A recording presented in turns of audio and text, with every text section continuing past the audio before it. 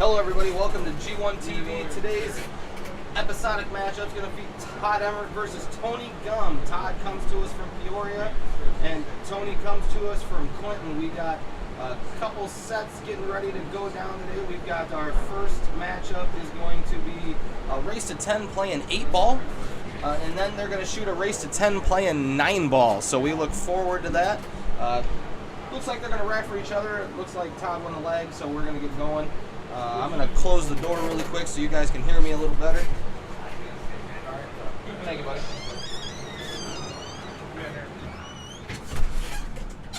All right, if you guys can do me the biggest favor in the world, 2 favors, I guess, 2 biggest favors in the world. Take this time really quick, hit the like button. Let us know that you appreciate it. And then hit the share button so everybody else has the opportunity to watch it as well. So we're going to get going. Oh, I lied. We're going to play 9 ball first, which is completely okay.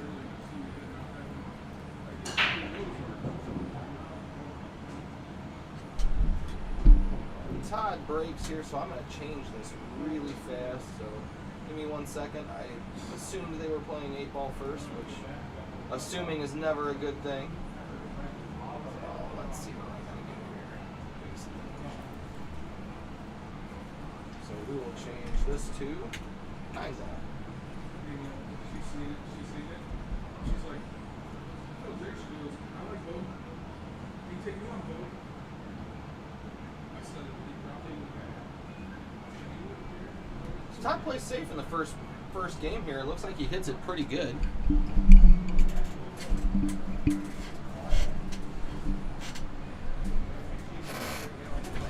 Appreciate everybody being with us as always. You guys are the real MVPs. So Tony, sent a kick shot and winds up getting ball in hand in the first rack. Looked like he had a little bit of left-hand English on that ball.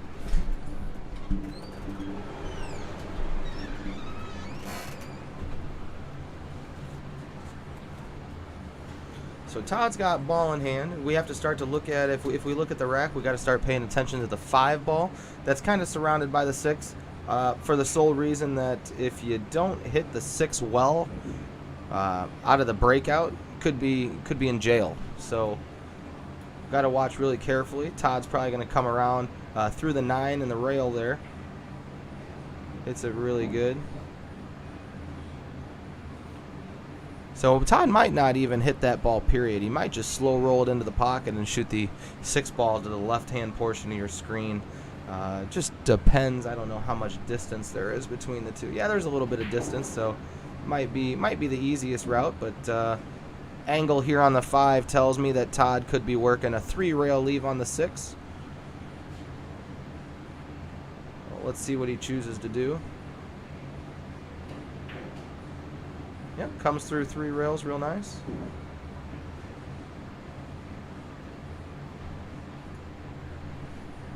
So it looks like a stop shot would get him some angle to come through a couple rails. See if he draws it back at all to maybe shorten it to 1 rail. I don't know. Yeah, he didn't hit that one super good. I think he was trying to pull it straight back, but to no avail.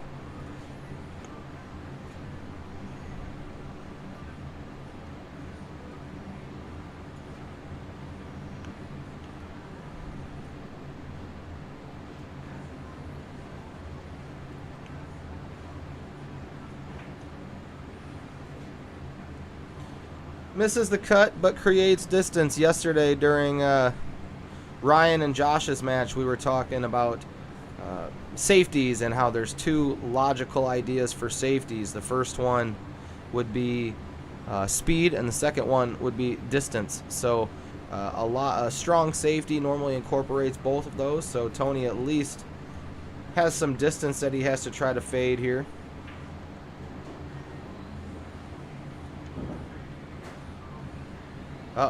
Rubs the 9, so now he's in no man's land. This shot is very rattle-worthy, so you got to pay attention and you got to make sure that you're hitting it really, really good. Tony looks like he's going to shoot it up in the top right portion of your screen. See if he makes it. Yep, he hit it right in the pocket, so Tony's going to go up 1-0.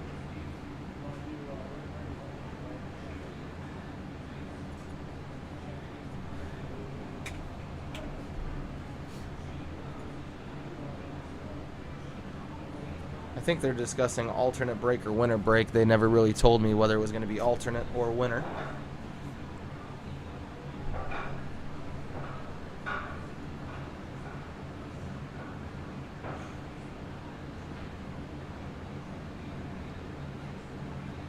So I guess we'll find out after the next game if it's going to be alternate break or winner break. Unless if Todd wins that game, we could be doing alternate break on accident for the rest of the time.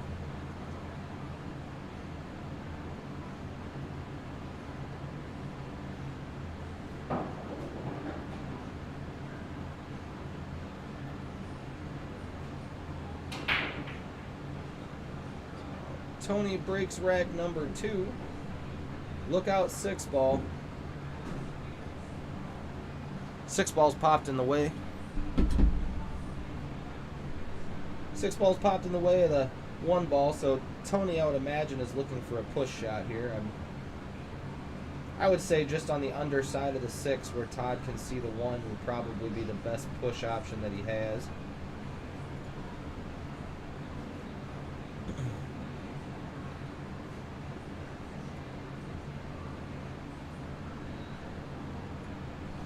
So I would say a push out just to where, let's see, let's get on the other camera here. So just to where Todd can see the 1 would be acceptable. So I would say about right here where my dot is. So let's see what Tony chooses to do. Yep, that's a good push. So Todd don't really have too much of a shot, but the thing you gotta focus on with push outs is you gotta give yourself half a chance. So what I mean by that is Tony's given himself half a chance as Tony's already been tossed back up to the table. I definitely would play safe. I'd try to find a way to play safe. So that might be a thing today that Tony might be able to learn from Todd, is that he might give push shots away too quickly. I don't know. So let's see. So Tony looked like he tried to just tie up the 1. So, and in the process he's left Todd a way to come through it, to come through here, but he's got to be careful with that because of this corner pocket over here. So let's see how well he hits it. Rattles it. Got to get safe if he wants to have a chance. Leaves the ball open. So Tony's probably going to shoot rail first, I would imagine. Come through there like this and then back out through here. Kind of hard shooting over a ball to get all that outside spin to just come this way, to come out here. So I would that's why I'm saying I would come through the rail first. I'd hit rail first to play the 1, but just me. Let's see what Tony chooses to do. He uses the bridge. Uh-oh, he fouls. Good. Commits a foul. No good there. So let's see if these guys can battle it out. So Todd looks like he's actually going to draw this ball, which I would come back off the rail. I would have put the cue ball here and just kind of come off like that. Todd keeps himself on the rail, which I don't like rail shots personally.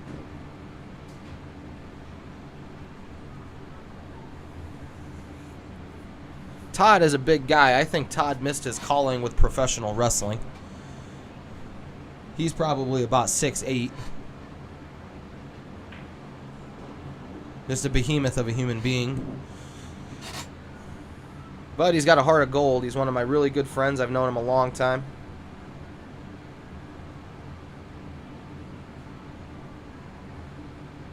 So Todd's looking like to roll the 3 down table for the 4. Let's see if he can get in the window there. Don't hit the 7.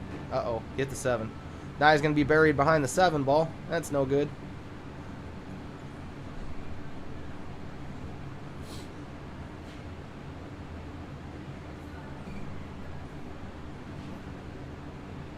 Let's see, though. Does he have a chance to make it? Let's see. I can't tell. I'm not trying to be spinning around it. No, he hit it really good. Good shot for Todd. So the rest of the rack's pretty self-explanatory as long as he strokes the 5 ball really good. Me personally, I don't like the stop shot. I would actually prefer to be right here because this shot for me is going to come about right here to here. So I don't know what Todd wants to do. He rattles it, draws it back a little too far. So he's going to leave Tony about the same shot. I would expect Tony as well to try to get here, but Tony showed up, didn't hit a lot of balls, so I wouldn't be surprised if Tony gets in this area. But depends if he's trusting his stroke or not. Yeah, he takes it there, so which still isn't bad. You're going to slide down table out that way.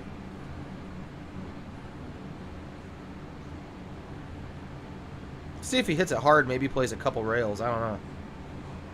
Nope.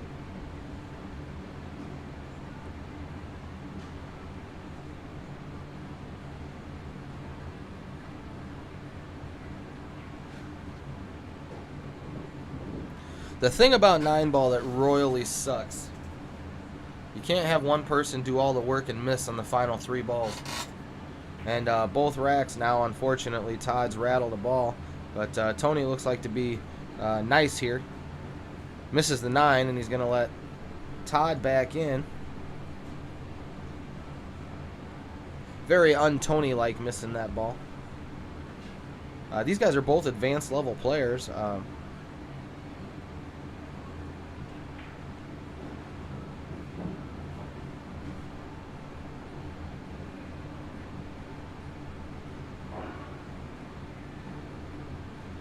Todd makes a 9 to keep the score at 1-1. It's a break for Todd for sure.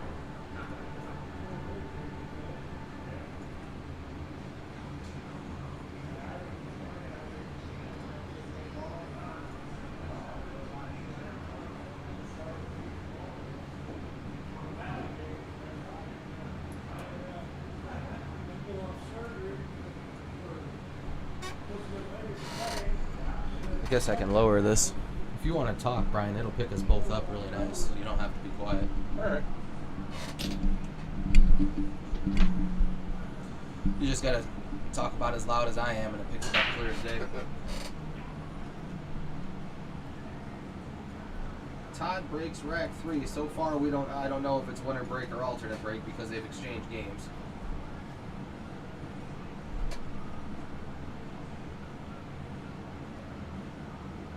Tony's got a safe that he can play.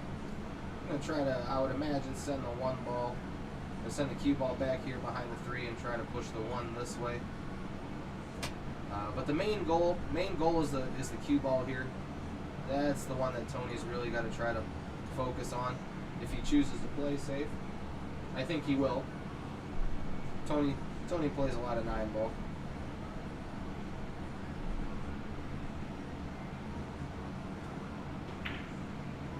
He tries to bank the 9. You know, this is actually a really smart shot on Tony's behalf.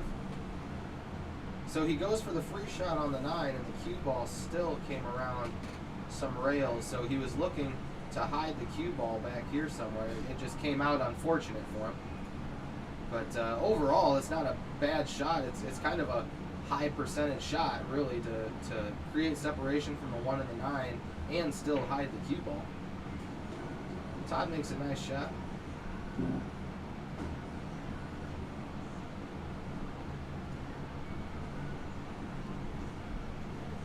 This shot's a toughie.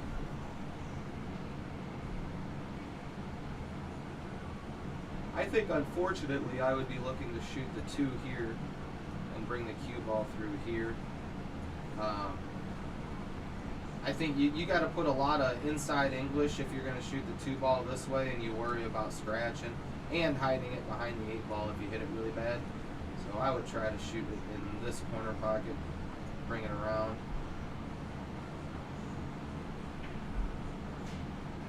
No, misses the shot, scratches. No good there. He's going to give Tony another break. I think Tony will probably play the 2 ball. Down here, roll forward a little bit to get to the 3, and then the rack is pretty self-explanatory after that.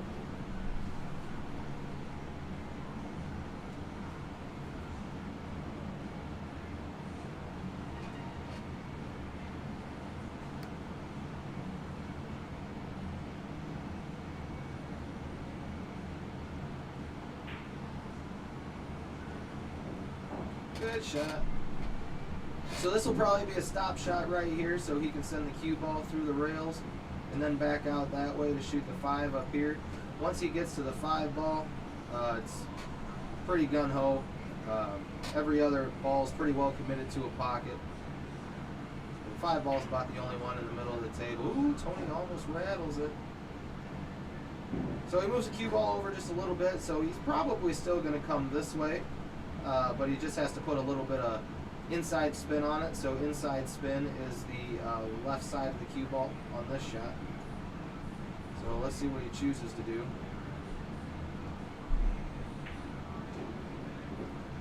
Ooh, he hits it a little hard. Now he's made himself he's kind of got a little difficulty going on. He's going to have to shoot the 5 in the side, jack up a little bit so the cue ball kind of bends and comes back out towards the middle of the table. Yeah, he misses and scratches. The cue ball did have a bend, but it was kind of more of one of those instead of a snap. So each player hasn't found a rhythm yet.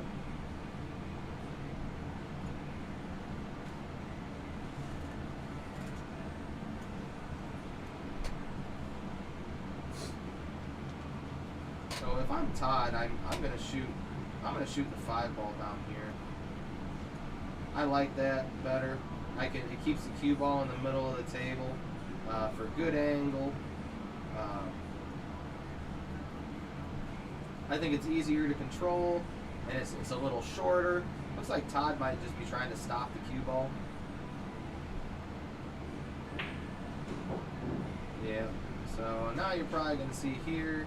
Cue ball coming back to here, I would say. That's a really good spot because then it's just kind of a stunt shot to bring back for the 8 ball. So let's see what he chooses to do. That's what I'm doing. Misses the 6.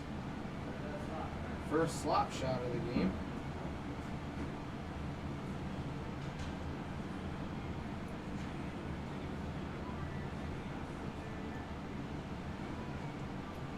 So do we see a safety here? Do we see the 7 ball where the cue ball is, or the cue ball over here? I don't know. Now we still see a safety, but it's not the safety I had in mind.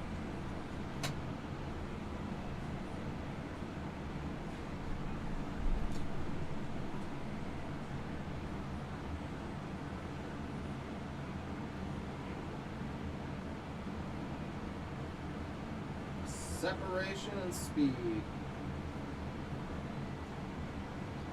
Good shot. Good shot to create some distance, but as long as Todd buckles down, this is, I would say, something like this with no English on it.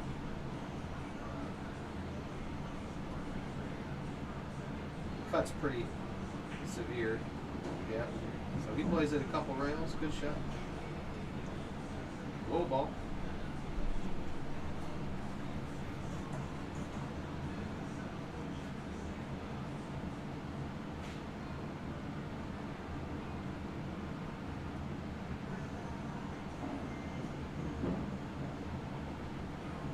Todd is going to go up 2-1, it looks like, so we're going to see if it's winner break or alternate break.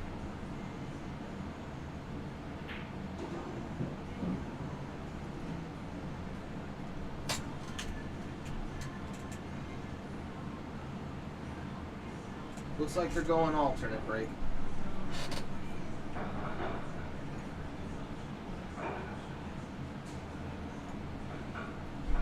So we gotta give a shout out to our sponsors as this game is going on.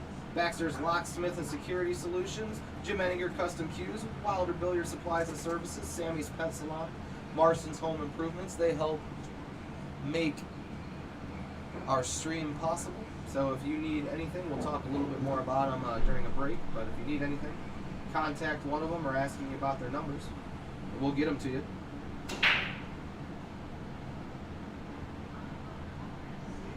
Those didn't sound very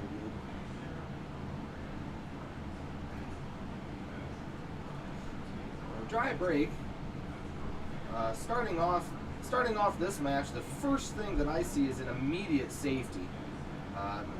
Not a lot of stuff goes, so you're looking at pushing the 1 ball out here and putting the cue ball right in here. Got to be aware of the gap. I don't know if you can actually fit something through there or not.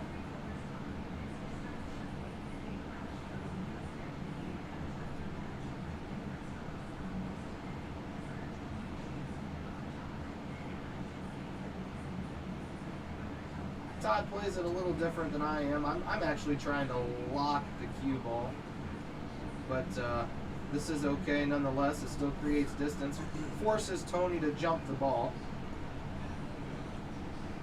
or if he chooses to kick it, there is a kick safe here. If he can stop the cue ball, the one ball can come down here and sit behind that area. Well, which was what he looks like he appeared to try and do.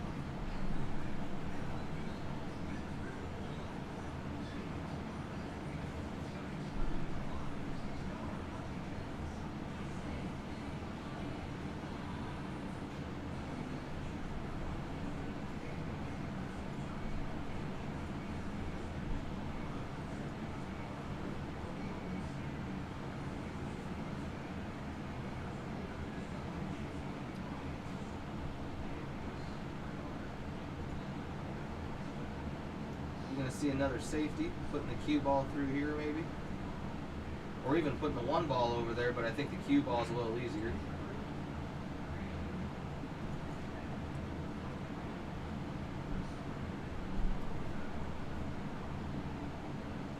Looks like Tony has an open shot on the one.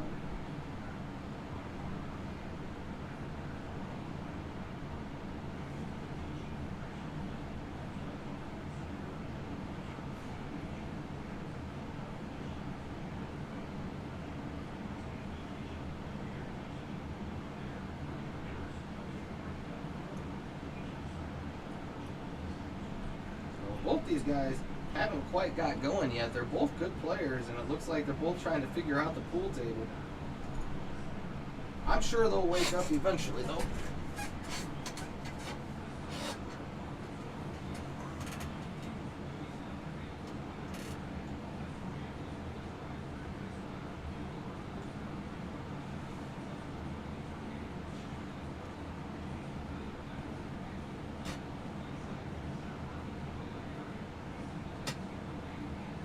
No, there's a foul. There's ball in hand. So now Tony still has an opportunity to get that first run rack under his belt. He's got to pay attention to the 3 ball, getting to the 4. So if the 3 comes down here, he's got to be somewhere on this area. So when he shoots it, you know, if the cue ball is in the middle of the dot, you're going to come through here and let that cue ball right down table to, got to be here if he wants to have a shot to shoot the 4 and then come back out for the 5 ball. So we'll see where he gets, but he's got potential to get out of the rack. The 4 ball is just the main problem. He's got to do a little bit of work to get to it. At this point now, you might want to try to even get here. This would be really good, just so you can shoot this ball into the corner, and you can still. It's almost easier to roll down, especially if he gets some angle to where the cue ball could come off the rail and back down too. So Tony looks like he's going to play it inside. Just roll down the table, try to give himself a good shot.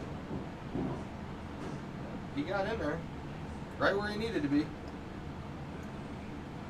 So you got to expect Tony to run this out. He's hitting the ball awfully slow. Maybe I should stop talking. He's hitting the ball really soft.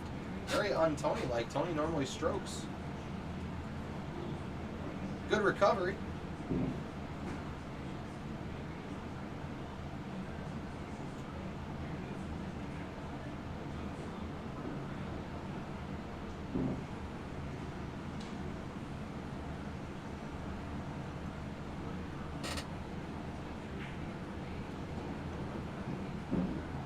Hit that one up with a little bit of buzz.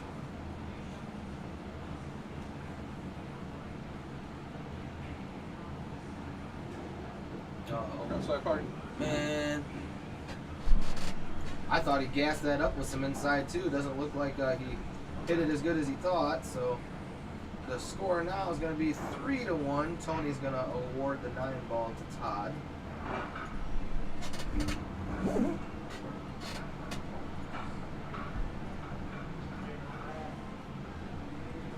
I think this is going to be a match where, again, I think I said this yesterday too, and I know I've said it before if the same viewers are watching. I think both players are shooting fairly fast.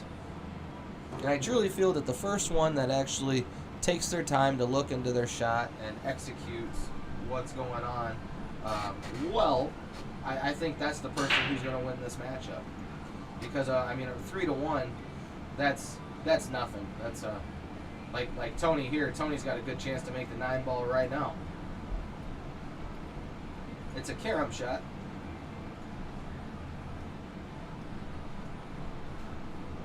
I would actually say I'd try to hit it about right here.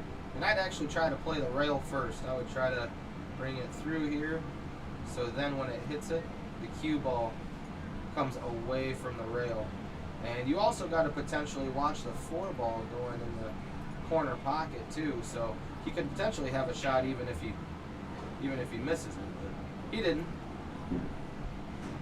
So Tony pops an early 9 to get to 3-2. This is what I'm saying, folks. A two-game deficit is nothing in 9-ball.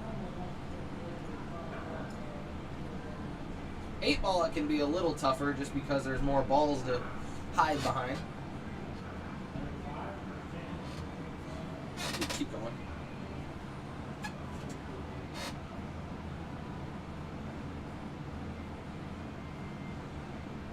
So for 9-ball, since 9-ball goes a little quicker, we're going to do a break every 10 games instead of every 5. 8-ball will probably take a break every 5, depending on how it's moving.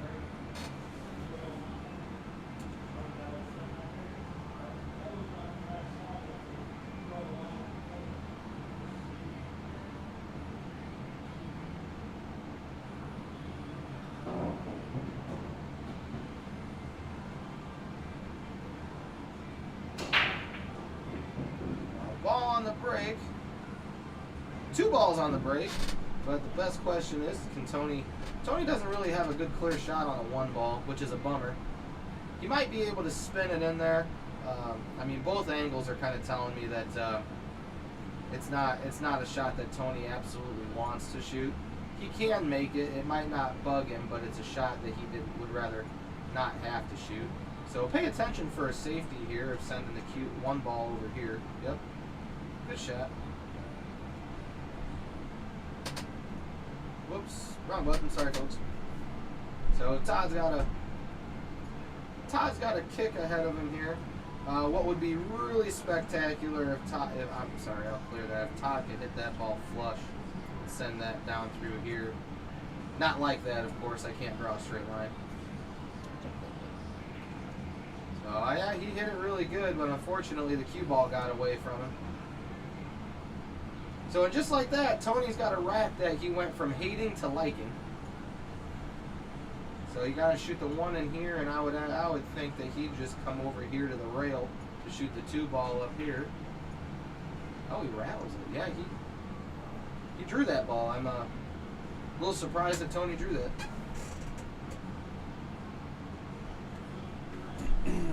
So Todd's got a pretty good chance to get back on track here after the early 9 in the previous rack. It's like he's gonna come off the rail a little bit. So he must like this cut shot, because this is a cut shot that I don't like personally. If I hit anywhere near that point, cue ball's coming right here. So he spun it really, really good. But now he's got a major issue of the 5-ball.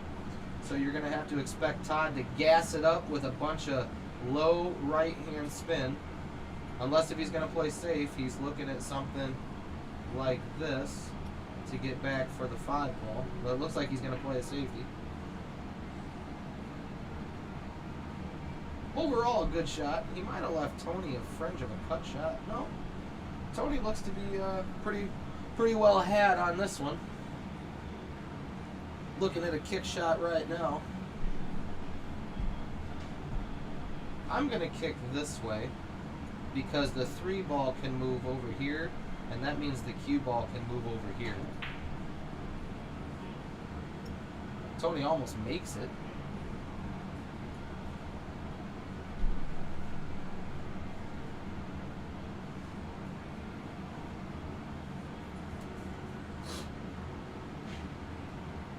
Let's see if Todd can buckle down and make a long shot with a good stroke to get on the 5-ball.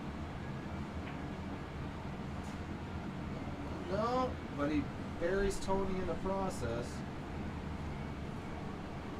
So the question is, can Tony come off the rail? Can Tony get in here and actually get off the rail? So as you can see by my line there, I don't think he's got a chance to get in there off the rail.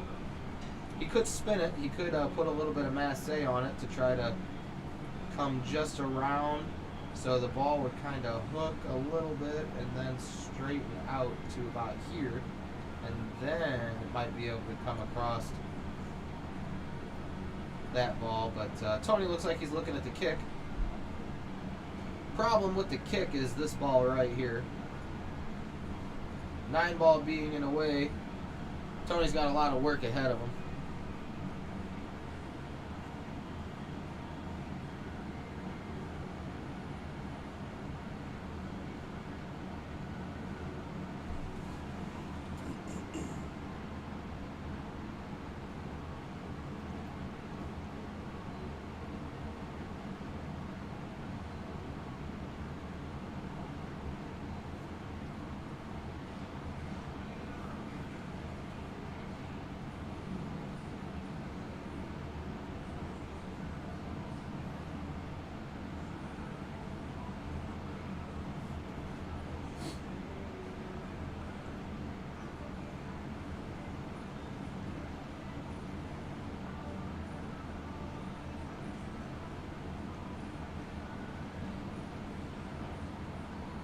This is interesting. A 3-rail potential safety. Not bad, Tony. Not bad. That's a great hit. Now Todd, I think Todd's just going to force this ball up in this area and send the cue ball out here. But it gives Tony another shot at the table. And it might be a little easier than what he would have had to do in the event that he made before. So let's see if Todd's just gonna slice the pink 4-ball behind the 9. That's definitely what I'm trying to do. Even if I hit the 9 first, if I hit the 9 really thin, 9-ball is gonna come out to here and the 4-ball is gonna come back here. So definitely jail. Yep. Uh-oh, don't scratch though. Oh, jeez.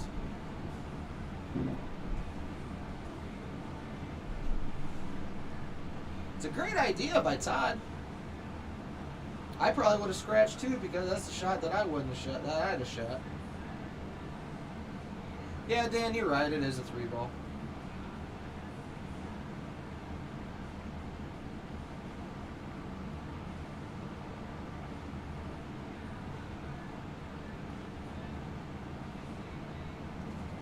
I didn't know Hogan could count. I think you can count to 3. But that's not working on counting. That's colors, Brian. Oh, yeah, that's true. It's still Hogan, though. Tony hit a good shot to kick the 9-ball away from the 5.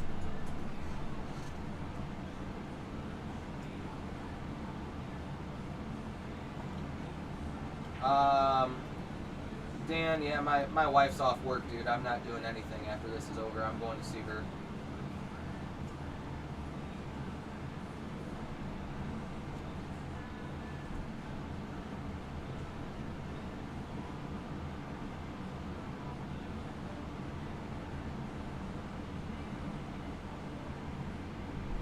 Huh?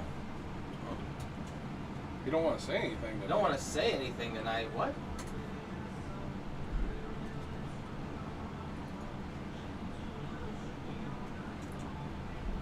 Todd's kind of looking right now to see if he has this gap to get to the 5-ball. I think he thinks he does.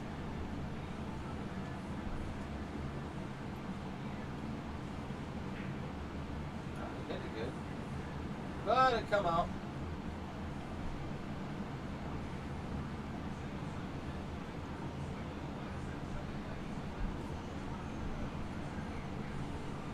So Tony's going to play this ball on the side, I would think. Cue ball is going to come back down and back out this way for the 6. No, looks like he's going in the corner. Man, why would you do that? Tony.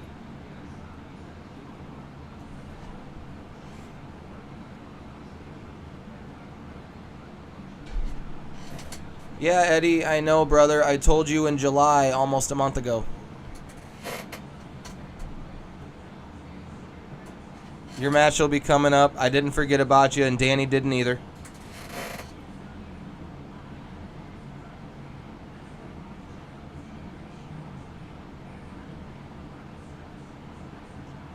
July is going to be really interesting with all the pool leagues opening. I'm not entirely sure what's going to happen to the Jay's Garage stuff with everything opening again. This was definitely just something for just to do, during the COVID stuff. I'm glad it took off as well as it did, but Jay and I were talking yesterday, and we really don't know what's going to happen. We might just have to try to set up some weekend matches, and let me get rid of that. Sorry, folks. We might just try to set up some weekend matches when there aren't tournaments around, because Jay and I still prefer to play pool as well. So we don't want to be in here every Saturday when we got action going on, and tournaments going on and all that. Tony's going to take an early 9 after this to get 3-3.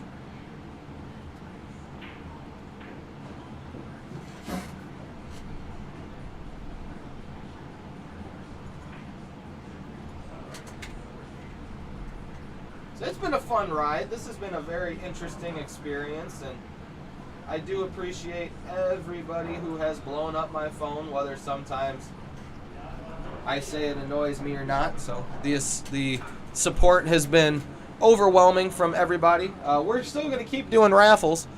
We're doing a raffle for a Viking right now. We're trying to raise money to get some professional players in here, but we figured out that it doesn't seem like Viking's high in demand, so we won't ever do a Viking queue ever again. But we got to get rid of it, so we're going to work really hard to try and get rid of it so we can raise money to keep working towards a professional matchup. So Todd slams the 7 in the side pocket. All the balls are wide open, but the one ball working its way into the corner pocket is something that we got to wonder. Oh, yeah. Got plenty of room.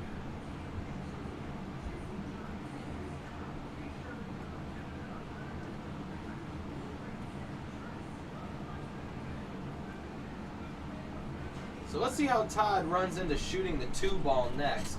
Is he going to draw it backwards and play the other side of the 2? Is he going to run into the 2? Yeah. Oh, man, he smoked it, though. Look out. Look out, 5. Look out, 5. Oh, he's got room.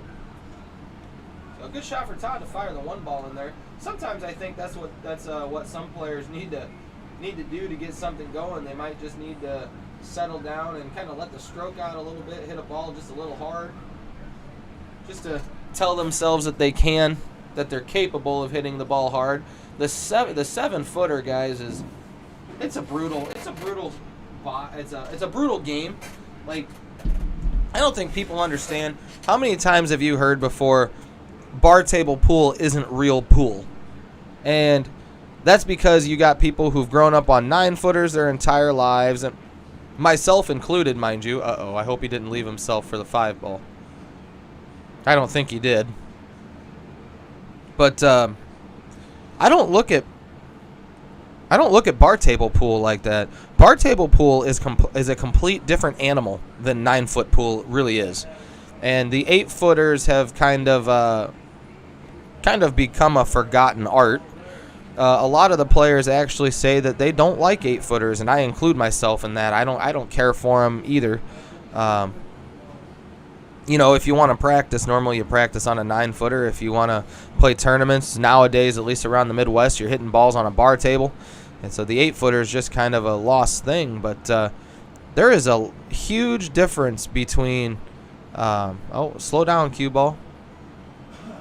There's a huge difference between a bar table 8-ball game and a 9-foot bar table game. And people would just rather say, oh, yeah, well, a bar table, it's easier. No, it's really not. There's a lot of congestion that we got to work through. 9-footers, they're really out in the open. 9-ball is pretty well... I actually think it's a more comparative bar table 9-ball to 9-foot 9-ball, just because a lot of the shots keep the same angles. When you're running the cue ball, you're definitely going to see more players run the cue ball on a 9-footer playing 9-ball than you will 8-ball. But I think a lot of the pattern play in 9-ball is still the same of bar table versus 9-footer. But 8-ball, man, it's a different thing. Some balls you're going to stop on a bar table, and then 9-foot pool you realize, crap, I got to send that ball 2 rails if I want to do anything good with it. So it sucks. I hate it when someone looks at me and says, oh, man, bar table pool's for sissies. And it's like, that just tells me that you don't know how to play pool. You might be a great 9-foot player, but you might be a horrible bar table player. So you complain and you say, oh, well, I play on a 9-footer. Let's play on a 9-footer. Nah, get out of here, man. That's what I tell people. Get out of here with that nonsense. Tony goes for the bank on the 8 and comes up short. I would have cut the ball. I would have tried my chances with the cut and some spin, but it gives Todd an opportunity to hit 4-3.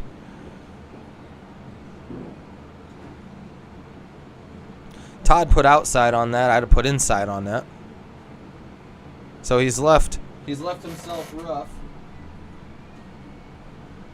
But it looks like he's almost left himself a pretty well straight-in bank.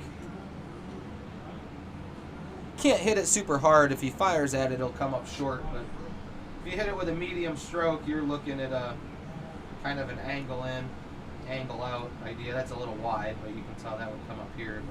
But looks like it's a pretty good bank. Just a little short. That's about the speed that I would have hit it.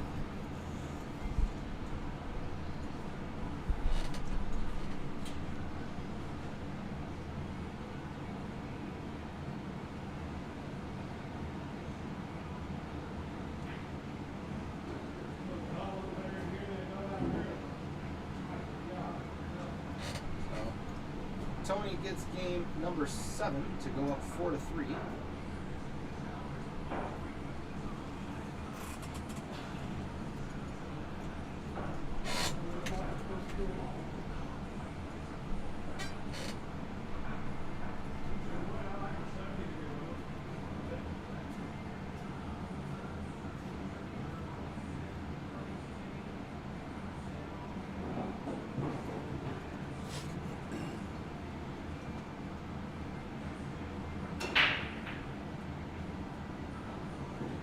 So they are not playing the 9-ball counting on the break, so Todd's just going to spot that up for Tony.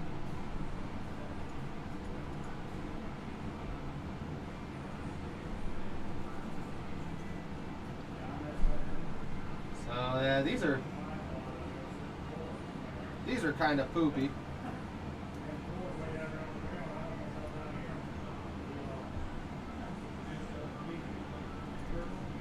So Tony right now is trying to decide how he can get down for the 2-ball if he were to attempt to go after the rack. So I would imagine a safety's coming up for this, yeah. Creating a little bit of separation.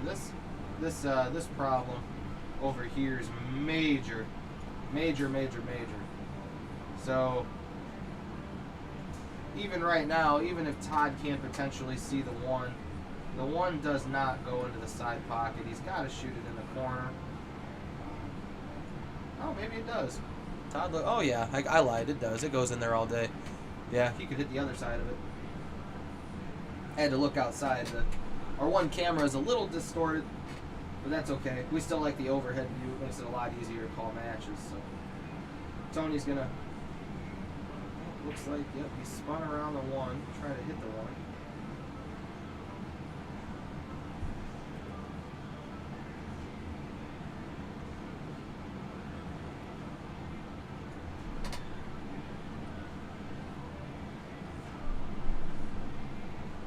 Todd doesn't want to run into the back of the 4 because he's not going to have a good shot on the 3.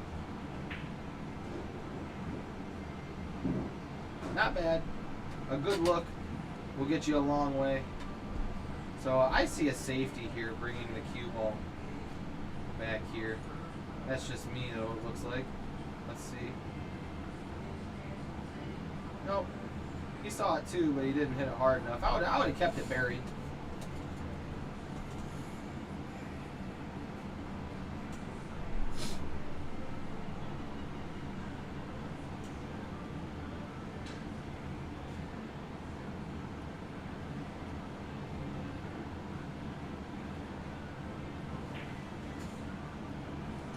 Tony hits that real smooth, but I don't think he got to the 3 ball. Yep, he hit it just a little on the short side.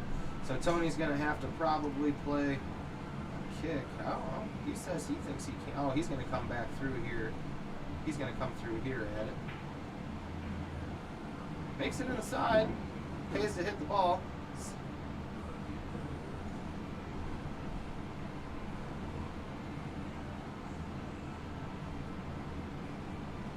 I would say Tony probably hits this pretty rough, pretty hard. Bank it cross side, I would think. Yep. No. Wow, what a shot.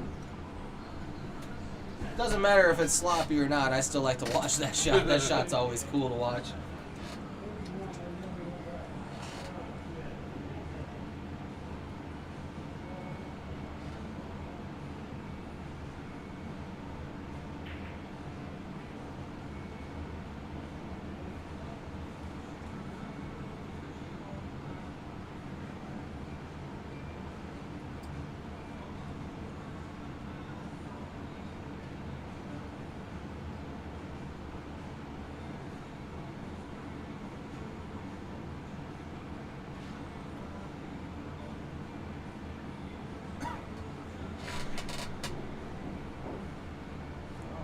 Hit that kind of hard, does he? Yeah, he's still got room to cut it, so he's gonna slice that ball, but you gotta be really careful. If he puts too much right on this, there's a chance that ball might fire over here in the side. But looks like he's actually applying some low right, which should save him from that. Yeah. A double bend instead of one bend. So this rack looks to be self-explanatory, I would think. The 8 ball, you're going to probably bring the cue ball back out this way. I would have hit that ball softer. I would have tried to get about right here for that. I don't like bringing the cue ball towards a ball when I don't have to.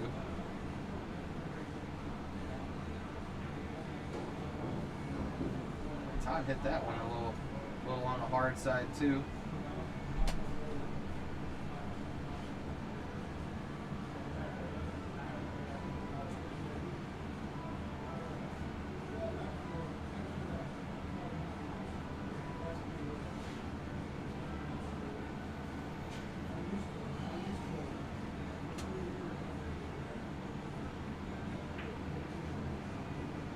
This is the 9, but create separation in the process.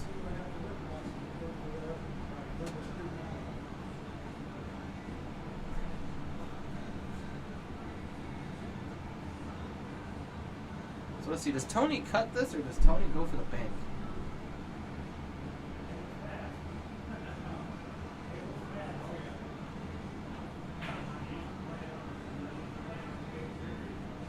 I don't know if you guys saw that or not, but there was some major twisting going on right here. The 9 ball was twisting side to side. It was going like this. Like the rings of Saturn. It was weird. Looked like the ball was skidding almost.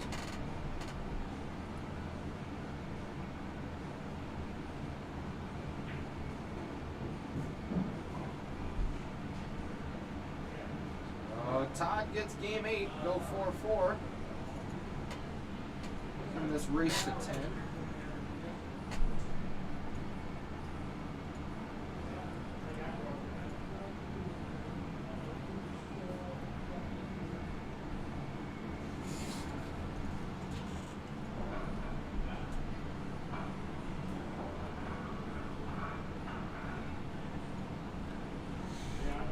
appreciate everybody tuning in and watching the Sunday afternoon matchup.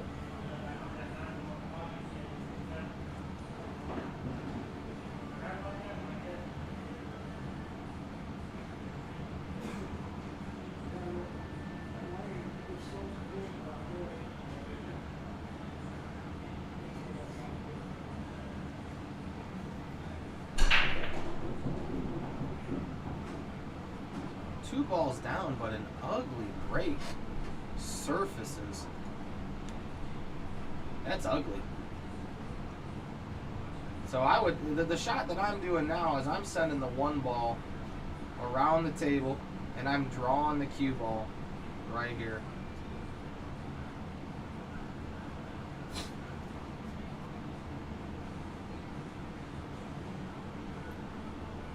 Danny, man, I haven't heard from you in a long time. Where are you at nowadays, bro?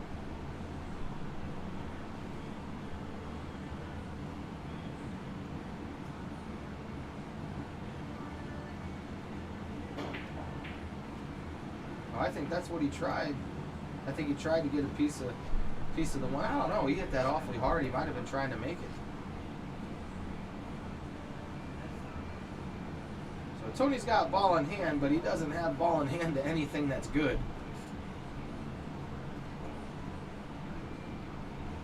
I'm going to look to see if maybe you can get the cue ball through there to shoot the 3, but it's no good with the 5 ball sitting where it's at. Oh man, you're in Texas now, huh? You were in the service, right? Are you still in the service if I recall correctly? They just closed down all your stuff again, didn't they?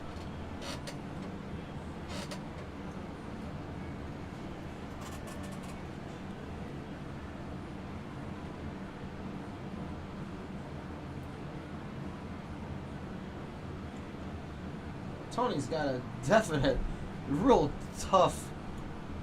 I think I'm still gonna. Man, I think I'm gonna try to put the one ball down here. I'm not even sure how I'm gonna get it, but my thought process behind that is getting the one behind those balls somehow. So I'm looking at maybe this is really risky, but I'm looking at maybe a 2-rail bank to get it back there.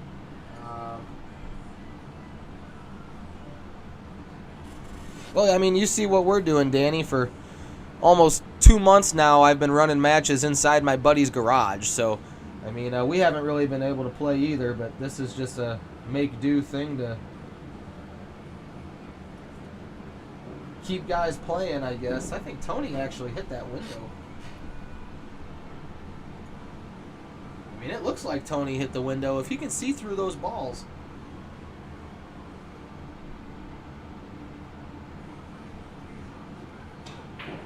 Oh, yeah. Uh-oh.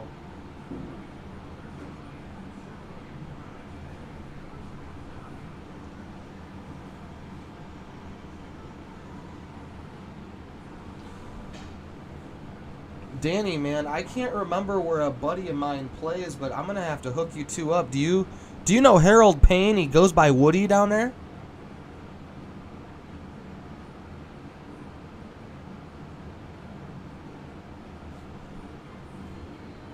Yeah, Tony didn't hit that hard enough. He was just trying to freeze the cue ball on the 5. So now the question is, does the 5 go by the 9? I think that's Todd's first step to looking at that. But the cue ball will fit in here if it doesn't, to send the 5 ball this way.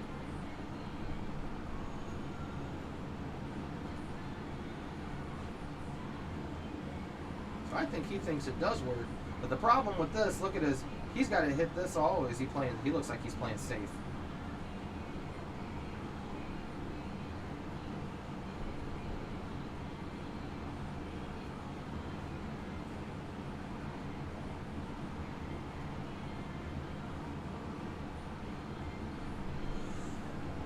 We gotta. I think maybe we need to try to hook you guys up. He moved up here from Texas a while ago, but he moved back there. He's been back there a couple years. That dude's a super good dude, and he's a hell of a good pool player.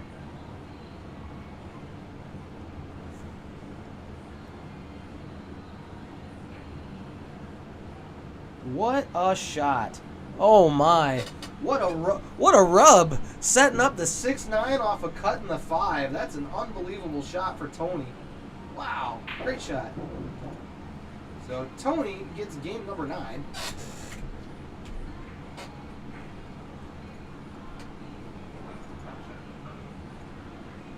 That couldn't have went any better for Tony. I guess I shouldn't say that. He could have somehow made the 9, but overall, good out.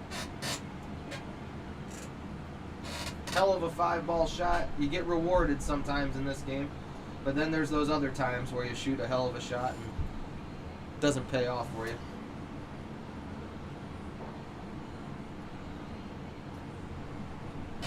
How far is San Antonio from Houston, Danny? For some reason, I feel like he's in Houston.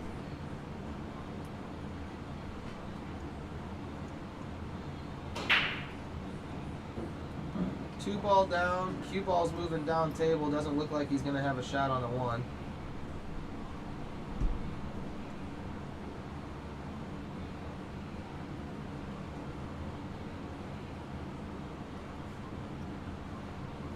Might have a window. Got to be looking for a safety.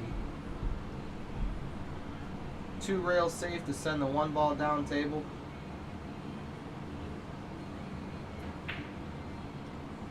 Uh-oh. Uh-oh. Tony was wanting to get him behind the 9 and the 7, I think.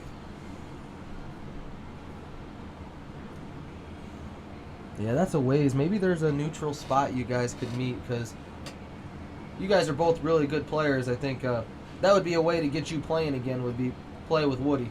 He's a good dude. Watch 9 ball. Watch the 9. Oh, man. I think Todd was trying to look for the double whammy there.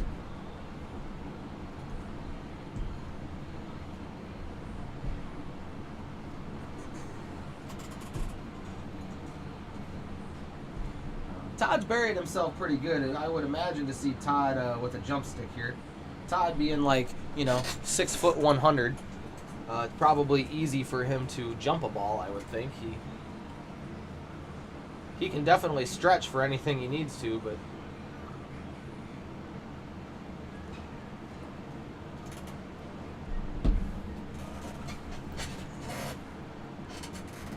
let's see if he can make a nice jump shot to make the 3. There's some good angle pocketing the 3 to get him on the 4. So he gets a good hit. Well, hits the cue ball well, but unfortunately it spins around to the outside of the 3, giving Tony ball in hand.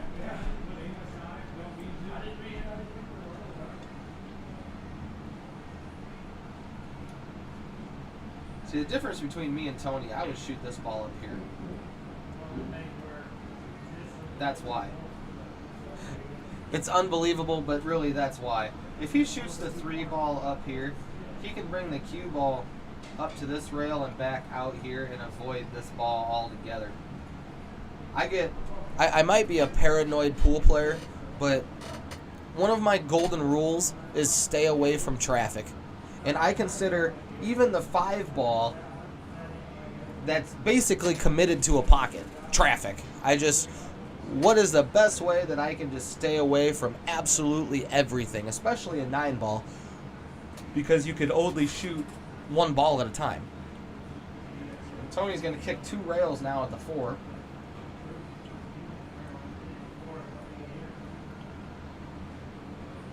Tries to come around 4 rails to clip it. Doesn't do it.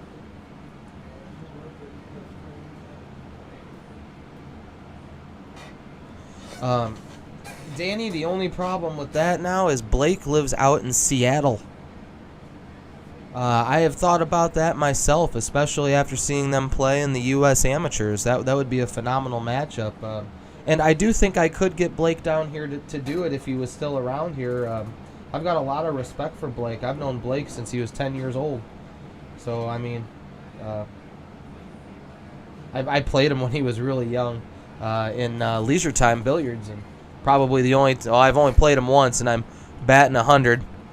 or a batting 1,000, I should say. I'll never play him again because I need like the 3 out, but that would be pretty amazing if I could get Abe and Blake to come in here and play some bar table pool, because I know they're pretty strongly even on a 9-footer.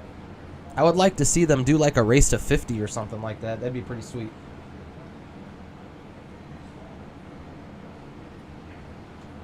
So, Blake, if you're watching, if you're ever in the area, holler at me.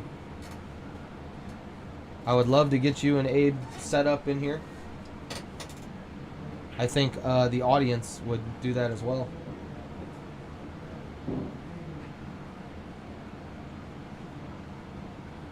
Yeah, Josh Franklin and Ryan Ponton played yesterday, Danny. Ryan was successful in they were playing a best 2 out of 3, and Ryan was successful in both the sets. Both the first 2 sets, winning 11-9 the first set to 11, and winning the second set 11-8. So Todd just missed a shot that I'm not familiar with Todd missing. Not really known to miss a ball like that. So Tony's going to try and cut this ball. Hits it really smooth to get shape on the 9.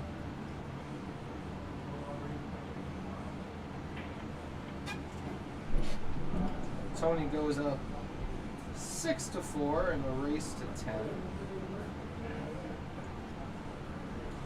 And I just heard Tony said that they're going to take a break, which I agree with. It's been about 10 games, so score 6-4. Before I take a break, I am going to talk to you a little bit about these guys, if they show up. Oh, I lied. Not those guys, silly me. How about these guys? There we go. I'm not for this match, Dirk. There's actually a lot.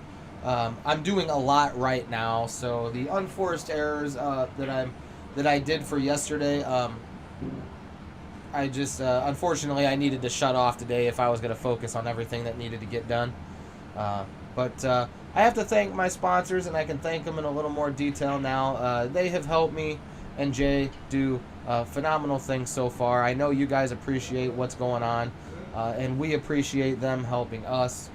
Baxter's Locksmith and Security Solutions. Caleb Baxter does great locksmithing work. He does great security work, video surveillances. He does the whole 9 yards.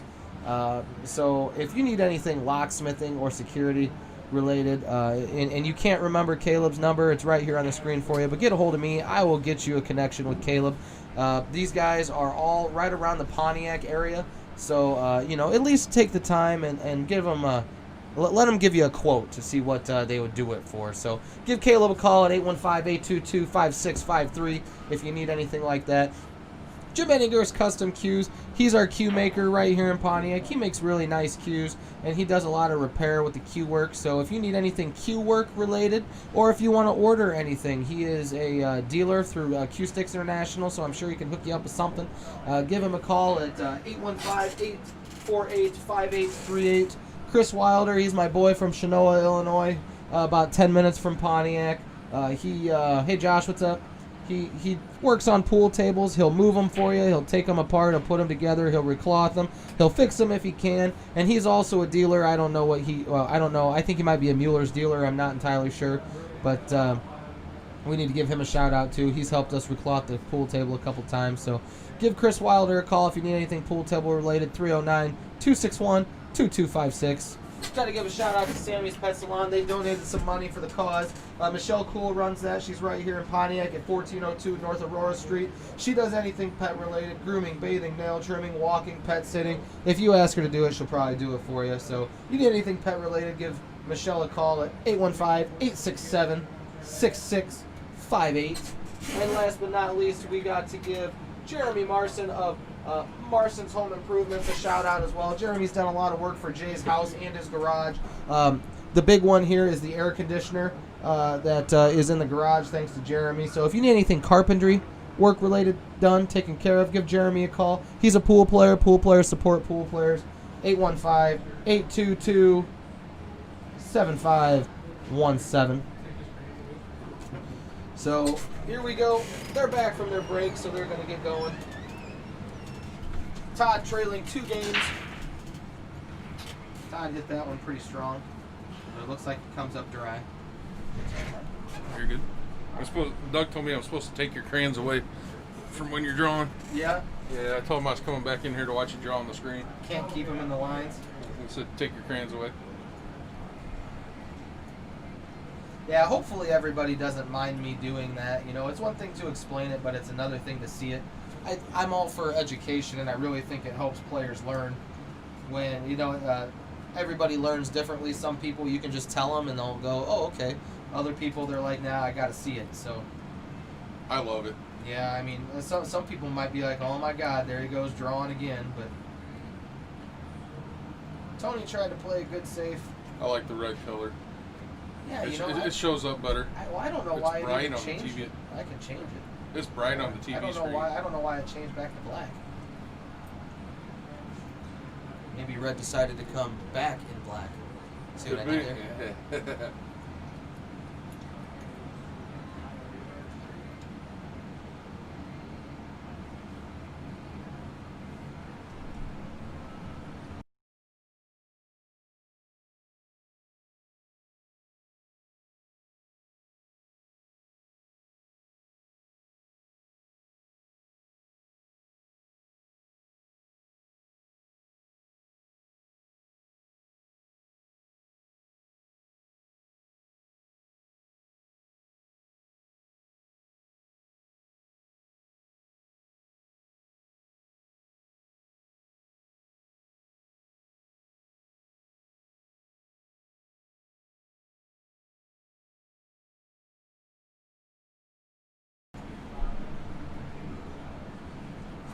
So safety's been played, so Todd's going to try to kick the 1 into the 6. Hits it really good. Settle down. Ah, no good there. So Tony's got a straight shot at the 1. But I don't think the 1 goes in the corner. I think the 4 ball stuck its head out enough. So we're probably got to be looking for a safety, I would think, but at this spot there's not a lot of safes to be played. Maybe it does go in. Tony looks like he's going to fire it in there, so. Oh, he fires the 4.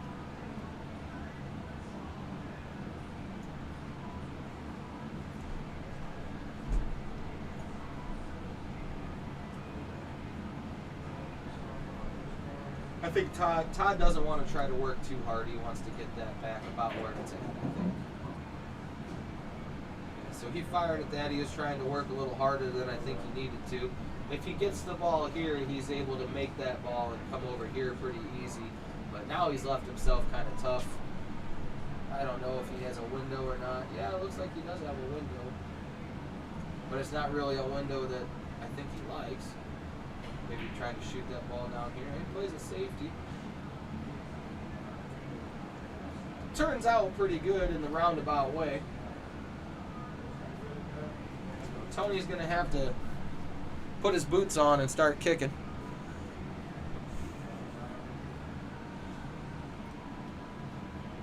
He's got his boots on. Yeah, he does. There's cowboy boots, too. Yep.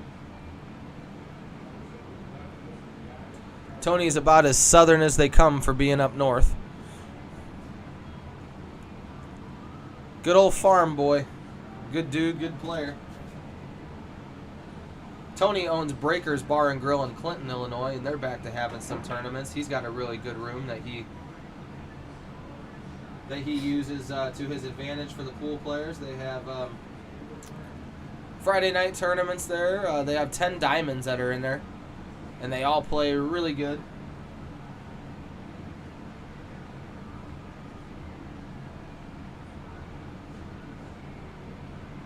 So Todd's got a chance here to slow roll. You got to watch out the 4 locking up with the 6, though. I would slow roll the 2 in the corner.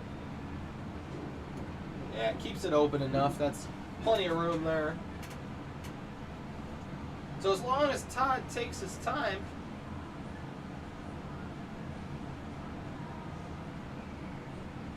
he should be able to get out of the rack. This shot I'd just try to draw back about 2 inches. He comes around. Uh-oh. See, I don't like the 3-rail shot because if you guys look where the 5 is now. The 5 ball was here. So now he's got work to do if he wants to make the 5 ball. Might have to look at a safety. So you're gonna try to achieve this area here with a little bit of low outside spin. And he's gonna cut it. He's gonna try to draw off the 6, it looks like. Yep. Bounces it out of there.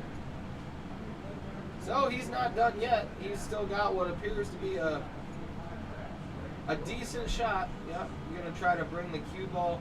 Just pocket the 5, hit it really good, and try to bring that back here just a little bit. He's not out of the works yet, but it's not as hard as it looks, but it's not as easy as it looks either.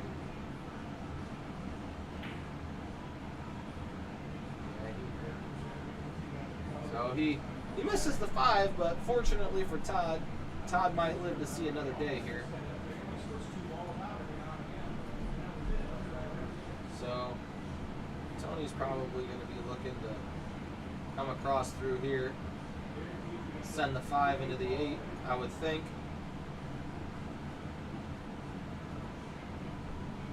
At this point, you kind of almost have to just fire at the 5 and see what happens. Yeah. Hits the 5 and the 8, so it's overall a great effort.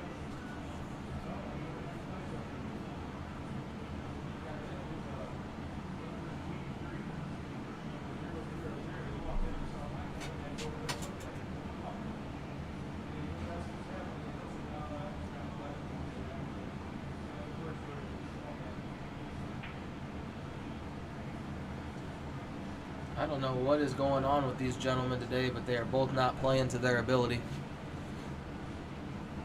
I've been playing pool for 15 years, and I bet I've known Todd for 14 of them. And Tony, I was 21, so I've known Tony about 10 years now.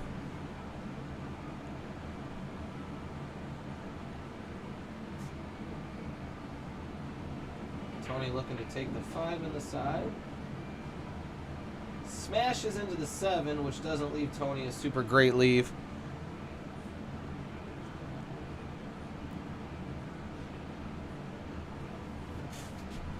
I think I'm probably going to try to play safe on this one. It's a tight safe. Looking at putting the 6 ball there. Sending the cue ball down table. So you'd actually have to play the 6 to the rail and back. So I guess in that case, since my lines are terrible, it would actually be this way because you can't really put draw on the object ball at that angle.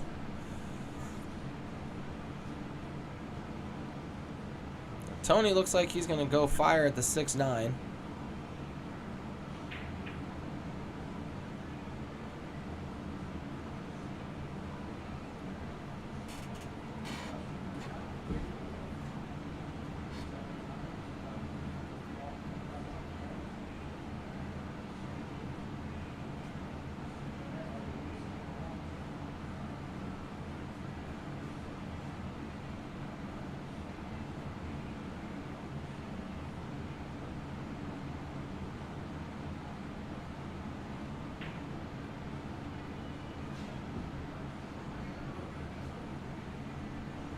So these guys are just jockeying for position right now.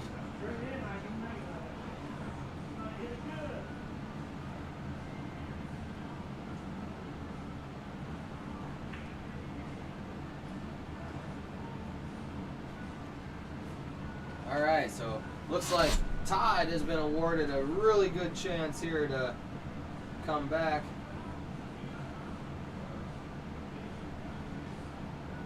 Back through here. Todd, the way Todd's been gassing up his stroke, you might actually see something like this.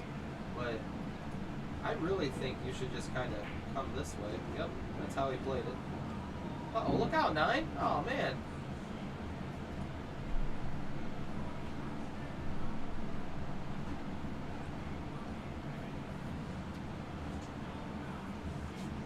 I think these guys are battling to see who can safety the other one the most, or safety themselves the most, I should say. Todd might actually have a chance to. Todd might actually have a chance to spin this ball and make it. Put a bunch of right-hand spin on it and cut it into the pocket.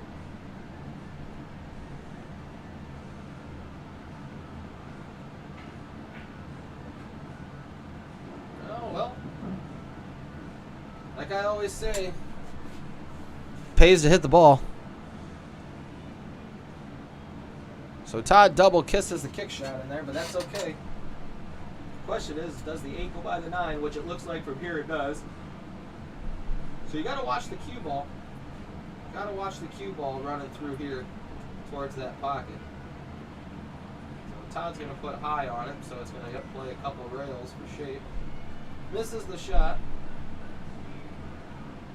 Both these guys' problems with missing have been that they're not missing early on. They're missing late in the game. About the last couple balls, they're squirreling themselves or missing a ball and leaving it in the pocket.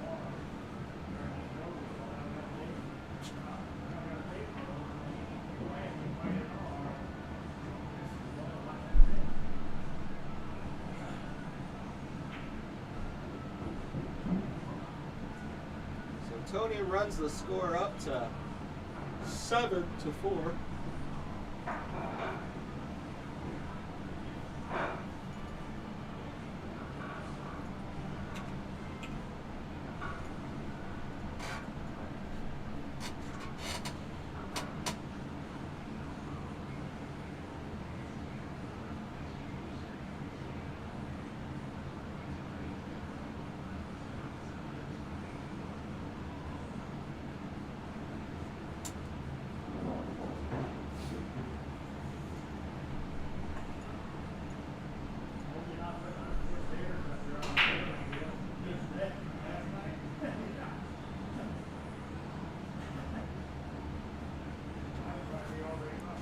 Yeah, there is money, Dirk.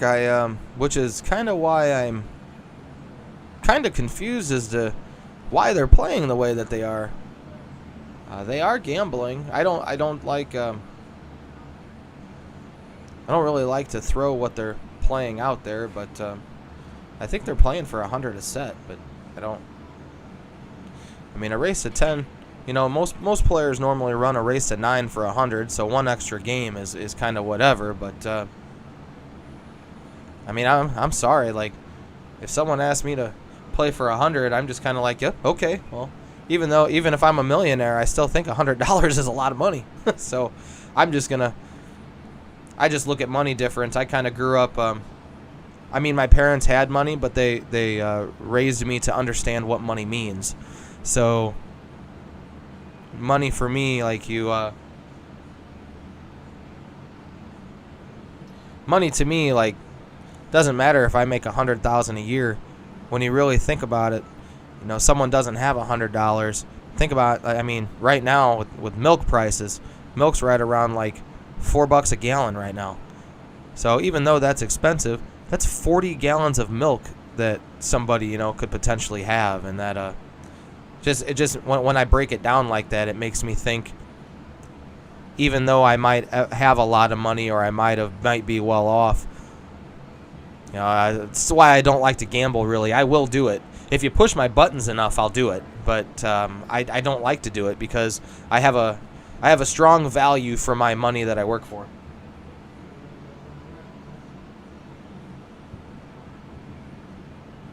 Well, I think for some people, Dirk, you run into the idea that it's kind of like work. Like, if I were to play you for $5, I can understand the mindset of one game for $5. Okay, but at the end of the day, to someone else, they're going to think to themselves, man, that's $5. It's not a big deal. It comes out of my pocket. I could find $5 laying on the ground. Okay, but then when they say, you know, I'm playing for 100 or something like that, well, that's a lot of $5 bills. that's $25 bills. So for some players, it's the idea of almost, okay, now I'm making money. I'm making quite a bit of money. So you're going to see a little more focus on that than what some players normally will. Now, for me, I tell people straight up, I'm the toughest $5 player you've ever met in your life. I will play you just as hard for a $5 bill as I would for a $1,000 bill if those existed. You're going to get my A game. Quite frankly, I don't like to lose. I don't care what we're playing for. At the end of the day, if we're playing 8-ball, I want to make the 8-ball appropriately way before you, and I would prefer to not let you shoot in the process. But that's just me. Some people can't get into it like that, and it could be how they were raised. I was raised in an area that wasn't a lot of gambling, and the people who did gamble, they weren't very good, and that includes me at a time. They weren't very good at all. There was a group of us in the bowling alley that I grew up in. And yeah, we gambled. We weren't no good. I mean, by today's standards, we wouldn't even be in a standard division. We were that bad. But we played with each other $5-10 a game. Something that we shouldn't have done, but honestly. But I mean, with everybody playing that even with each other, all we were doing was exchanging money weeks at a time back and forth with each other.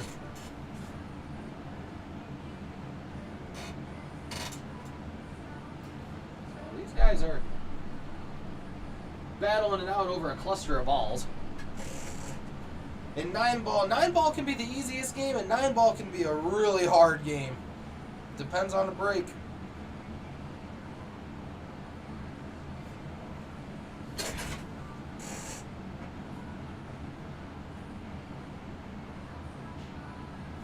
Yeah, truthfully, Dirk, that's why I created my 20 for 20 challenge. I haven't done... Man, I don't even think I've done a 20 for 20 yet this summer. But a race to 20 in whatever game you want against, in my mind, a high-level advance to a low-level master player for $20. If I'm going to run across someone like Tony. Tony's my buddy. I could play Tony a race to 20 for 20, and he's going to get my absolute best because it's a race to 20, and I don't really want to lose. That's just how I am. But then to someone who is less in ability, kind of like some of the people that I might work with or something like that, they could shoot me a race to 20 for 20, and they have an opportunity for $20 to play someone that is a really strong player. They have an opportunity to watch in a race to 20. That's a lot of pool. That's a great shot by Todd playing safe. That's one of the main key components of 9-ball is that safety right there, trying to push the cue ball up on another ball. But I mean, either way, at the end of the day, like $20, that's a lot of money for me. I make good money. If I lose $20, I'm not overly worried about it. But $20 is definitely something that I really don't want to lose. So 20 for 20, a race to 20, 8, 9, 10 ball. I mean, hell. I had a bunch of people take me up on that last summer. I just haven't. I've been in here calling all these matches. I haven't had the opportunity to do a 20 for 20. So I think that would be really nice to get me back in stroke is to do a 20 for 20. Tony's going to kick at the 4 ball. Tries to bend the cue ball. What, you want some? Kick that Rudy Pooty ass, boy. I'll learn, though. Yeah, I don't care. I had one person ask me once, can we just do a race to 20 for nothing? And I looked at him, and it was really hard for me to say yes, because a race to 20 can sometimes take 6 hours. So I have to be the stickler of this story. I told them no. But if you really think about it, if I beat that player 20 to nothing, and we're playing loser pays, we're playing $1 a game.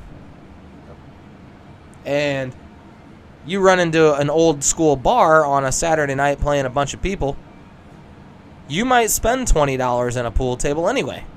So that's kind of how I looked at that. So we did wind up playing the race to 20 for $20, and he actually played good. I beat him 20 to 14. So I mean it's pretty good. So I mean he paid $20 for 34 games of pool. I think I can get more games than Homer did in your guys' race when you spotted him. Let's not talk about Josh. Why not? He would talk about us. Yeah, you're right. He would. He would. He told me last night when it started raining he wasn't going to have any games today. I think he was wrong. I think that's where he's at right now. He is. Yeah. It was packed. It was packed at that parking. You know, I was down there a little while ago.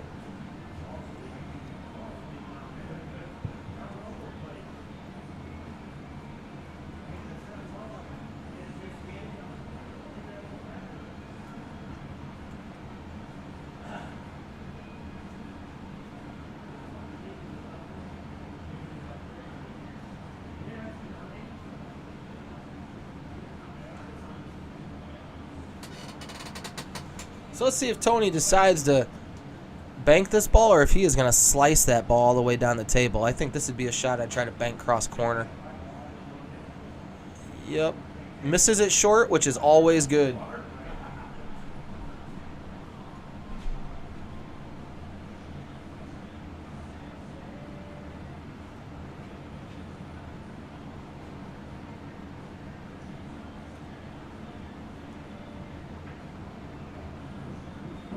He's good.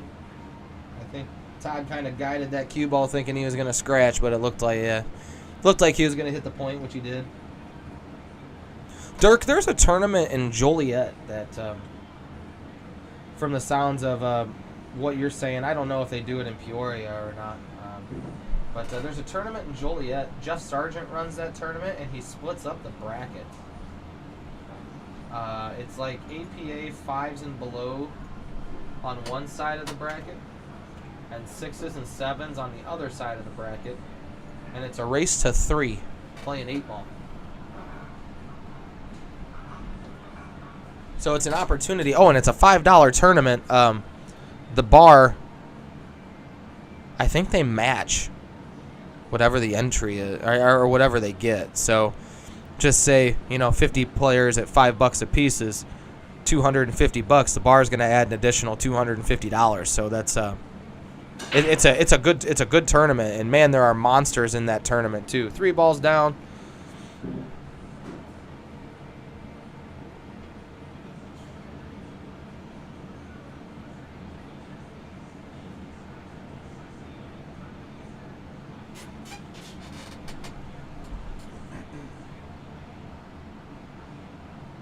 So you're running into trouble in the get-go here. I think this might have to be a shot that Todd's going to hammer at.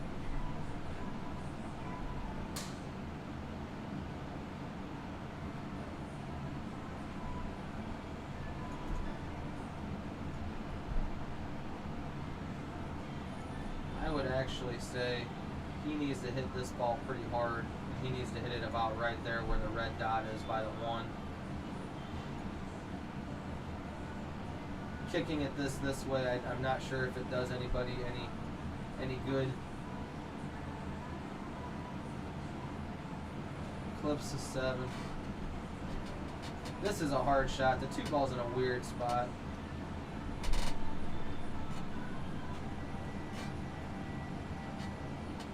Yeah, I don't like I don't like rooms that have that rule. There's a room up in Kankakee that doesn't allow 7s to play anymore. And unfortunately, I can't blame the room. I blame the players because the players are always like, oh, well, I don't want to donate my money. Might as well just give that money to that guy. And it's like, where did the idea of getting better at something go? Everybody feels entitled to their $5, their $10 entry fees now. Why? What happened to hard work, discipline, getting better? Now everybody's just always like, oh, no, I don't want to play that guy. That guy will beat me. Well, how do you think that guy got good? They practiced. They got better. And that's really irritating to me that that rooms do that. And personally, for me, in my opinion, I feel like the rooms don't make enough money when they do things like that. And what I mean by that, I don't know Famous's financial situation, and I'm not trying to dog Famous, but it's like the room that I'm thinking of in my own head, it was always empty. So they have to cater to those 6 and below players because they'll spend money there. they won't make any money if those sixes and under leave. You should be able to run a tournament where everybody can play. And that's my honest opinion. That's a bad hit. So that's going to be ball in hand. Let's see if... Yep, they caught that one. And I just, don't get me wrong. I'm a strong player. I'm a 7. I'm a 9. Make me spot games. But don't let me walk into a pool room and say, you can't play. It's one thing if you're a professional in my mind, and maybe one day I'll get there. I don't know. To walk into a Friday night tournament where players look at me and really say, you know what, you shouldn't be here. And you know what? Maybe they're right. Maybe I shouldn't be there. Robbing money from a bunch of amateur players being a professional. Well, I can always look at them and say, all right, let me outrun the nuts. If you guys are racing to 7, force me to race to 10 or something like that. And I'm that player now, but at the end of the day, you do have to cater to the lesser players, and that's the problem in today's day and age, because the lesser players, majority, they don't want to get better. They just want to make money. They just want to win. And that's the wrong way to look at it. We were all an APA 2 at one point in time. Now, some of us may have stayed there longer than others, but we were all there. And it seems certain players, they forget that. Certain lesser players who are a 6 now, who complain because the 7s beat them all the time, they forget. Guess what? They were an APA 6 too at one point in time. But what'd they do? They got better. So it sucks. It sucks the day and age that we live in pool-wise, because it's a handicapped... I don't normally try to cuss, but the only way I can really say this is it's a handicap clusterfuck, and that's just straight up what it is. That's what our world in pool in the amateur level is today, a handicap clusterfuck, and it's stupid. Tony tries to cut the 7. That's a super hard cut, but he tried to put a lot of inside on it. I think I only would have put a touch of inside on it, just to try to keep the cue ball as straight as possible. And you're right, Anthony. It is. That's. Oh well, I want to win. Well, I want to win. Well, guess what? You got to work hard to win. You just don't get to say I want to win and then win something. That's not how it works. If I think of my kids, when I was a kid, if I got a trophy, that normally meant I did something well. I didn't get a trophy for sucking at something. I had to work for something. Don't get me wrong.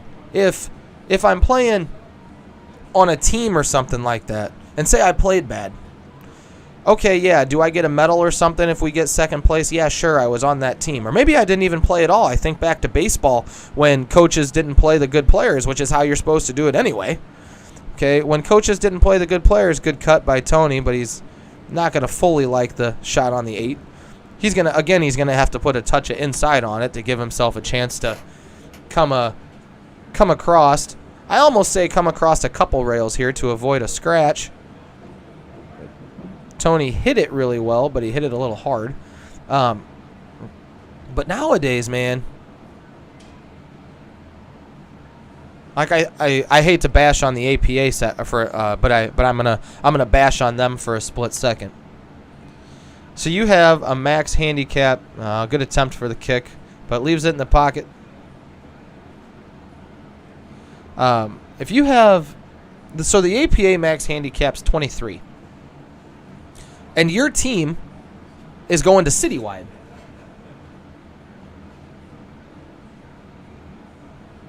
So your team goes to citywide, and say you have a 2 on your team. Well, it never comes around to where you need the 2. So you guys win first place. You're getting to go to Vegas. By the way, I hate the quote Vegas, baby. I think it sounds really stupid, but that's just me. So your 2 never plays. Doesn't really do anything for you in the tournament. But yet, at the end, that 2 gets a trophy. Part of me has a problem with that. The other part of me thinks, well, The 2 was in league. Obviously, they got them to citywide so they could qualify.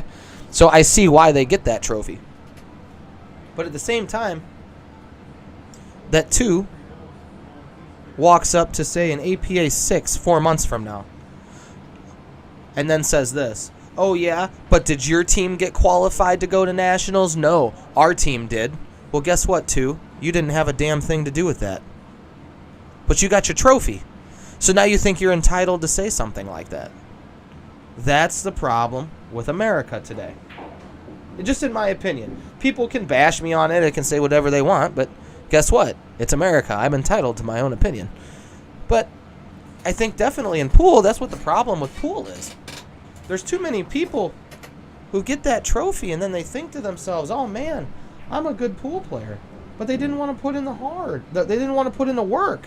They think that it's okay, and it's not okay.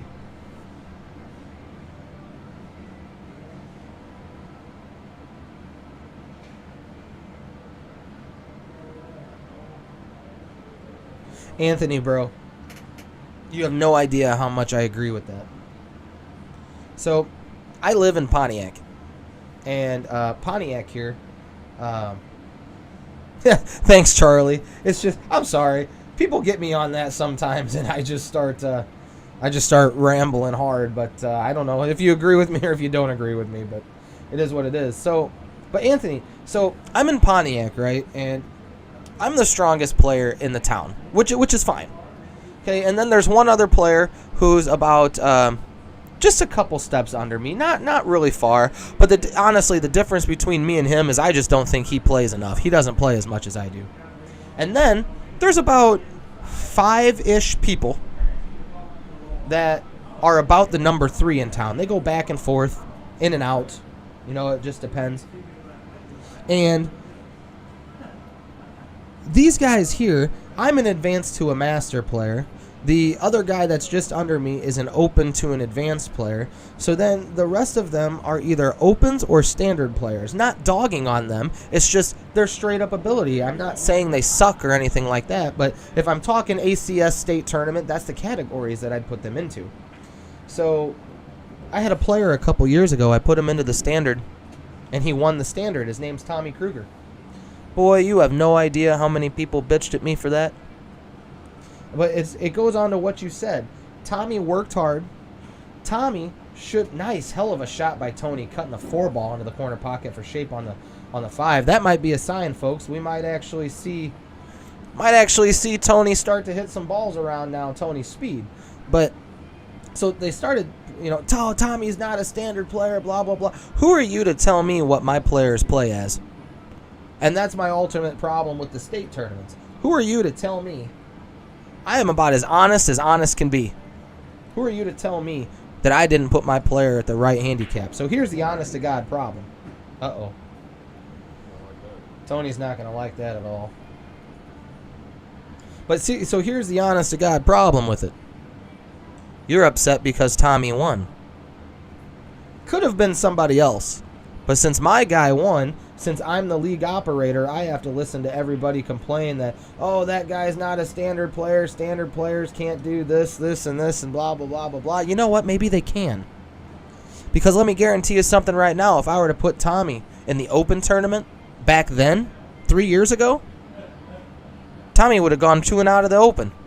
I am not going to let my players waste their money and not learn anything. Think of the experience, folks. Think of the experience that Tommy had to go through to win that. He didn't lose. He went through undefeated. But all the people that he had to play to get there. So I think the ACS state tournament costs like $65 for the standard tournament here. So for $65, Tommy got to play like 12 to 15 matches. The Open tournament is like $90. Tommy would have had to spend $90 for 2 matches. That ain't right. Everybody should have their opportunity, like Anthony said, everybody should have their opportunity to finally have their day. And I completely agree on that.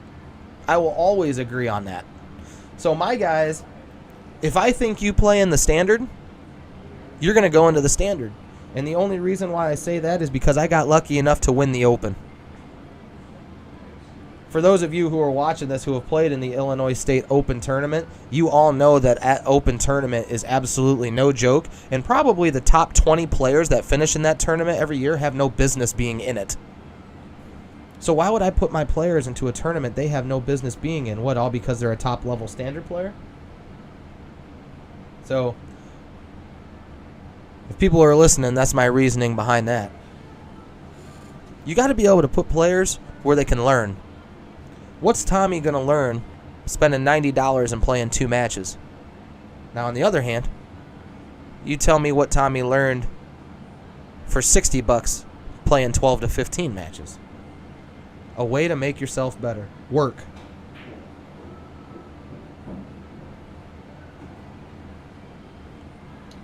And that's why I tell some people say, oh, no, I would never put you in the standard, blah, blah, blah, blah, blah. And then they're venting to me about it. And I'm like, you know what? You come and play in my league, I'll put you in the standard. Okay, and that's solely because I know what it takes to win the Open. And it takes something insane to win that Open tournament. So Tony gets to 8. Score is 8-6.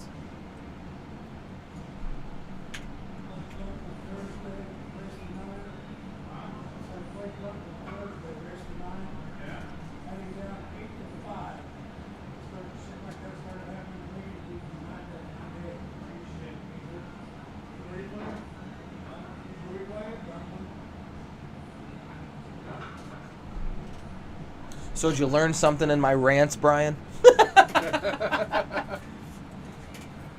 Actually, I kind of toned it out because I was watching the pool. Yeah, well. I caught bits and pieces. Though. Yeah.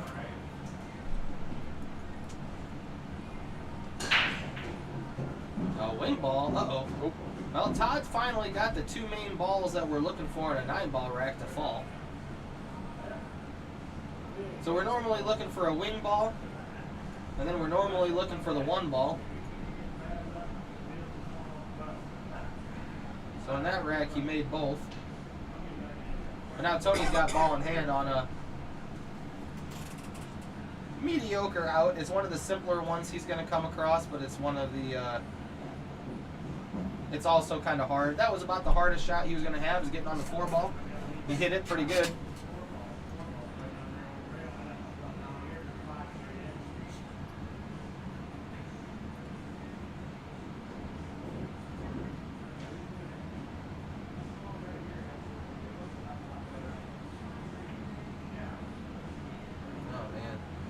Tell you what, Tony is not going to be happy with that.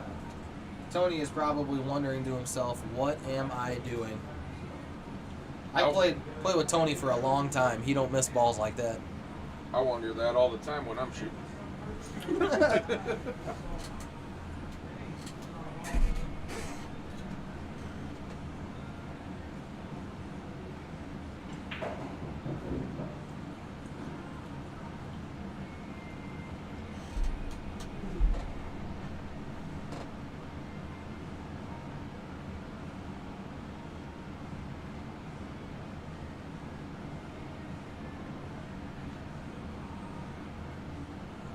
Todd looks like he's going to play the 6 on the side to try to get a better angle on the 7.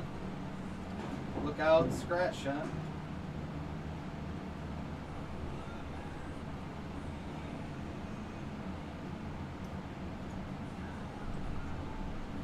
So he's got a tester here. This is going to take a pretty good stroke to get leave on the 8 ball in a favorable position for Todd.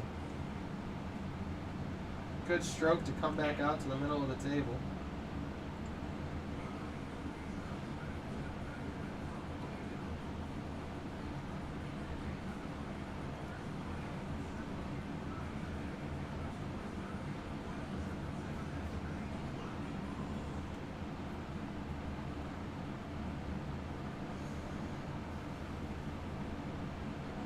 Tony might play a couple rails here. Tony might be looking to come around.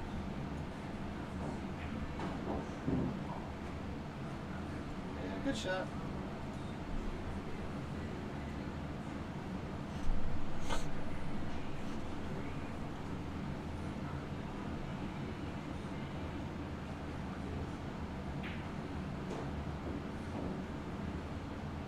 He's really in between strokes. I'm watching his stroke.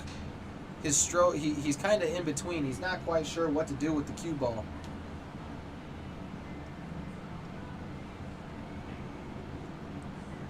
Misses the 9. So he's keeping Todd close. A two-game swing is not very difficult in 9-ball.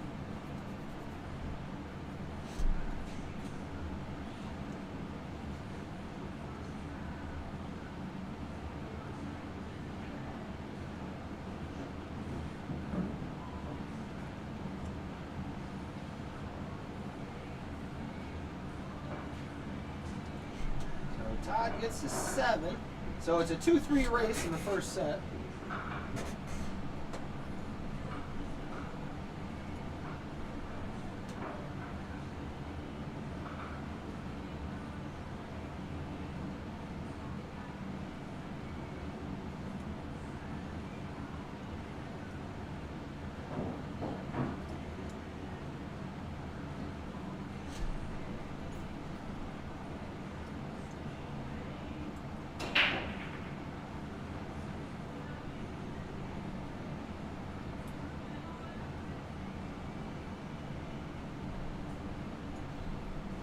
So dry break leaves a potential tie here. Got to check out the 2-9 combo here. That looks like that goes. So I would expect Todd to very softly shoot the 1 ball into the side and try to bring the cue ball the best that he can to get that 2-9 straight in.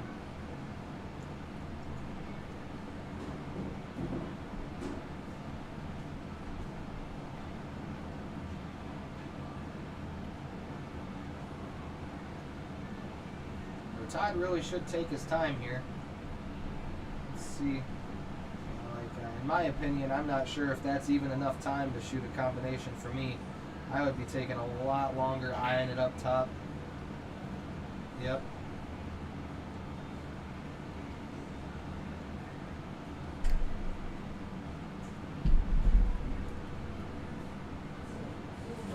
Brian, keep him educated for a minute, will you? Okay.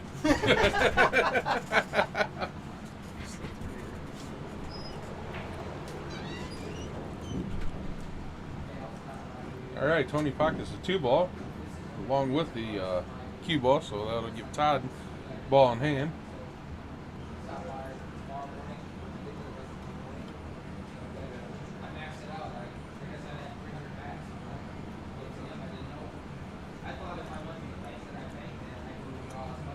Todd lining up for the 3 ball.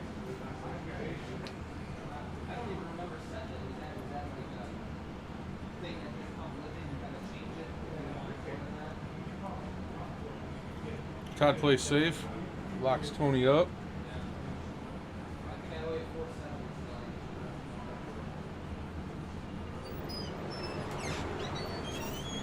So how'd that go? Not bad. Not bad, huh? Great. A scratch and a safe. All right. There It you go. worked. You're learning. You're learning.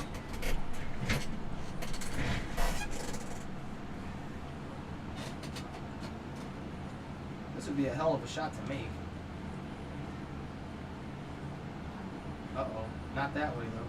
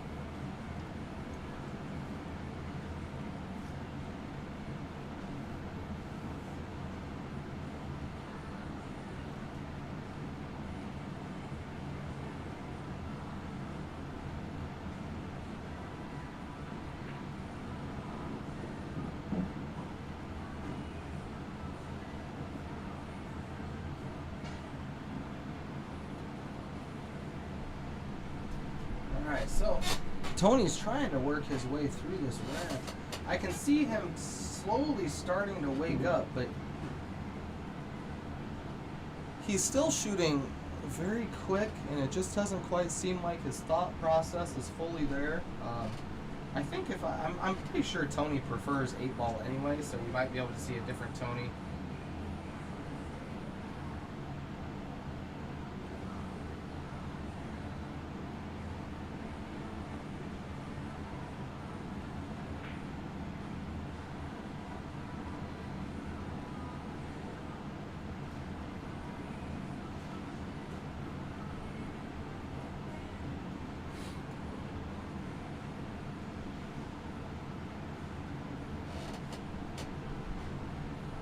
Todd's back up at the table looking to make this 8 to 8. It's a soft roller to try to get around this area will do the deed. Man, he blasted that ball. These guys are hitting awfully hard today.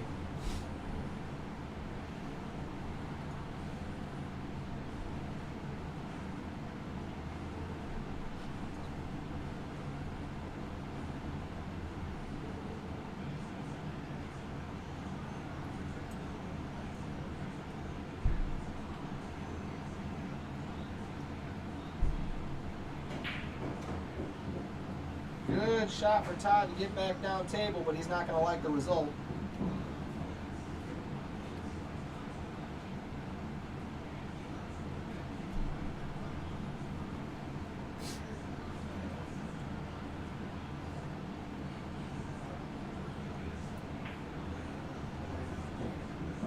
Tony's going to get to the hill, I would imagine. Tony? Or not. Commentator's curse got him there, I guess. The score is going to be 8-8.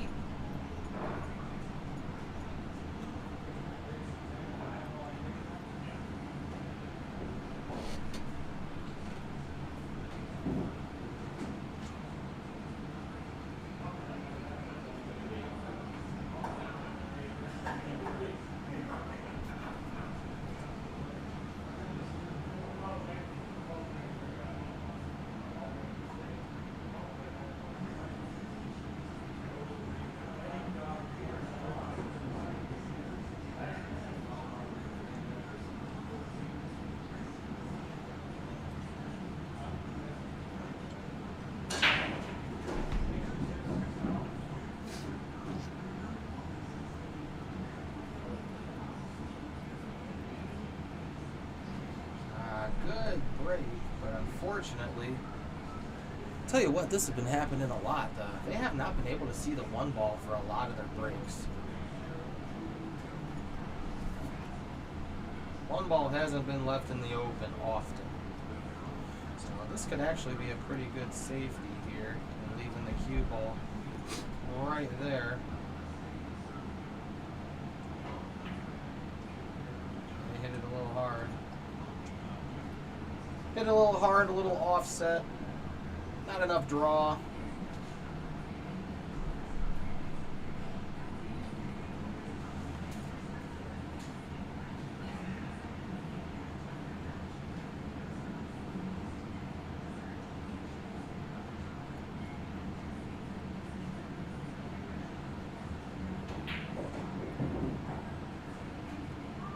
No, that works.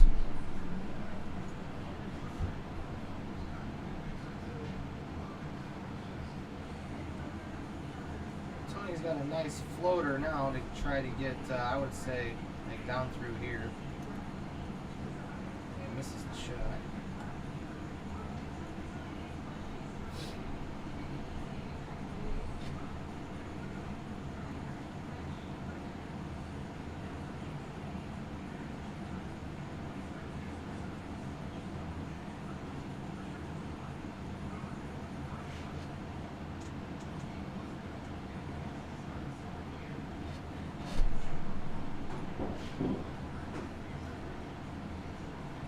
These guys are really jumpy.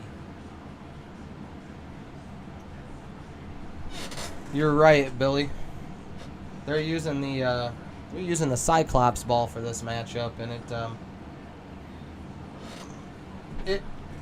I don't personally care for the Cyclops balls myself. I like the Measle ball, but they asked to use the Cyclops ball. We have one on hand, so we'll let them use it. They believe that it plays closer to a red circle, and for me, I disagree solely because Aramith makes both the red circle and the Measle ball, so it's kind of where I'm at with that. But it could. I mean, I remember the first Cyclops ball. I don't know if you guys remember that. That had the little diamond on it. Holy crap, was that a bad cue ball, man. That thing slid all over the place. It was terrible. It didn't keep chalk. It was awful. Really glad that they don't sell those anymore.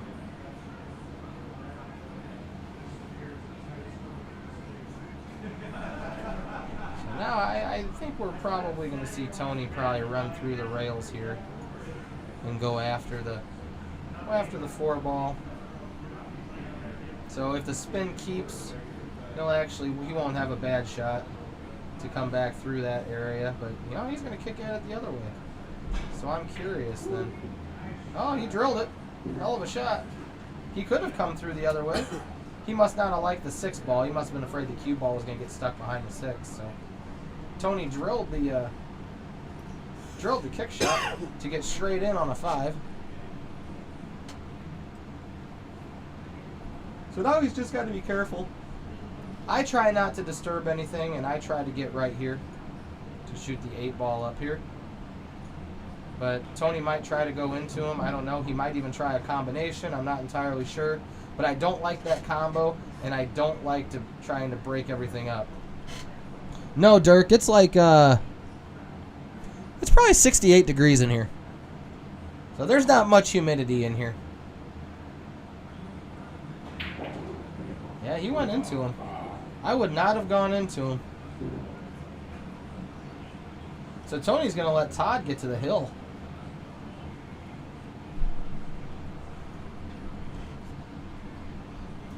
I would imagine Todd's going to shoot that ball here and roll the cue ball forward, I would think. I should have went with my first instinct, as Todd's going to draw the ball backwards.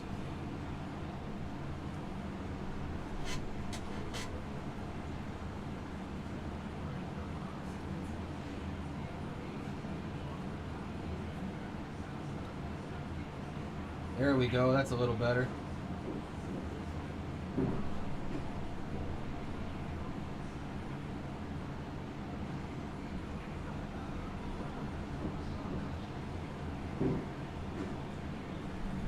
All right, so Todd gets to the hill.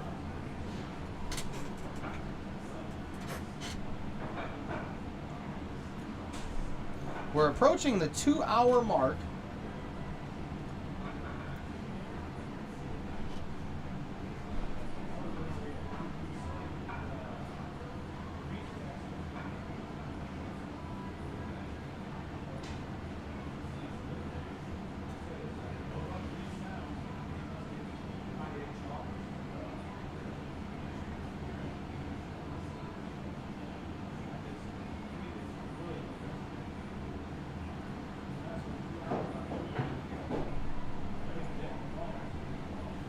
So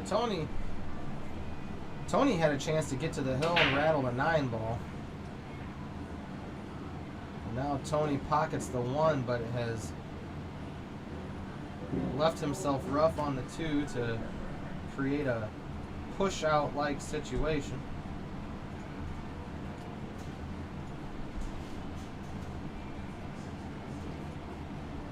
I think the safest push-out for Tony is here.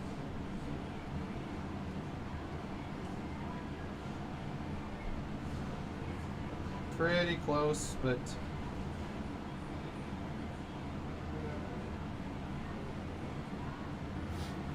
Todd could choose to give that back, but there's a couple safeties that could be played. None of them are great. Bring the cue ball here. I think I just heard him say go ahead, so you could try to bring the 2 ball down here and bring the cue ball up there, but that's just kind of rough. So Tony's going to try to play safe anyway. So yeah, all the safeties there were just kind of rough.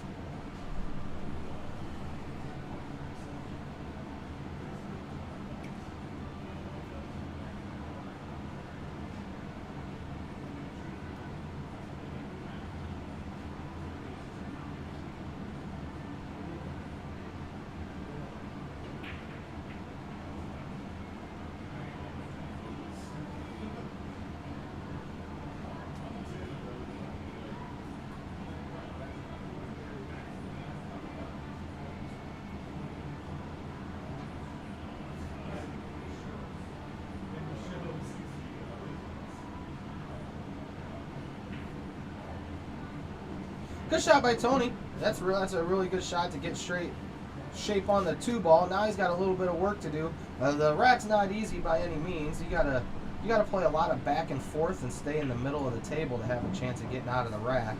So after he pockets the 3, that's where that red circle is going to start to come in, because he's got to shoot the 4 to come out here, and then he has to shoot the 5 to kind of stay like this just to shoot the 6 ball. That's kind of rough. So, but Tony left himself pretty rough in the side pocket anyway.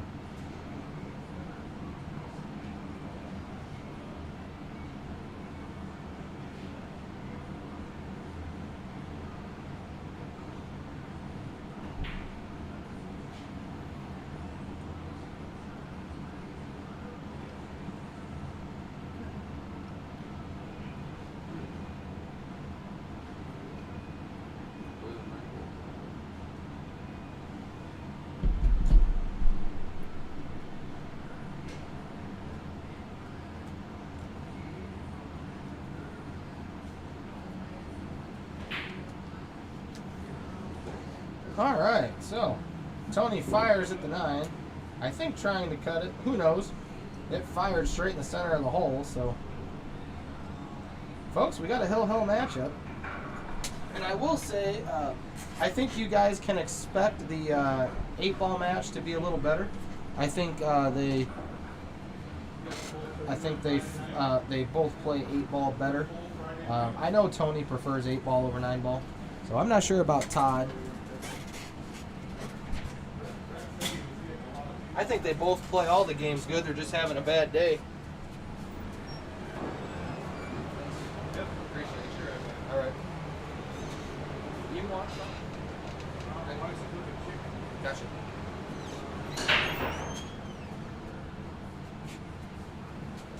So Todd breaks the hill matchup.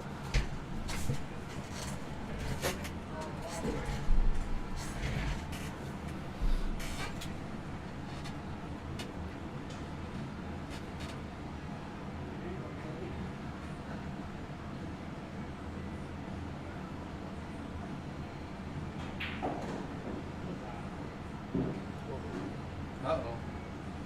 Yeah, he's not going to like that. Tony's back to kicking again.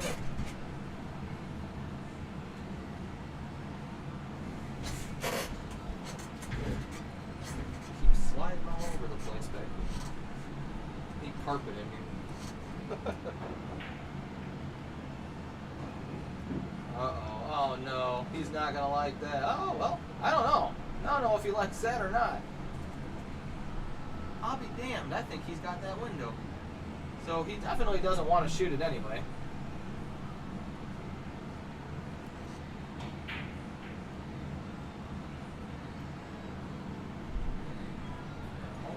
Rough slop shot there for Tony. He didn't expect to make the 4 in the side to keep shooting that, but he's left Todd a little rough anyway. Todd's going to have to play a defensive shot if he wants to stay in the game, send the cue ball a couple rails down table. Man, hitting is so soft.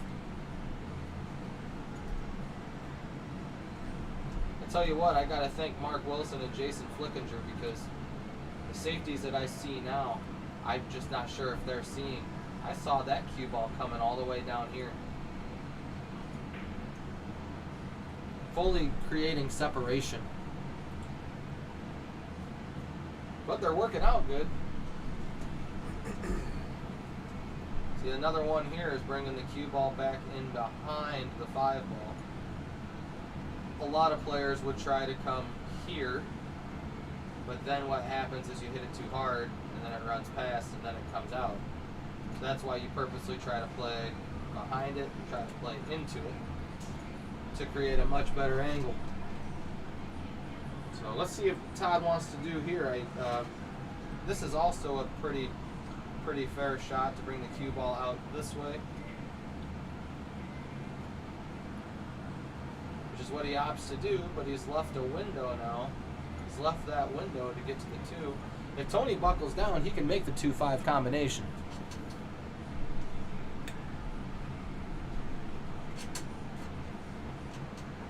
And control the cue ball.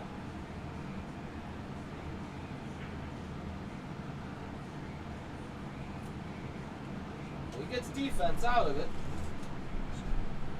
I think.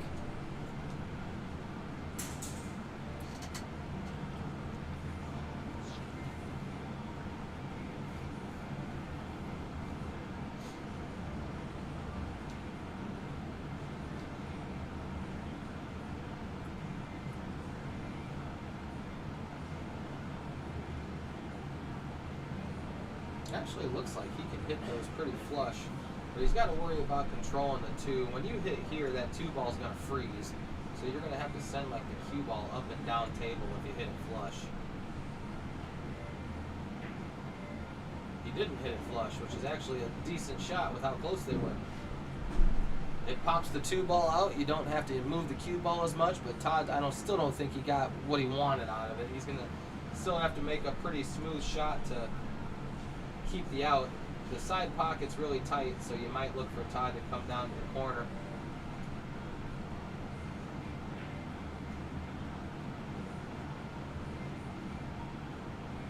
Rattles the 2. Rattles the 2, hitting it pretty flush too. That's kind of hard to rattle, I think.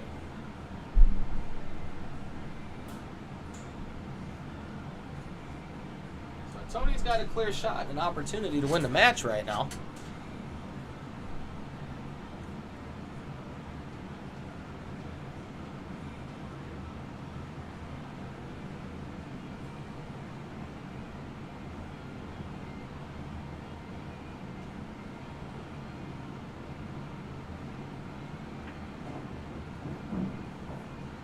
I was talking about that shot last night when Josh was playing Ryan as to how when the ball's in the jaws like that, the rail can be so deceiving on how to hit the ball.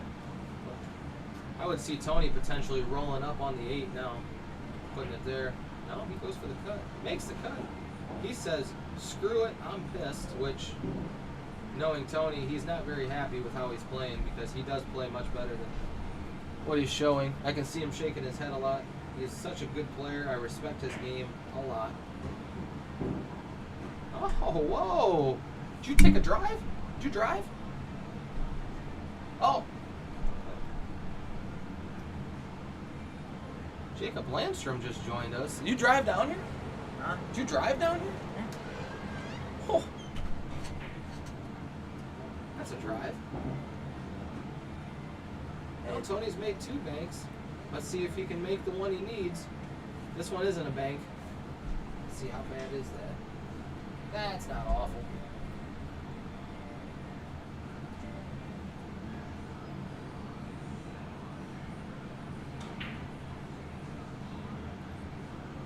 I'm actually surprised Tony hit that as hard as he did.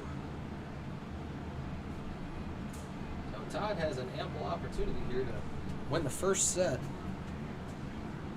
What's this one? Watch, right? Oh. Keep the profits. Thank you. Yeah, they had just started their 9th match when I left. They just started what? Their 9th match. It was 5-4. Oh. When I drove, I had 11. Gotcha. Uh-oh, Todd's going to leave himself close to the rail. This isn't where I want to leave myself to win the first match, ill.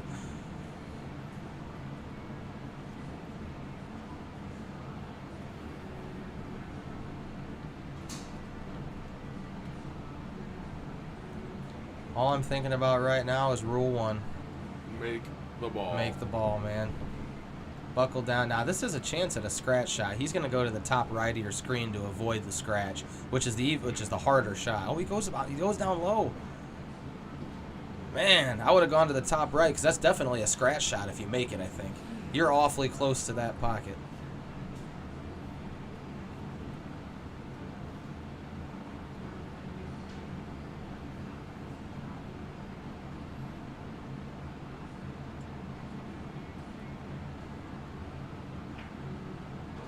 So Tony grabs set one on a score of 10-9.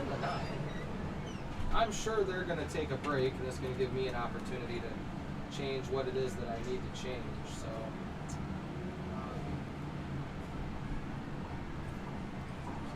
Tony's going to go up one set. They're going to play some 8-ball now.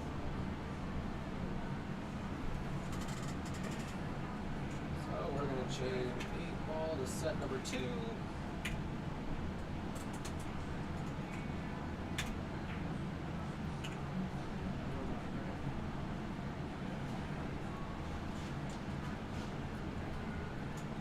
Reset the scores.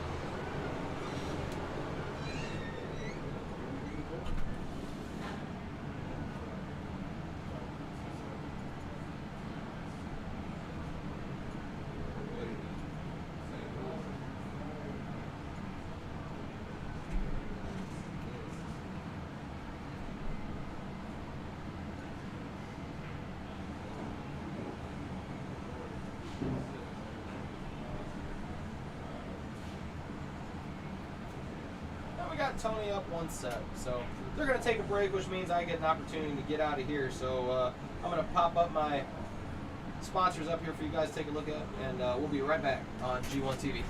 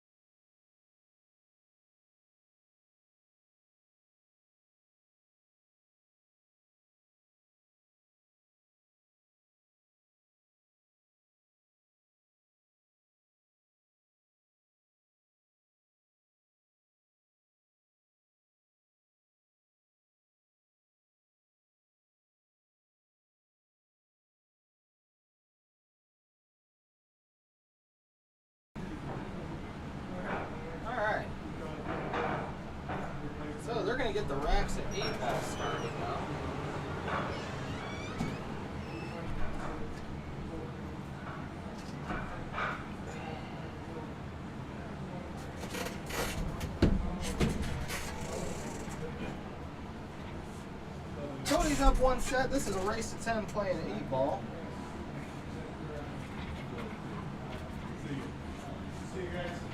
See you, Dougie. Bye, Jim.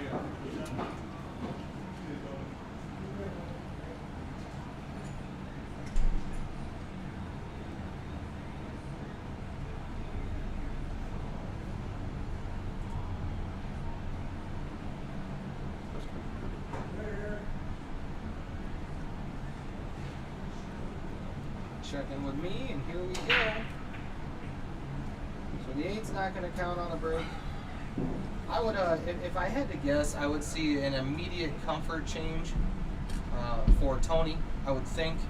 I just, for some reason, I'm sitting here in the back of my head thinking to myself that he's told me at one point in time that he prefers 8-ball over 9-ball. So we might see a little bit of a change from Tony. Todd, I don't really remember, even though I've known Todd for so long. I don't talk to him as much as I talk with Tony, so I actually know Tony's game quite a bit better than Todd's, even though I played doubles with him in the past.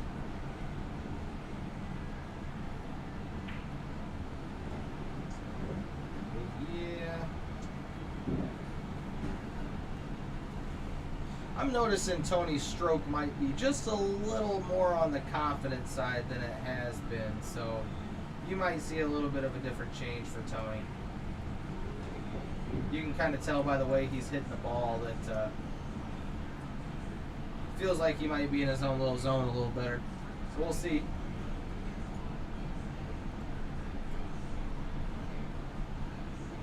I would say you're probably looking for the 15 in the side pocket as the next shot. Yeah, he got in there really good. Tony is looking to break and run the first rack of 8-ball.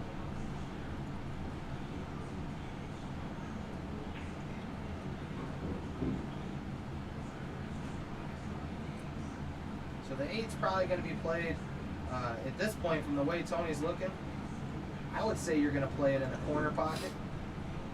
Just stop the cue ball and shoot the 8 in the top right portion of your screen. I don't think there's really any reason to go forward with it, but the 8 does go in the side if Tony chooses to do so. No, he just chose to kill it.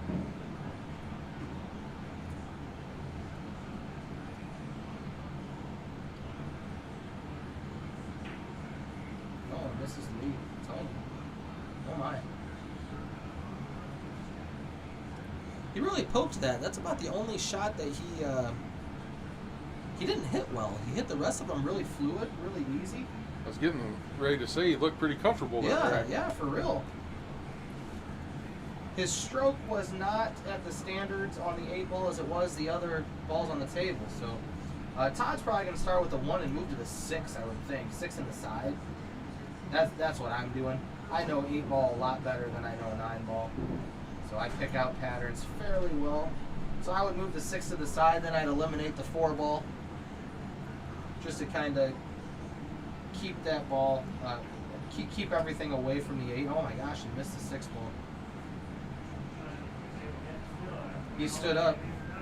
I looked outside and he was standing up before he pulled the trigger. His head was already coming up. That's never a good thing. So Tony got lucky on that one after missing a pretty fair 8-ball. Tony goes up 1-0.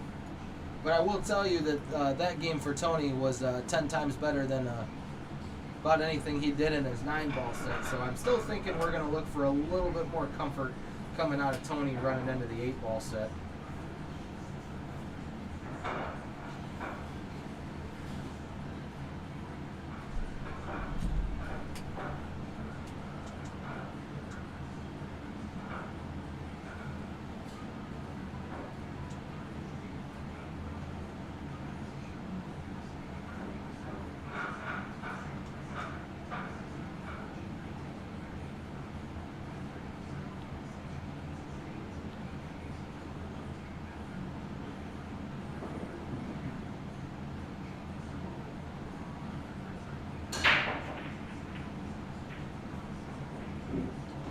Breaks makes a couple. They're using the BCA format, they're using the ACS format. which means that there is a kitchen after the break, but that's about the only thing different from any type of BCA rules. So the 8 ball doesn't count on the break. It's still open after the break, all that good stuff. So he's got decisions that he can make immediately. My eyes are drawn to the solids on the table, with the only problem ball that I see being the 3, which he could eliminate next if he chose to, which I believe that he is. So you got to be careful here though, because this 10 ball is pretty big and it could squirrel you from the 7 ball. So you got to be really careful as to how you hit this. I would hit this shot very soft with some inside English. That way, if I brush it, I only brush the 10 ball to about here, and the cue ball is up here, to where I can play the 7 right there. Todd's gonna go for the 6 ball, it seems, instead.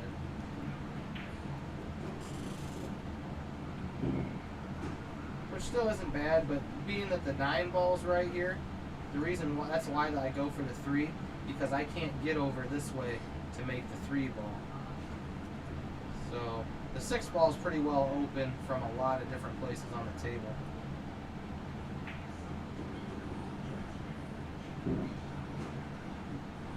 Oh, well, it looks like you got there again. Now I think I have to take the 3 ball now. He might actually be squirreled on it. I can't fully tell, but if you can see that 3, he's got to get it out of there. Again, I think it'd still be a forward roll. I'm trying to get about here on the rail. Yep, just below the 7. So now the 7 can come here, and I can roll the cue ball straight out if I wanted to. The only thing I don't like about the way this out looks is that the 2 ball was left for last, so I have to do some type of draw shot, especially with these balls being over here. I don't want to draw back to the 8. I would rather take the natural progression. I'd rather take high English. So I'd rather use high, but you can. If you get the cue ball out here, or even here, you can draw straight back. It doesn't matter. Just don't want to get too far. Give me number 5. Give me number 5. Oh, okay.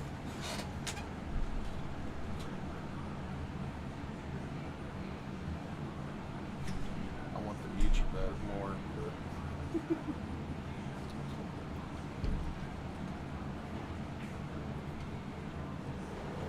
So Todd hit that pretty good. Thank you. I am starting to get I'm starting to get a headache. Sugar dropping. Something.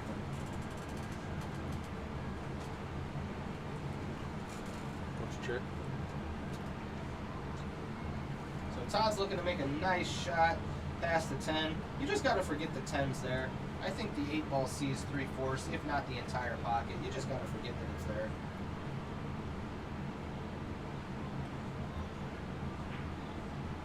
Nice Yep. shot. Nice shot. Yep, good shot.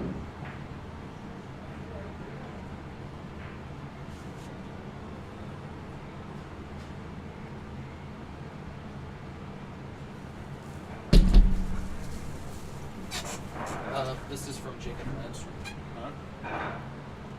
the kid who came in. He said, just thanks for letting me come watch.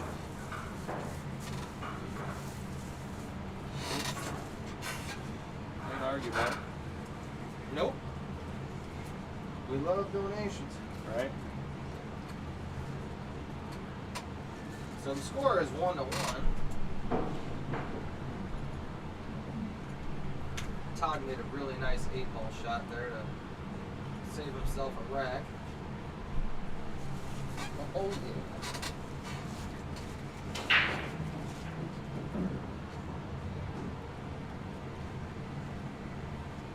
I smell onions. There is onions in here. Subway onions. They got their own distinct smell. Yeah, delicious. Well, yeah, they're good, but they're strong.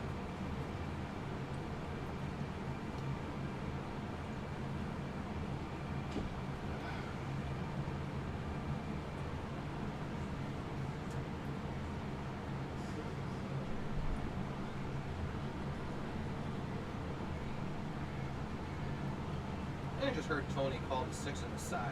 Gotta watch the 8.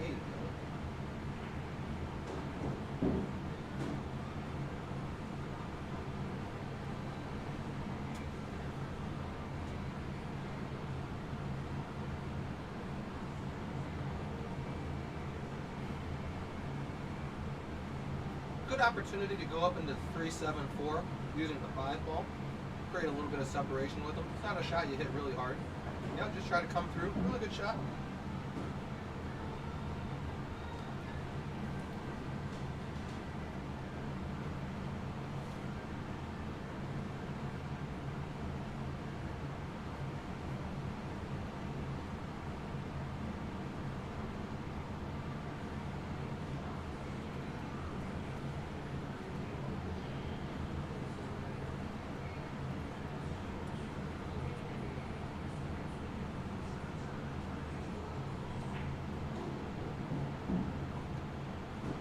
Steve, you should be able to share it right to your page, bud, if you wanted to.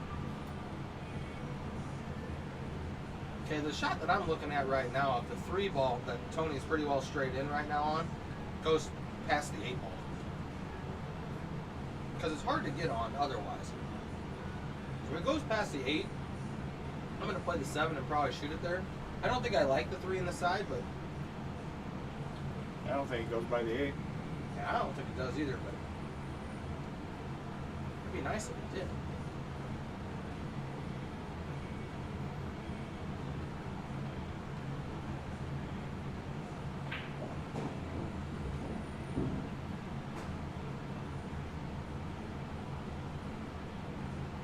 Alright, so now it gets tricky. He's got to be up on the top part of your screen by the 9 to shoot the 3 ball, I think.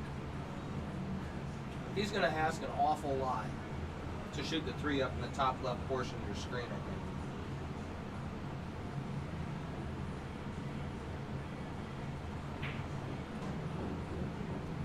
think. He's got a shot to do it now, though. Yeah. Thing is, though, he can't scratch.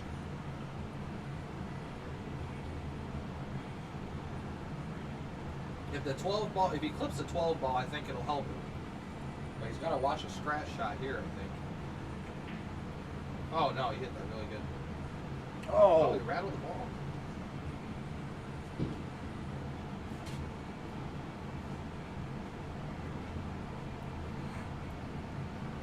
That sandwich ain't lasting long. It doesn't have a chance. Never did.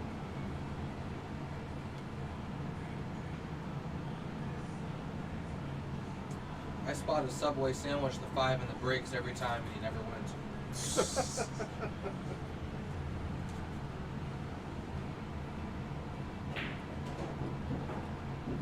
He won't last the whole match. Yeah, right? May not last this game.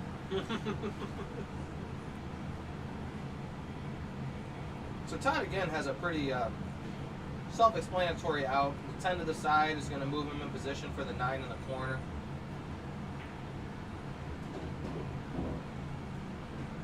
Todd likes to get straight in on a lot of balls that he doesn't want to be straight in on.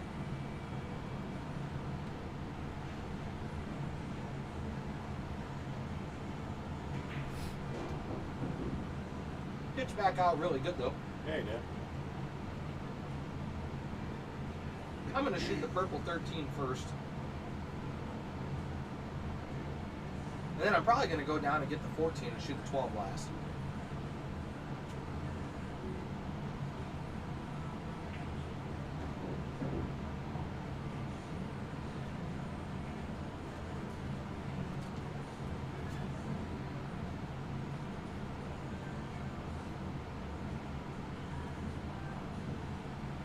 Twelve's supposed to go on the side. Good shot.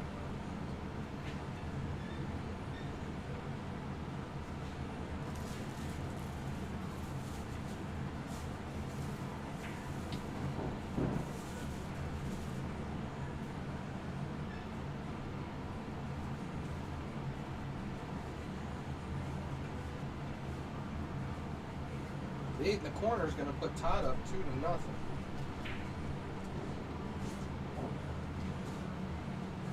So both players actually, you can kind of tell, I think both players prefer 8-ball over 9-ball. You can see a significant comfort change in both players, I think. The way they're shooting, the way they're moving the cue ball around.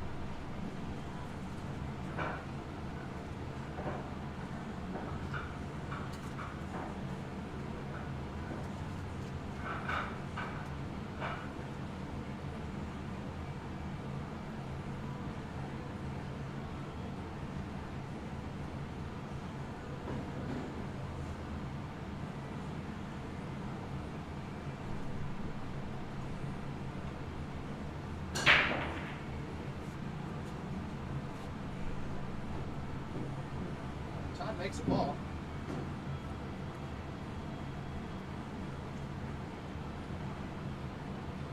Doesn't have a lot of options really to start with.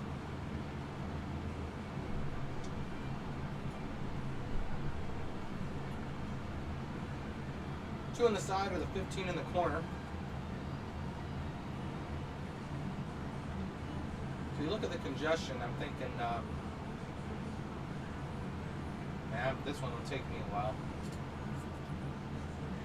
The 10 goes in the bottom side pocket. The 12 ball goes up in the top left. I think I'd take stripes. I'm going to come around a couple rails here to try to get into the 10 ball. Nah, he misses the shot.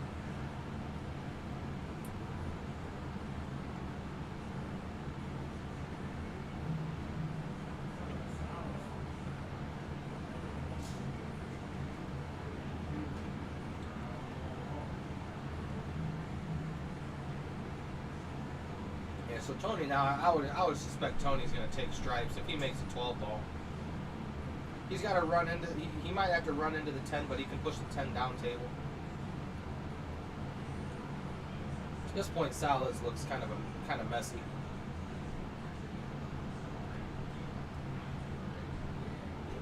Overcuts the 12 ball.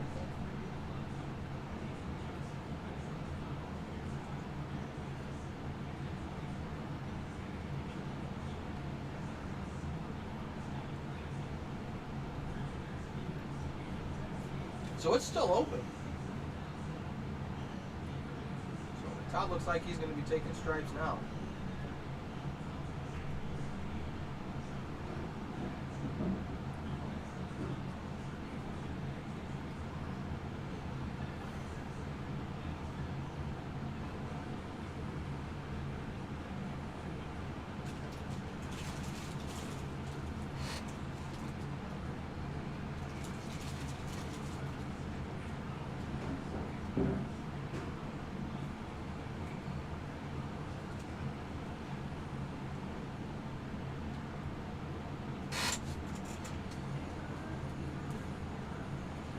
I'd leave the 11. I'd shoot it next. I'd shoot the 9 first, go after the 11 on the side.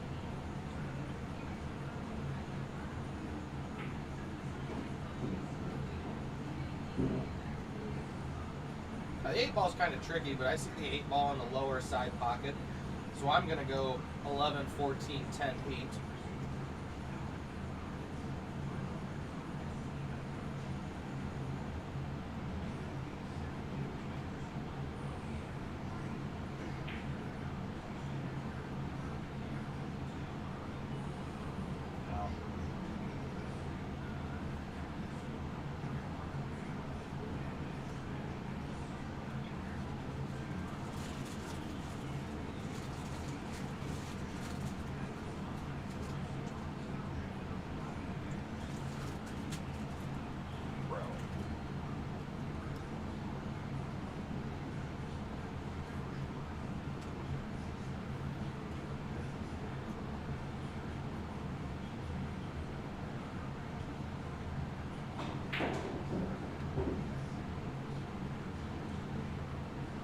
Tony's got some work to do. He's got to roll the cue ball up to play the 6 on the side if he wants a chance to get out of the rack. Probably has to shoot the 3 in the same pocket.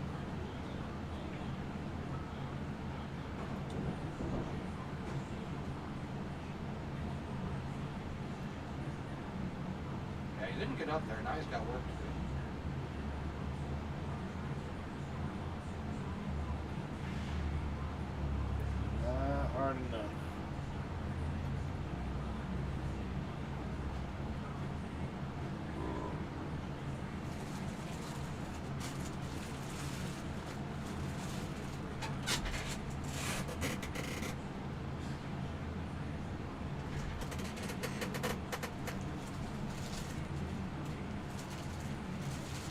Todd still has a chance, and he has now opened up the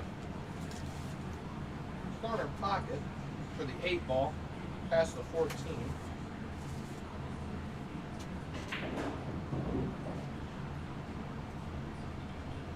But it looks like he's gonna, if it's me, Tony won Hill, Adam.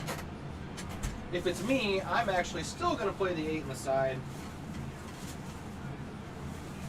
I'm gonna roll forward off the end rail just a little bit, just to give myself enough enough room to where I'm not on the rail. And call the 8 in the side. Trying to do too much with the cue ball is gonna just get you in trouble anyway.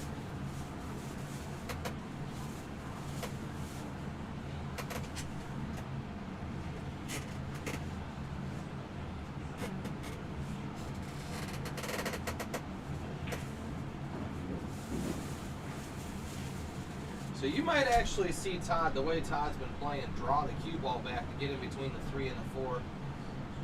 And I think that's the wrong shot. I really think he should shoot it the side.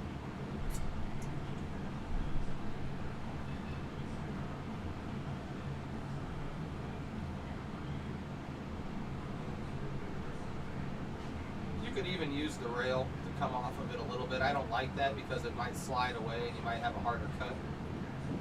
Like that. Now you've made it a little hard on yourself. Now you got to look out for the scratch shot past the 6 as well.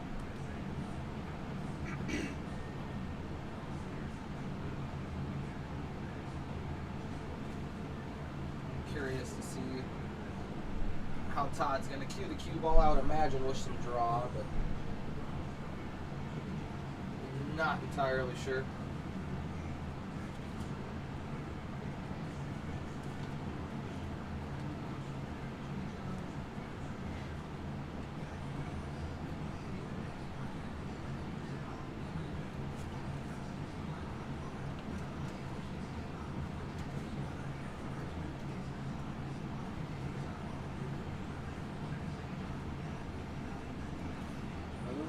You had to watch that scratch. I know that's what he was looking at too. He was staring at the scratch. I know it was.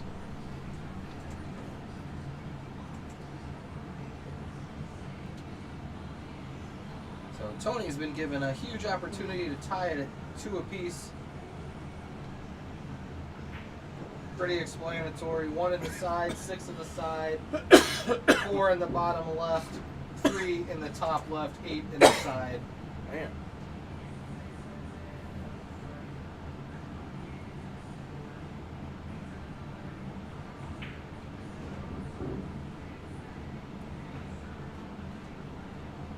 I might have to do something different now.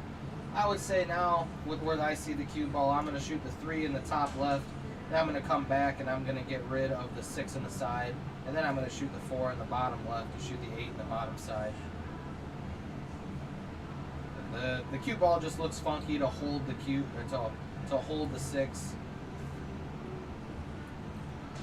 You could roll up and play the 3, but then you're leaving a long shot on a 4. Yeah, Tony's going to go to the 3 and come back to the middle of the table.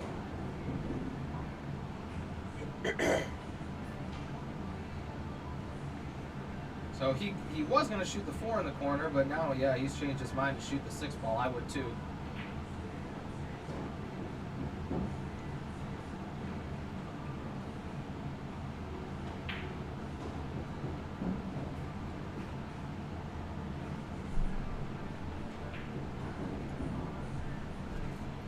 Good out for Tony.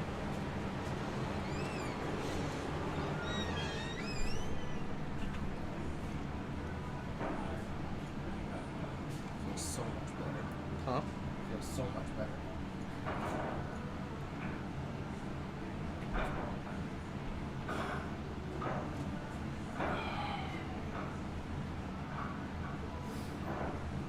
So the score is 2-2.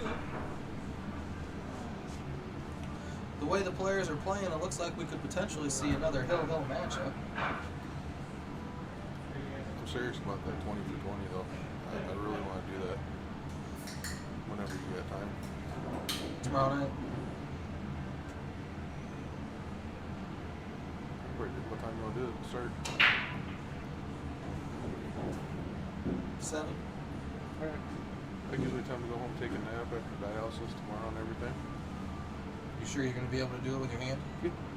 Okay. Yeah, I was down shooting today. I'll be fine. Okay. I've noticed, because they can't tell me when the numbness is going to go away. They said it could be a year. Well, Really? But I shoot with that glove now. Yeah. I did that for the first time. I'd been doing it without it, and I'm like, man, that feels so fun when I put that glove on, and it just feels like I got the glove on. You know? 'Cause, Oh, okay. So, and yeah, I can grip, you know, my hand, and I'm all right. Okay. So yeah, that'd be fun. Be a good learning experience for me.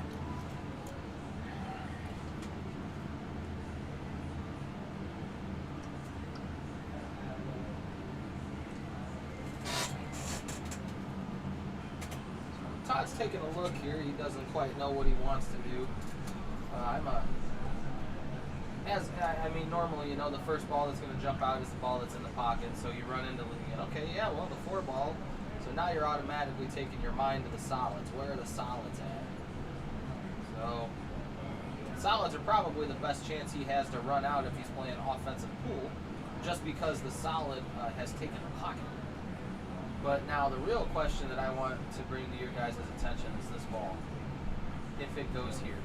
Because if it goes here, I am leaving that ball. I don't even touch it.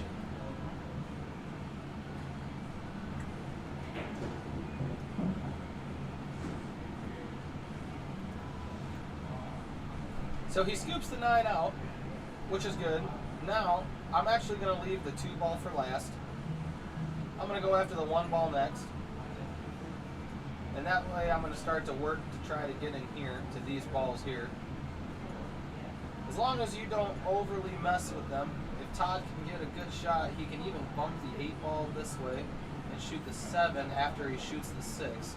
The 6 should be the next ball, in my opinion. Todd goes after the 2.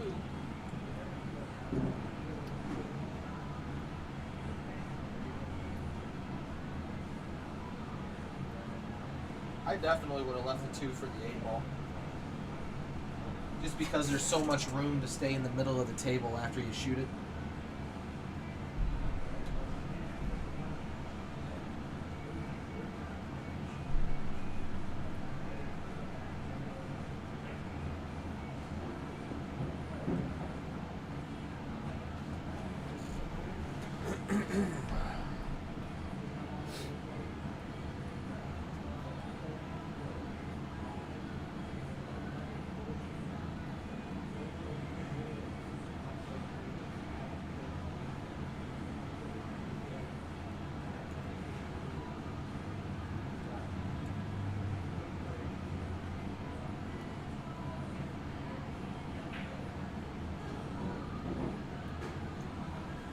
Good shot, but the shots are getting harder.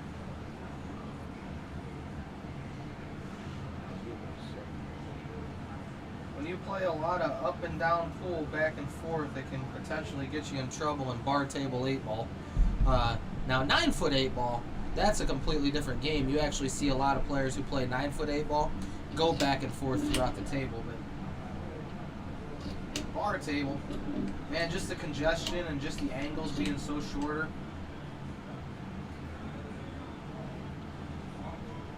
Run into some issues.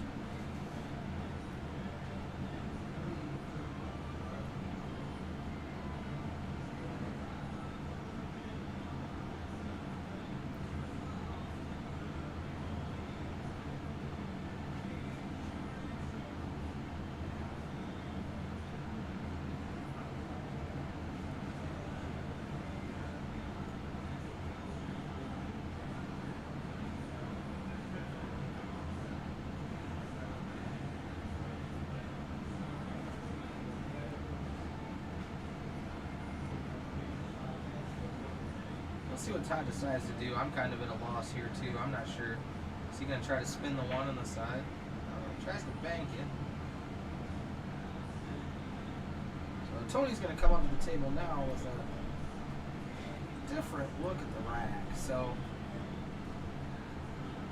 Todd pretty well can make the 1 and he can make the 7. So I'm actually trying to maybe look for a safety that'll maneuver the balls a little bit, unless if the 14 goes in the side. If the 14 goes in the side, Tony doesn't have a problem.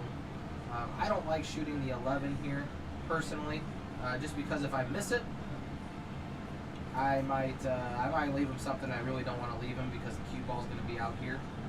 So I might play the 11. I don't know. Depends on my mood and how well I'm hitting the ball. But if I can play a safety here, if I can clip this ball, the 11, and just kind of bump it off of the 14, leave the cue ball in this area here, to where Todd's just having to kick at something, that would be pretty favorable, I think.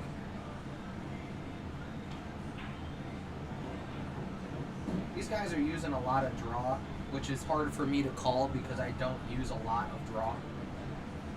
Like for that particular shot, he shot the 2 and came backwards. I would have shot the 2 and went forward, and I would have gone after this ball next.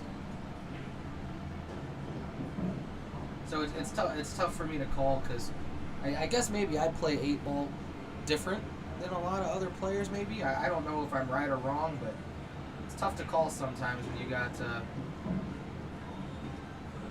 two different areas of 8-ball. So this looks like just a plethora of stop to draw shots. But let's see, what ball is he choosing to shoot? Yeah, that looks like a scratch shot waiting ahead. Let's get over here and see what it looks like. So it looks like he's looking at shooting the 11 and drawing backwards. Oh no, he's gonna roll forward with it. Yeah, that pushed the 14 on the rail. He's not going to be happy with that.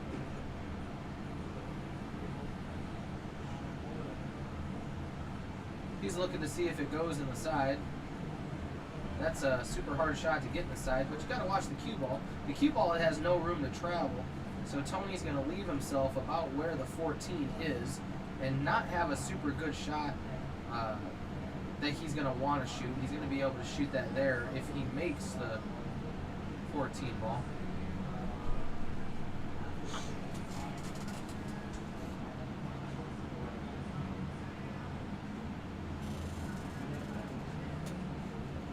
I'd play safe right here. How you gonna play safe, right? Roll that cue ball right up behind that 14 ball. Lock it right behind it. It's not bad. Tony might have a potential shot at that. You got to watch where the 14 is going to bounce if that's going to be successful. Which, I mean, I think it's so far on the rail that, yeah, I think he's got a chance to do that. But it almost like he has to cut it just a little bit. So he has to hit about like right there. So the cue ball is going to come this way and the 14 is going to come that way. So overall, the safe's difficult, but he might be able to make it work. So I think he's left Todd actually a pretty fair shot at the 1. Yep. Yeah, the one ball can come here. I think if I'm Todd, I'm planning to come to the middle of the table. I'm actually going to come through here, and I'm actually going to try to get to the middle of the table. So I can shoot this ball up here, and just let the cue ball move around. I know that's a lot of lines. Hey, you got some goalposts going on there. Yeah, I got John Madden style going on with that one. But I don't know. You can try and hold it. So you can try and put that there and bring the cue ball out here. I'm not sure. By his angle, I'm not sure how hard that actually is. So Todd looks like he's going to gear it up with inside, which may be trying to bring it back down here. Let's see what he does. I don't know. This is the shot. Let's see, did he hook it? I don't think he did. Again, very un-Todd-like.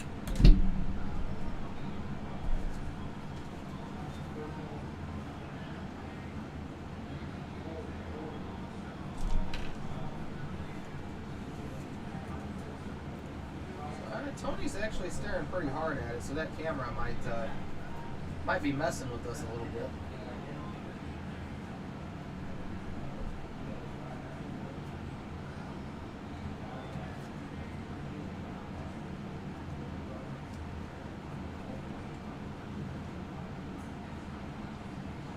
Tony is now looking at potentially jumping the ball.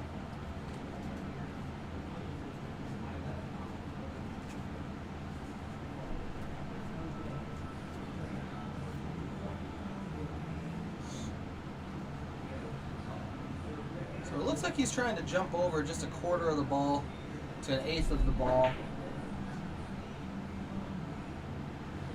It just doesn't quite look like he could get there, so Todd's miss did hook him.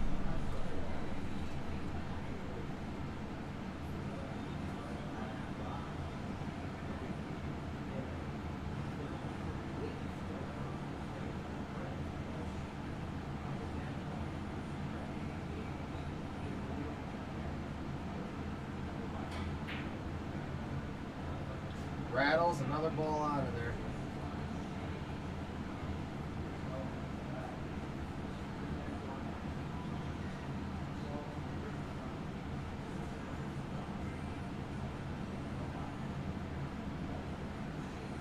So Tony now is going to look to clean up the messes here, have a draw shot to shoot the 14 in the side pocket. He gets over there, but he's got to be cheesy with it. He's got to be cheesy with it, I think. If you just put inside on it, I guess there's a chance that you could get... he can put inside on it, spin it with inside, get right around in here. So he plays safe, which is a good safe. Only thing I don't like is if Tony gets right here. If Tony gets there, Tony's not going to like it because, as you guys see, it's a scratch shot. And then he'd have to kick at it coming down this way, which is never good.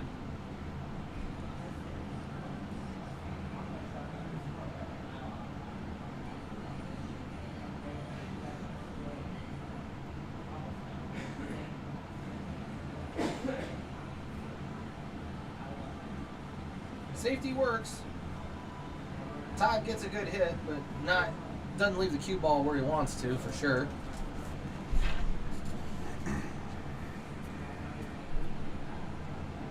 Slow roll this ball, I would imagine. Play the 8 in the corner pocket to give Tony game 5, going up 3-2.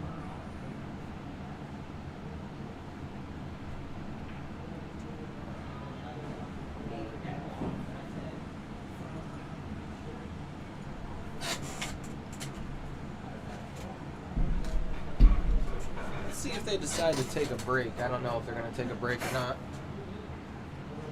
They were talking about taking a break every 10 games, but I mean an 8-ball, that can be a long time. Took a break about once an hour in the 9-ball set. An 8-ball, if it stays hill, can almost be double in length.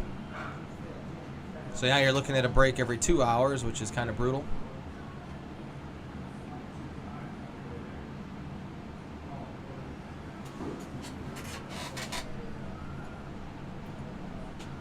Todd's breaking head on.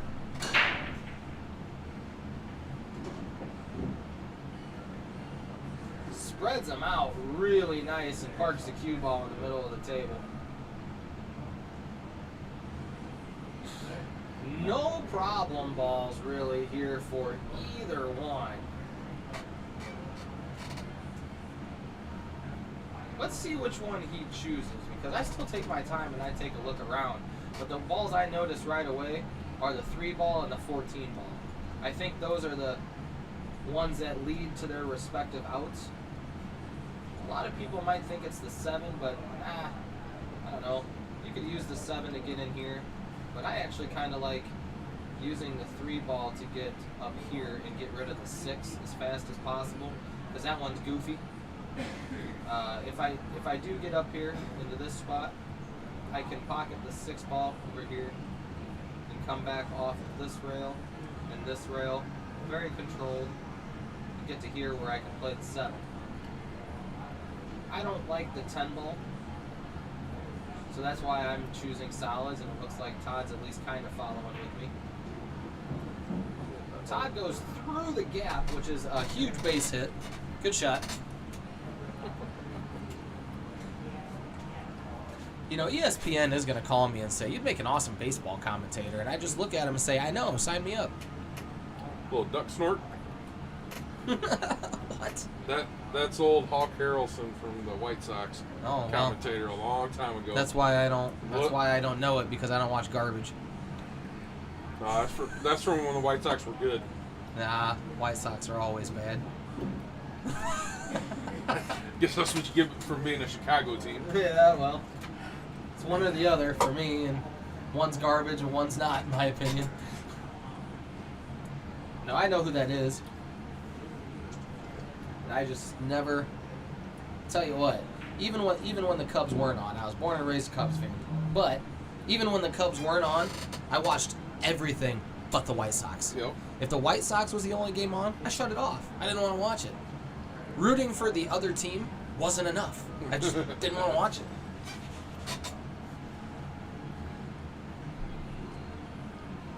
Is he gonna slow roll this ball? I would. Yep. So now Todd's probably gonna play this ball and come in through here with the cue ball out in that area to shoot the 2. And then come back out to play the 4.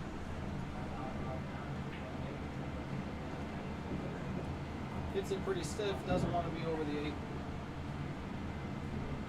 See, again, yeah, he hit that really stiff. I want to be over here if I'm going to go that route, so I can really control this ball and get that ball out here. Now he's going to leave himself a long shot, and since the 8 ball's on this side of the pocket, he's going to have to leave himself a shot that he can draw or come all the way through it. Whoa. Whoa, whoa. So he has helped his cause despite a little scare. That'll go pretty much anywhere on the table now. So I would almost say spin this ball, shoot this here, and then spin the ball down the rail and try to pull it past that way with some right hand spin.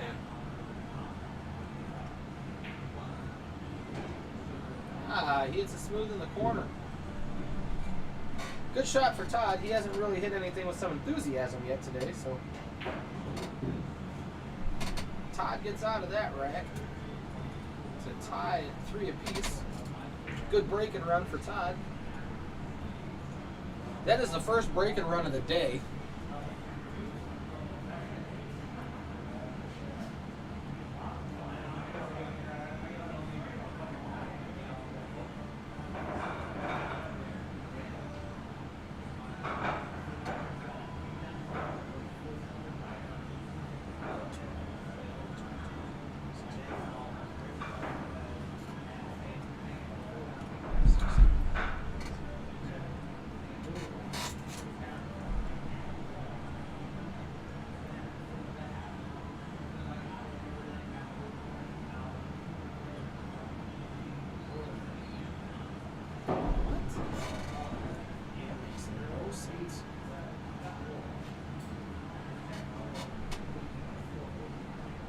So 3-3, Tony taking care of game number 7 right now.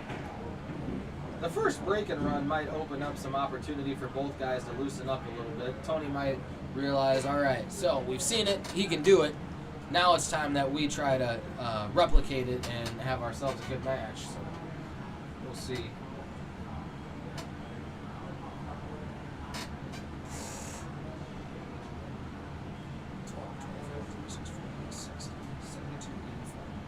There's 84 inches in a 7-foot pool table. So that's big. 50. 12, 24, 36.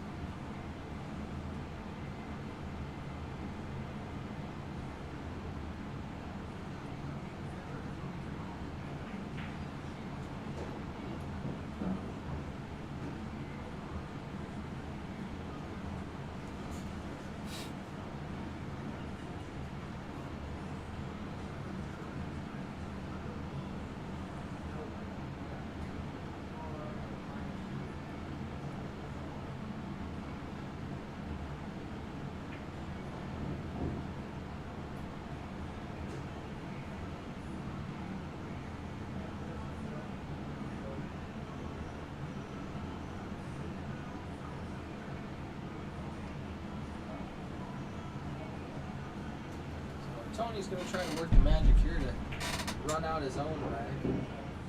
I will notice, I will say, you guys can't see Tony's face as well as we can from the booth. Tony looks at him way more focused now than he did in the 9-ball set, so looks like we might start to see Tony be more a Tony here.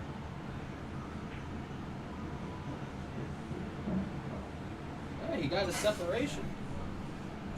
Got his separation, so now he's just got to worry about getting on the 12 in the side. Uh-oh. Yeah, you got buried. I would have tried to come back a little further than that.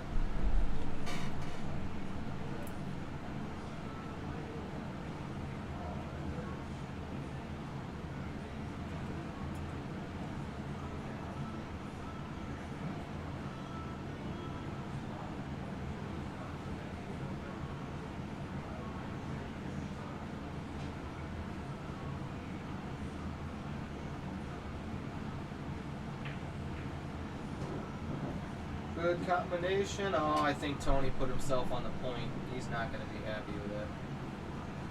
Shaking his head. No good there.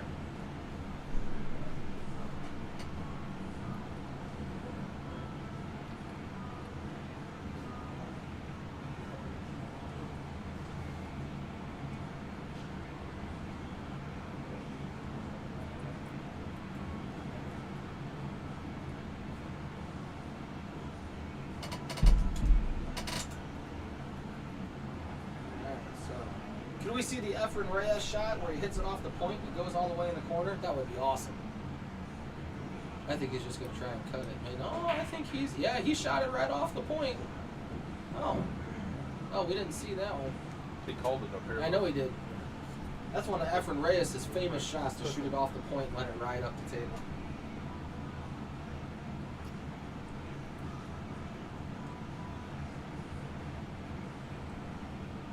So if I'm Todd, I'm actually going to slow roll this ball, because if I do rattle it like that, Tony's buried from the 8-ball. He's going to have to kick at it.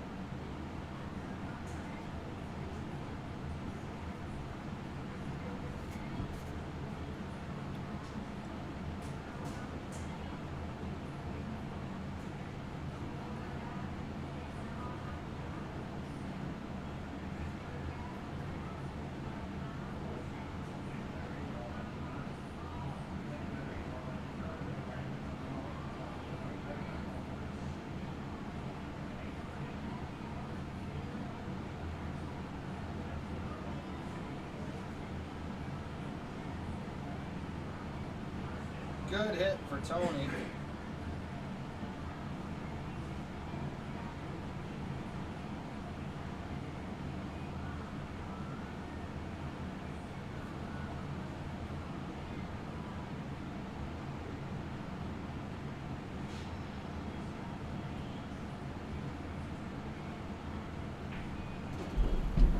Todd's looking to clean up shop now, though, starting from the 2 to the 4. Working his way through. I would actually try to make both of these here, and I'd try to leave myself the 4 in the same pocket. Good shot.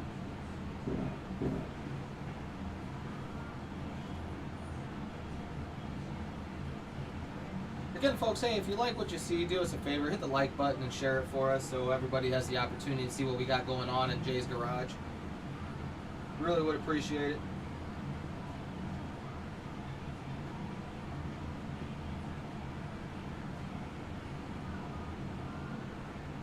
This would be a slow roller for me, and I'd shoot the 7 in the side.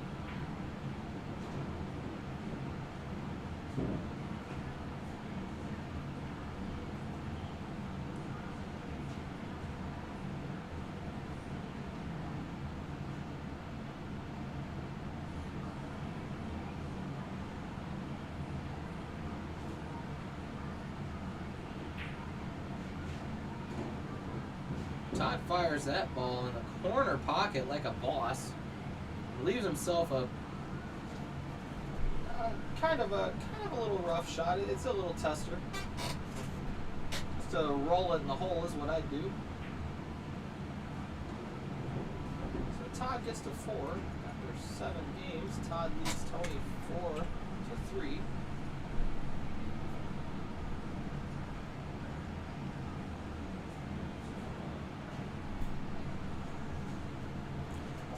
What kind of side bets are you talking, Corey?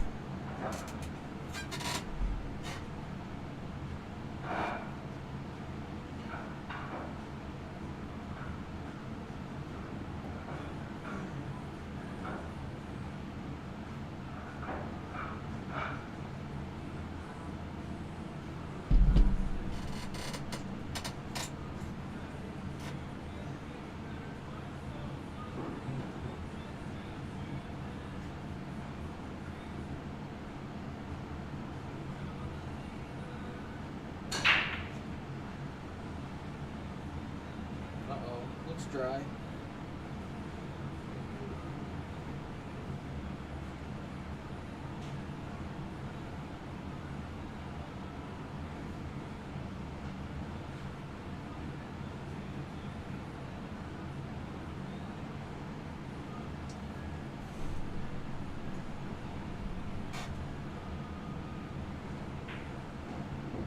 Tony decides to take stripes.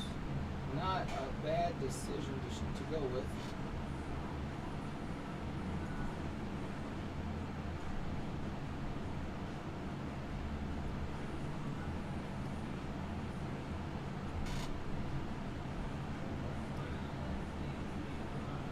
I think I'd shoot the 15 here and then go after this ball. Now you run into that potentially.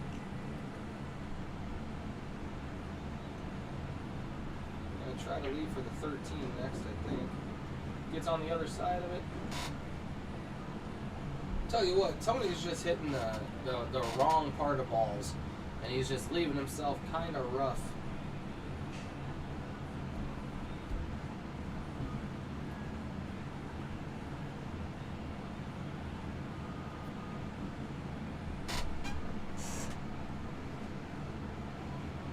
See where Tony decides to go. Is he going to go for the 11 in the corner now?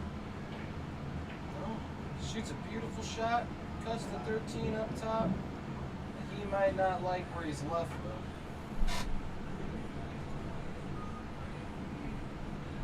though. Tony just can't seem to get anything going.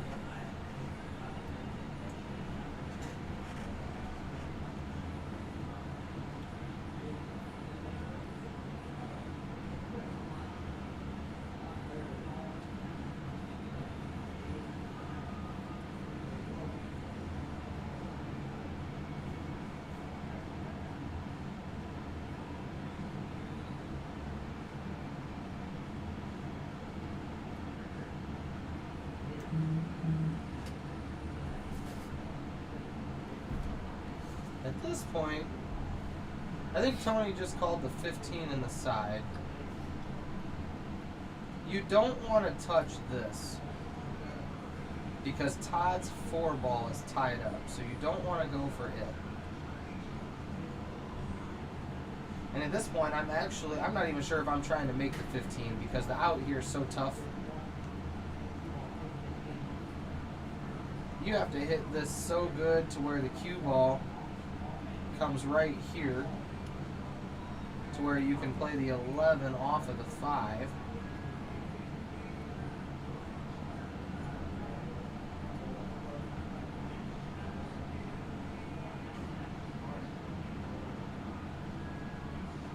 Ooh, he almost cut it in there. Still, again, that's not terrible. He's kind of protecting that pocket.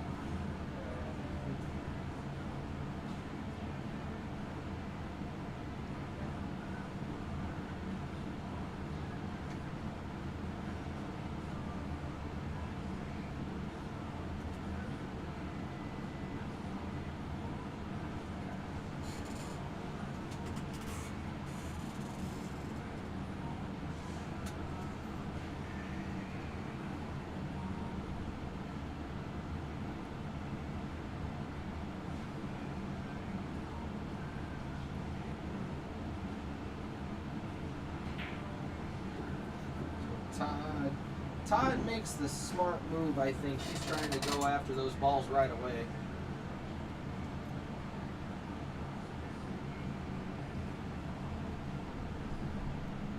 Could potentially fire the 2 in off of the 15 into the corner pocket.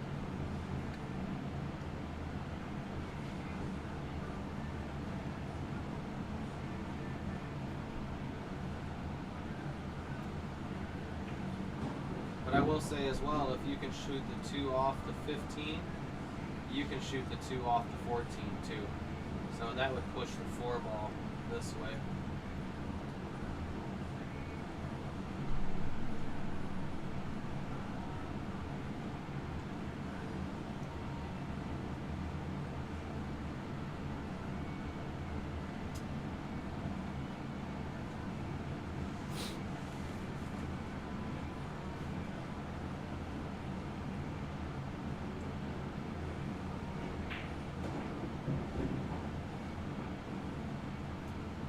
Good effort.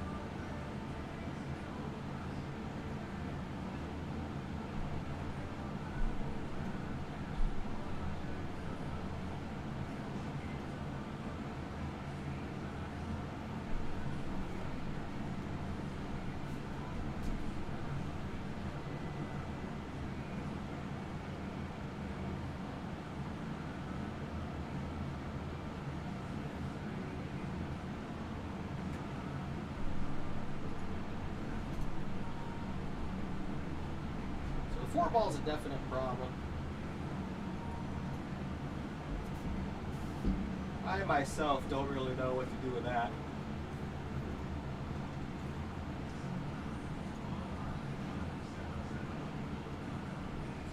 Todd looks like he's going to call the 1 down here in the corner. So now you might be looking for this. And gas up the cue ball.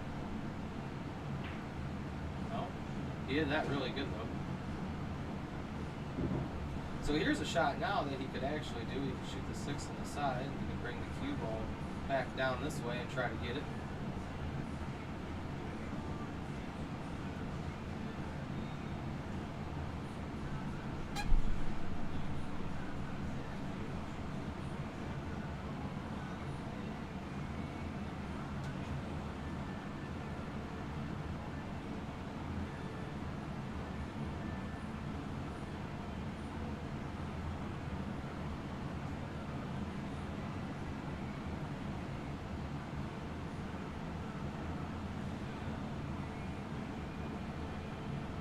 Let's see what he decides to do. I know I'm going to try to ride the cue ball down here and get that stuff. He did, but man, he just didn't hit it very good. He stood up. No force. He tried to really, almost tried to over smooth it in there.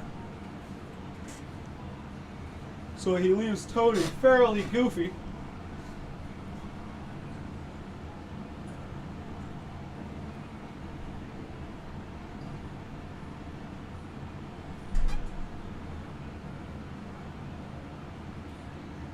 Wonder if the combination goes, the 15-14 combination.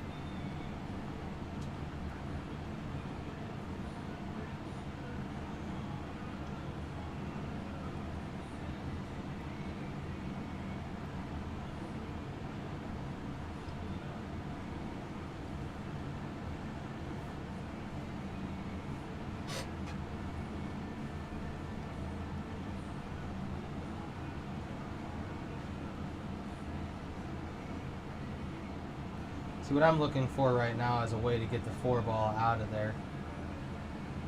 Todd looks like he tried to take the pocket, but that didn't work out in Todd's favor. trying to think of a way that maybe I could have gotten it out of there.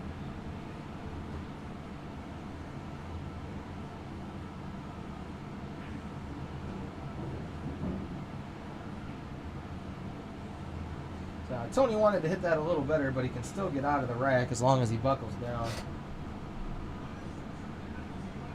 He's got good angle.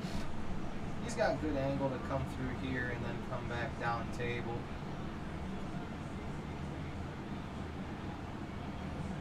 I would not try to go this way because you're so straight in, you're probably going to rattle the ball. Or just focus on making it. Cue ball's going to come to about here and then start to make its way back down table.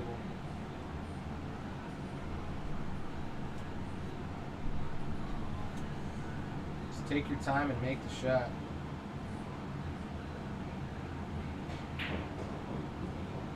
Oh, he hit it really good. He hit it too good, really.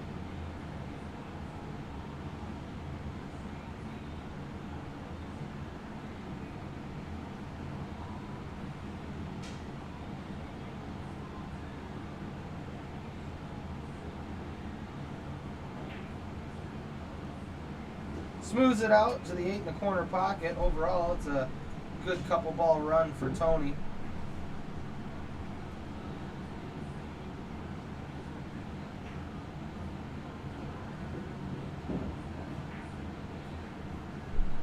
So Tony makes the score 4-4.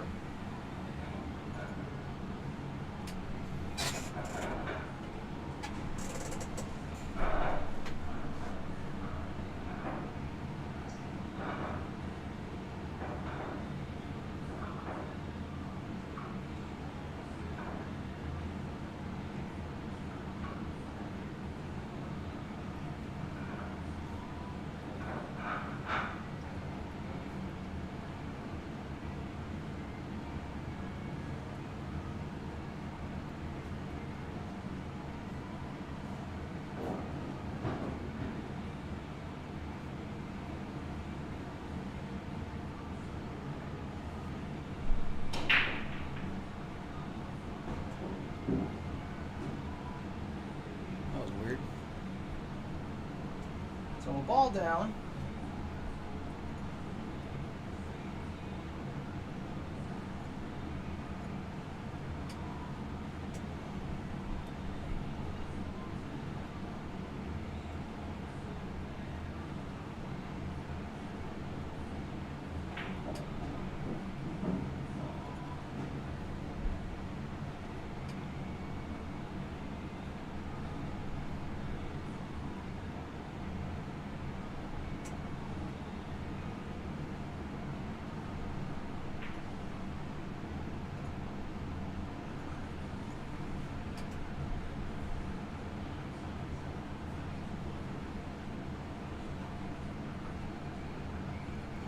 Todd's up to the table.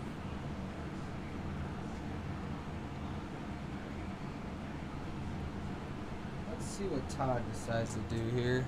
What is Todd? Is Todd stripes? I do believe so.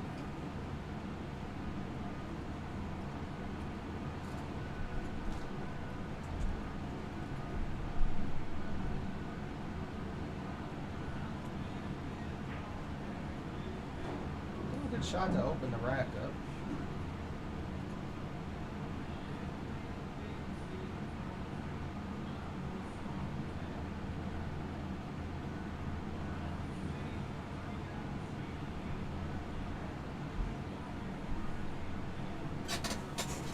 So, let's see. I can't really tell if Todd's locked on the 15 or not.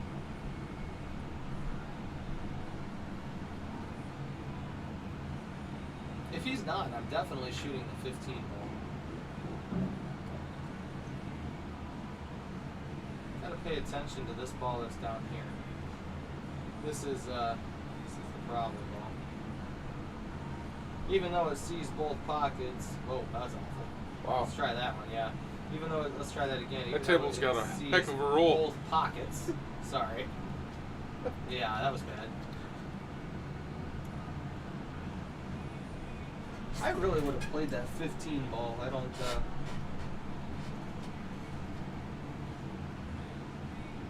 Did you miss art class in kindergarten? Yeah, I didn't like art when I was a kid. You know what? Here's a shot to shoot the 15 ball here. Cue ball off the rail. And then look where it goes. Right down there. So that's the shot that I would probably play at that point. Try to get shape on the 9 and get the 9 out of there. Shoot the 9 up here past the 6. Tell you what, I actually do know. I just felt it. I know what it is. It's this thing. It's the grain, and it's the. Why I can't draw straight.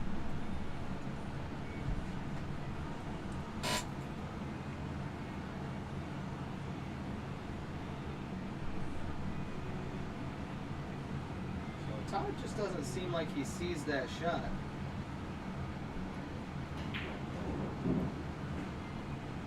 Again, he still put himself in a good position to get there. He could shoot the 11 in the side right now and still do that. Still do that and get back there.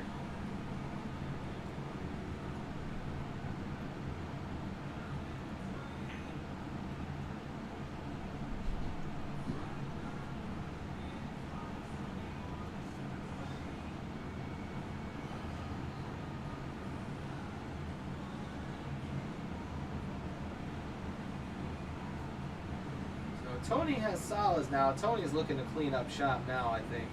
Probably going to move to the 6th ball next. I'd try to get rid of these 2 balls down here pretty fast because these over here are pretty out in the open. Don't get straight in on it though.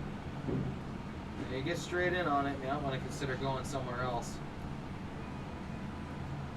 Or Tony's looking to step back and draw it a little bit. Hit it pretty strong, get it back down table like that. Now he runs into this guy here, so he's choosing to shoot the 1 ball instead.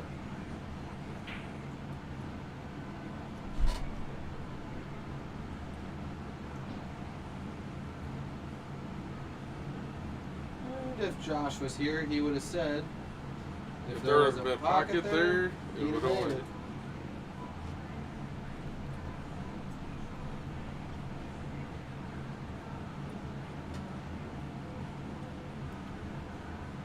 Tell you what, you can see the back of Todd's head clear as day, can't you?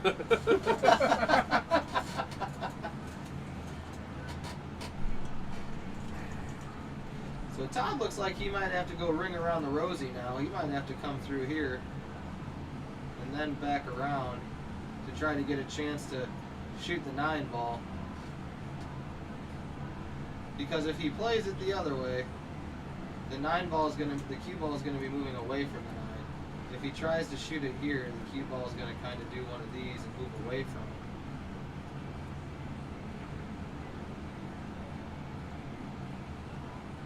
See, either way, if you send the cue ball this way, it's gonna go all the way around and leave a crazy shot.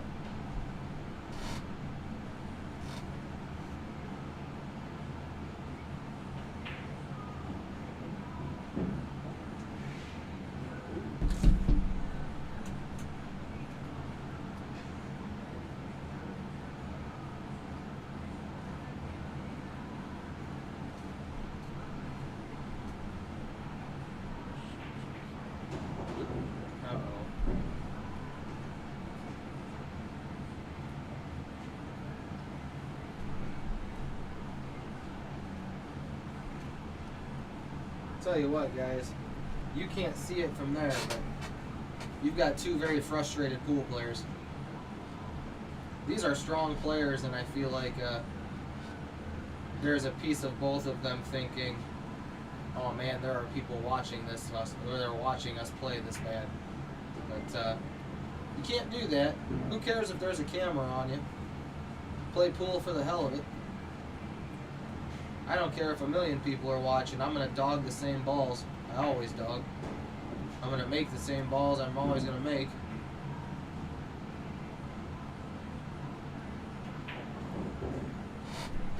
Todd hits 5.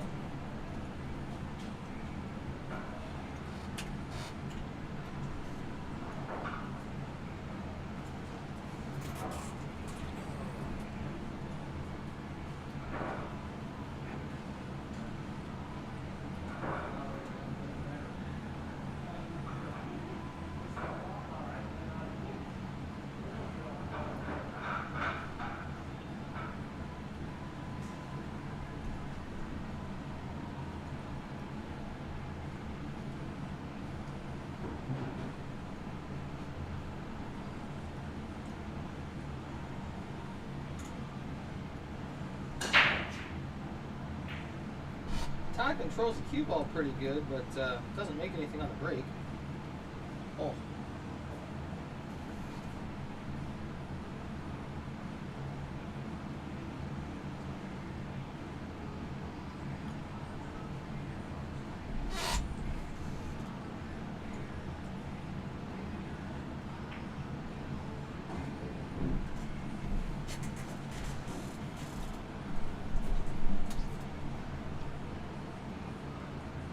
We've got problem balls playing with solids. We've got problem ball number 1, problem ball number 2. The real problem here is the 3 ball, because the 1 ball will actually come down here in the side pocket. So it looks like Todd might be going for Tony looks like he might be going for this now. Well, he rolled too far. So we're going to find out if the 3 ball goes past the 10.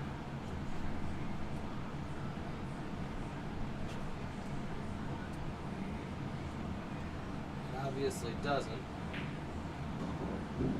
So now we got to look at the 3 ball going up here.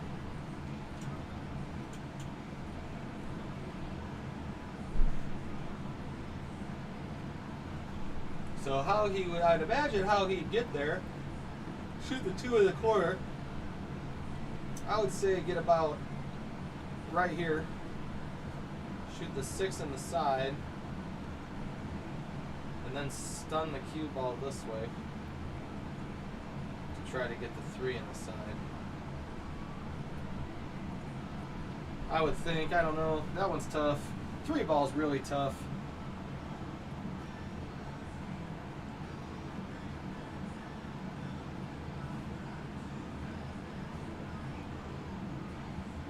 Let's see what Tony does. I was looking at that, but I wasn't sure how well it would go. So Tony's now is going to try to roll down table and get a shot at the 3. Hell of a shot. You got it. And now all he's got to do is run into the 13. Hit it soft and run into the 13. Let's just check the overhead camera and see if I'm right. Oh, yeah. So Tony's just going to, after he shoots the 3 up here, he's going to try to hit right into the 13 ball.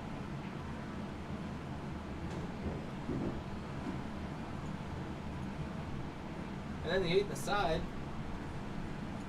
Tony's got his first run out of the game.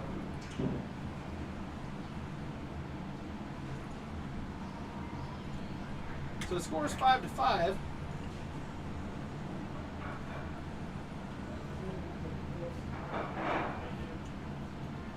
And they're going to take a break, which lets me get out of here for a minute and stretch. So with that being said, check all our fellers out and appreciate them, because they're helping us appreciate you guys. So we'll be right back on G1 TV.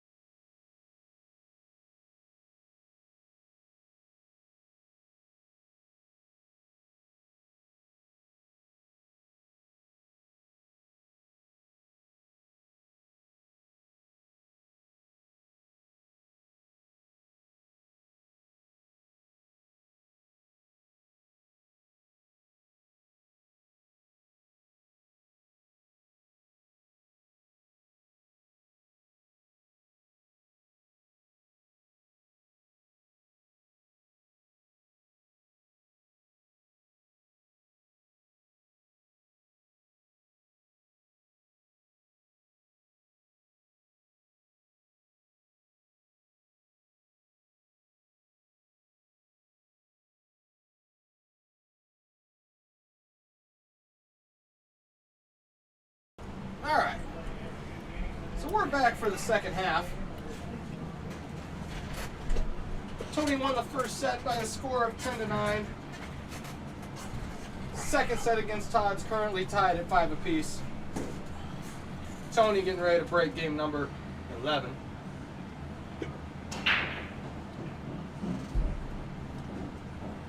Couple balls down, it looks like.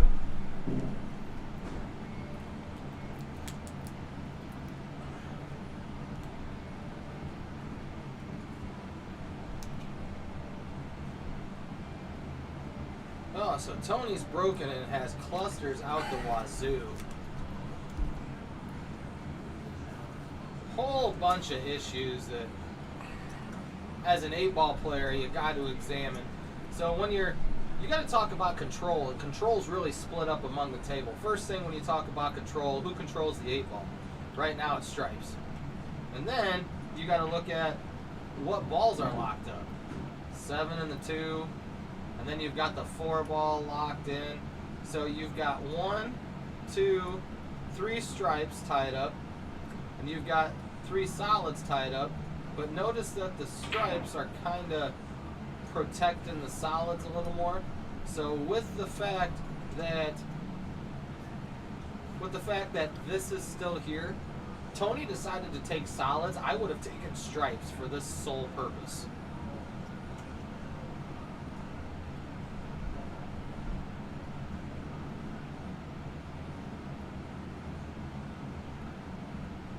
JR, I told him I'd side bet with him, but I haven't heard nothing since. I'd take Tony too. They're both my friends, but I just know Tony's game better.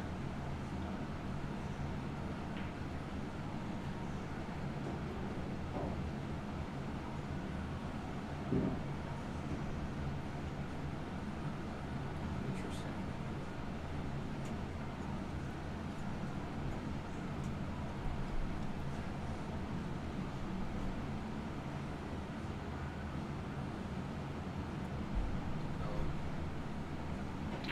Todd's got a lot of decisions he's got to make, and it's not going to be good if he gets behind the 5. So the more balls that Todd makes here, he's got to be really careful because he's losing control. This is becoming a major problem. And in my opinion, I think he's actually lost control of the rack now because the cue ball goes this way, but the object balls, they go this way. So there's no real pattern unless if he gets lucky to break out the 9-ball.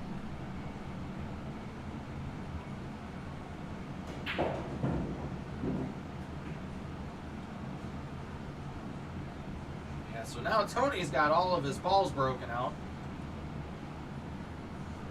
Thanks to Todd's effort to try to break out the 9. So now that 9-ball's actually come back to haunt him.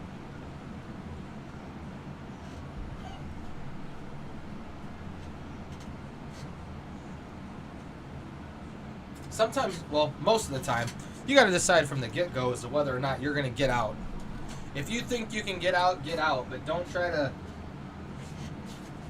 try to set things up to where you can hopefully get out. Pool players don't like that word, hopefully, because hopefully normally means you're not getting out.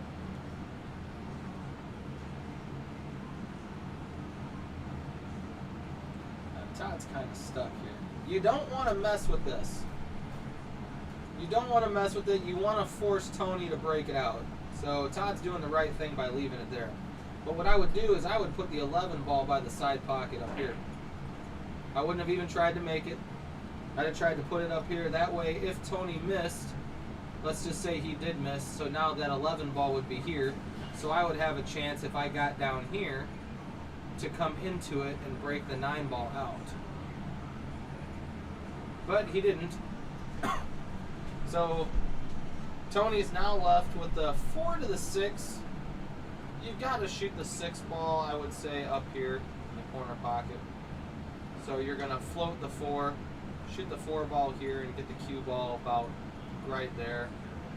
Shoot the 6 in the corner. Tony says no. That's definitely what I would have done. Actually, you know what? I think he was. He might be looking at the side pocket. I would have shot in the corner. I'd have rolled up a bit. Corner pocket's a bigger pocket. But he made a beautiful shot. Unfortunately, breaking one of 8-Ball's main rules. According to the pattern, he's saving the breakout for last. Which is never good because so many things can go bad. Tony's going to have to be in this line. So, probably this line here. If he's going to be successful in breaking this out and getting a shot on the 8. So, he's pretty close. He's got a chance at it. If your line was straight, he might be there. Maybe. You try drawing with this thing. Yeah, see. And you know what? Again, too, for as far as Tony's game goes, he shot that ball quicker than any other ball he shot on the table.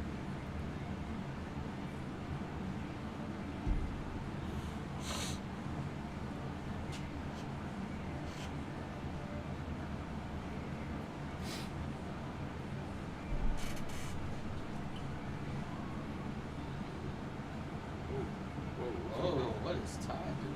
Oh, okay. That's a good shot. I thought he was going to hit the 8 there for a second. I'm like, what is he doing?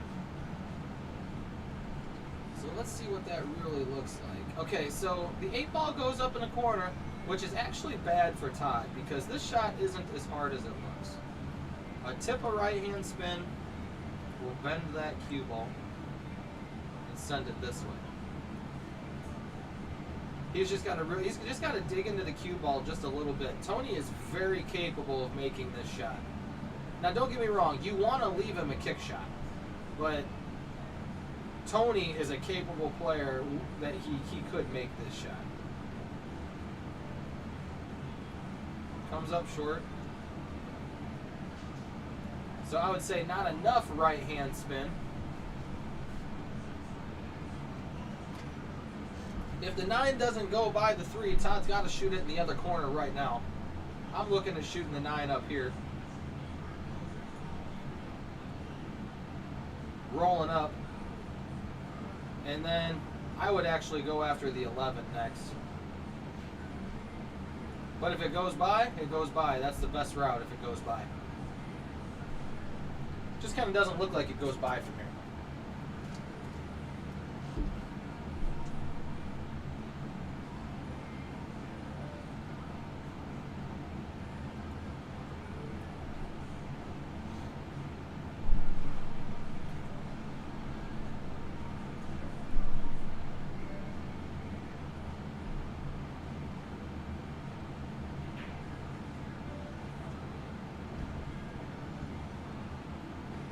Todd rattles the 9 ball.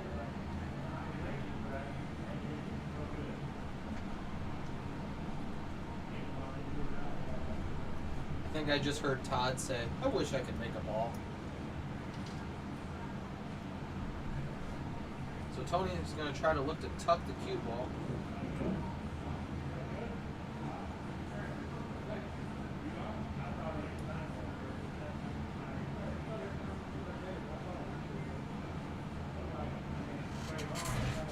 I thought it was a good hit. Your shot. I think it was. I think it was a good hit.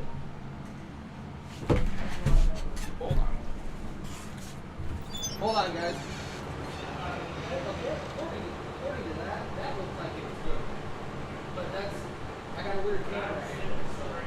If you were staring straight at it, take it. But I got weird angles coming into it, so I'm not sure. They're arguing, guys. What do you think? Good hit, bad hit? Camera's a little high. It looked like a split hit to me, but I can see where Todd said that it would have been a bad hit.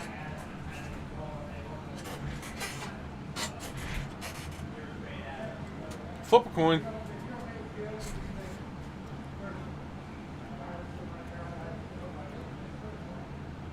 Yeah, I told him I thought it was a good hit too, but Todd said that he was standing right in front of the shot, so and Tony agrees that if he really thinks, you're not going to get a fight out of these guys. It is what it is, but I thought it was good as well.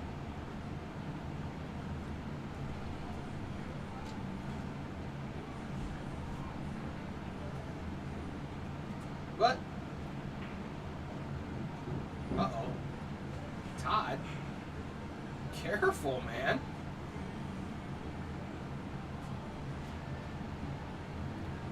So Todd's going to have to come around a couple rails, I think. He's going to have to shoot the 8-ball up here. Oh. Well, that's one way to do it. So now he's just got to make the 8 in the corner.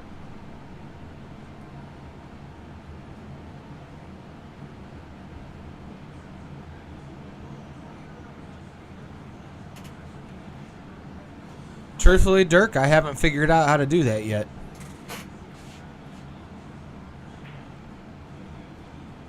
Oh, he rattled the 8.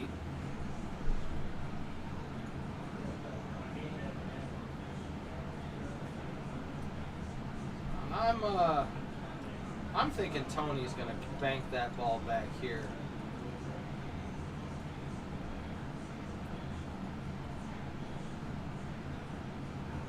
No, he's gonna come down to the. Oh, okay. Oh, he did? Yeah.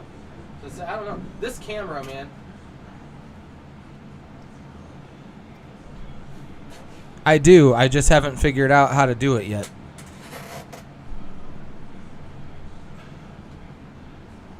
Tony got the game anyway.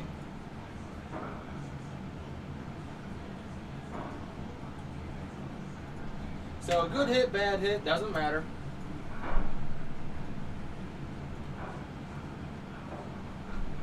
Yeah, Dirk, I just haven't really taken the soul time. I'm in here so much, so when I'm not, or when I don't have a match, I kind of just don't want to be in here. So I haven't taken the time to actually look at it yet and figure out all of the details yet and all that good stuff.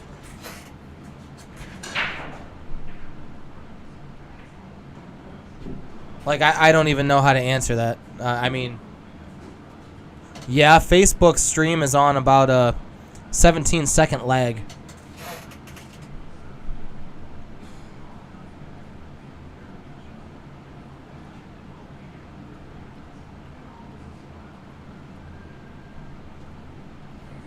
Not a lot of problem balls. 9 ball's about the only problem ball, but he can get it out using the 14.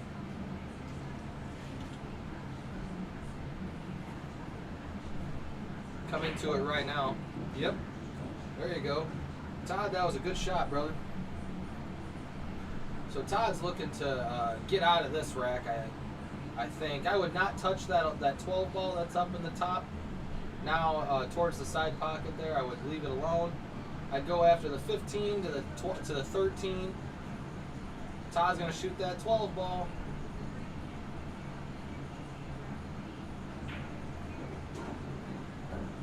I don't like shooting the 12 because now I don't have a pocket for the 9 ball. See, if I shoot the 15 first, then I'm right here, and then I shoot the 13 and I come out here, then I can shoot the 12 if I want to play the 9. So I think it's just simpler.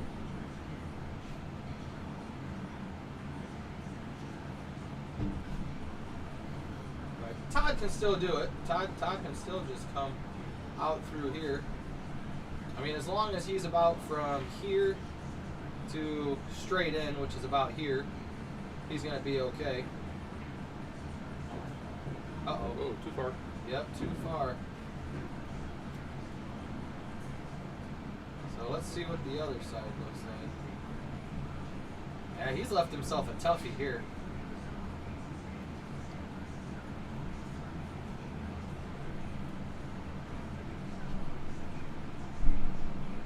You almost want to bump into the 8 here. I'm actually thinking instead of jacking up, I'm actually going to shoot the 9 here, and I'm actually going to try to hit it soft enough to bump the 8 ball. Nice shot. Yeah.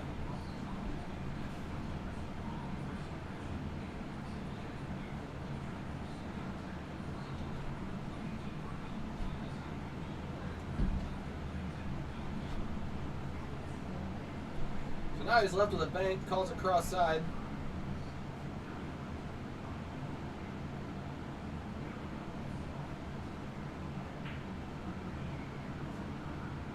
Oh, he's scratching. Scratches on the bank. Leaves Tony a wide open table.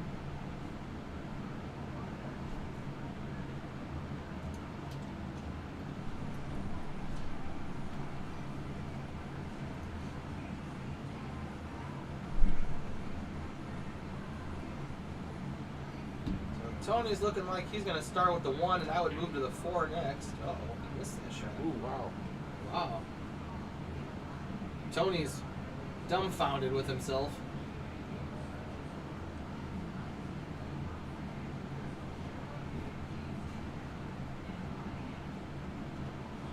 Leaves Todd rough.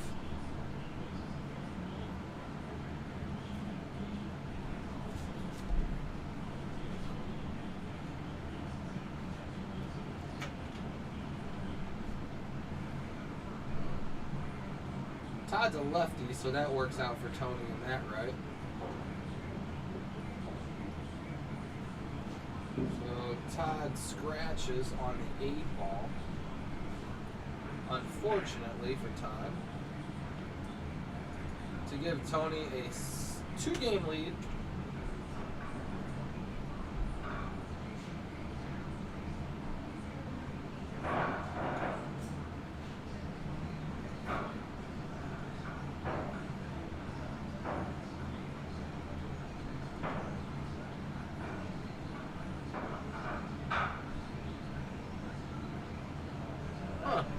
So I just started looking at this. Look what I found.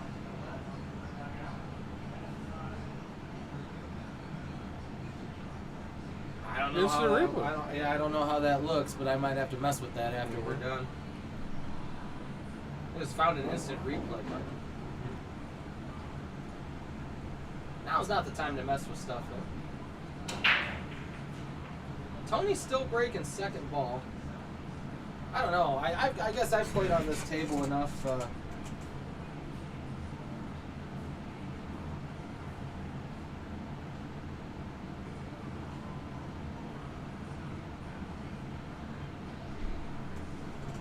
Dirk, that's what I'm doing, brother.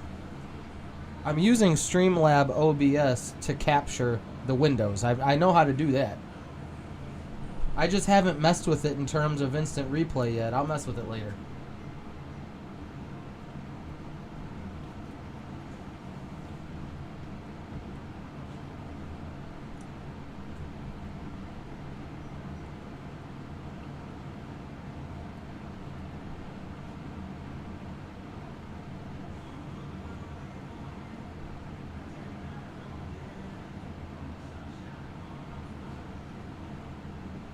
So let's see what Todd's working to go after here. There's some clusters here that nobody really likes.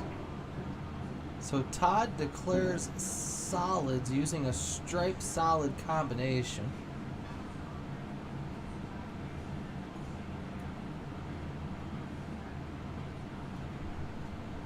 So we've got the 2 ball that's down by the 13 and the 15.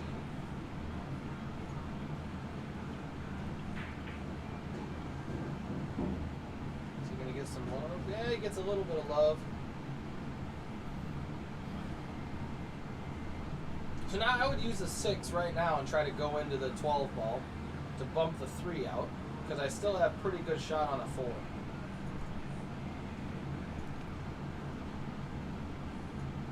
I would shoot the 6, bring the cue ball in, and then right at it.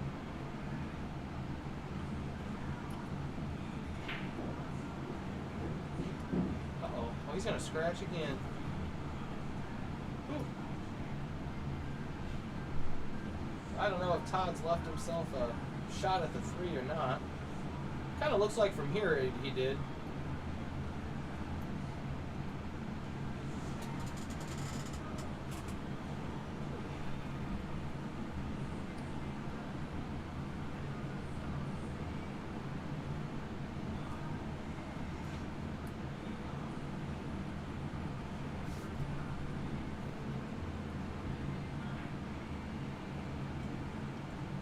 No, turns out no.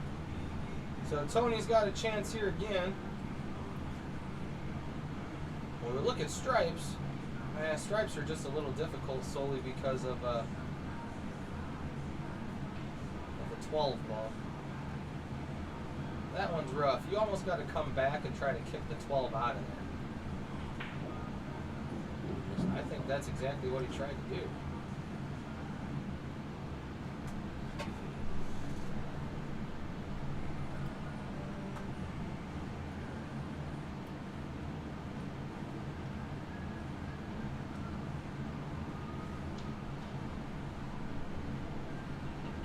So we can't forget that Todd's 2 ball is still down here.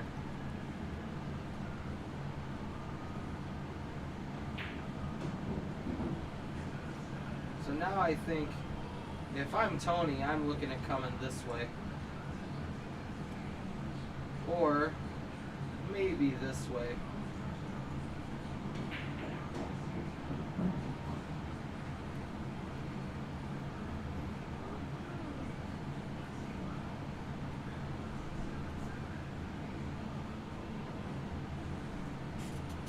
Tony's just hitting about the bad spot on every ball he possibly can when he makes one. They're just not moving to open. They're just moving to tie up.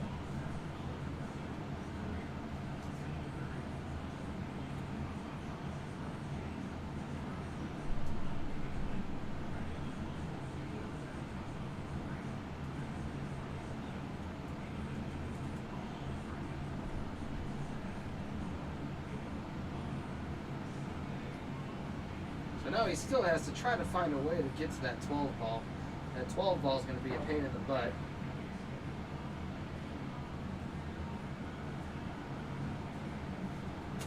And for Tony, the best thing just might have happened.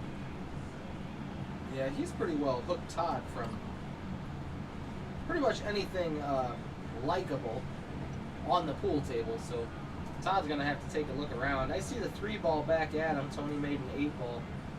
Tony made an 8 ball just like that. Man, my lines are terrible today.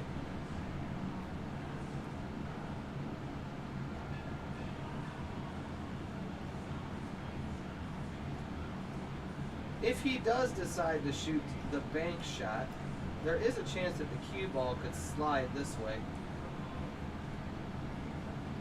Well, that's a straight line. Whoa. I know.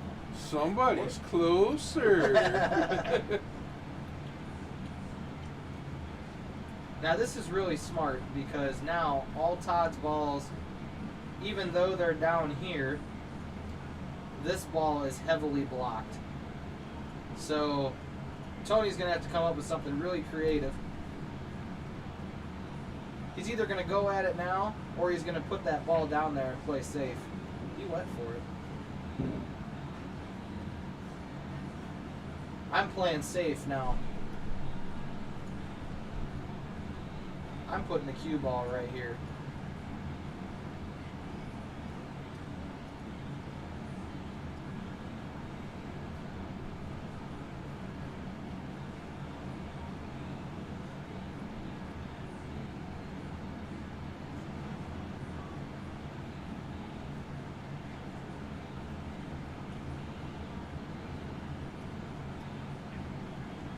Good shot. So now that forces Todd to only go one way. It's predictable.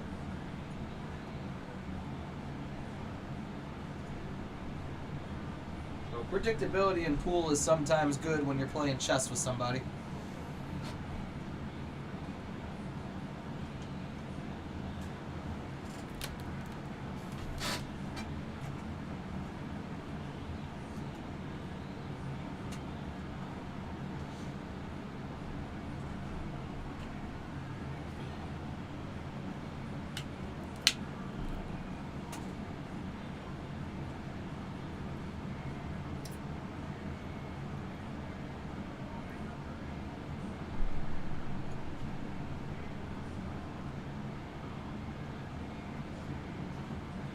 Oh boy, I cannot believe that Todd is trying to kick 2 rails at this stuff. He's trying to kick 1 rail at that. The thing that's wrong with that is because Todd's only lifeline rests with this ball. If Todd does anything to mess with this and leaves that ball open, Todd could potentially lose the game. Here, Tony doesn't have anything productive to do yet. Tony almost would have to try to put the 13 ball down here, like right around here, and put the cue ball back behind the 9. Just to have a breakout ball down here to break that ball out.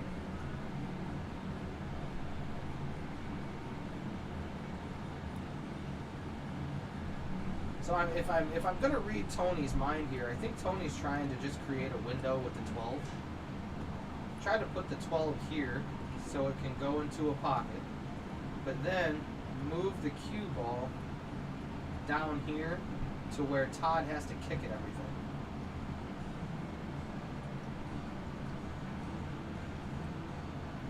I tied it back up. Yeah, tied it up. Now it does see a pocket though. If the 9's not there, it'll go. So that's an idea for him if he has a chance to get that route.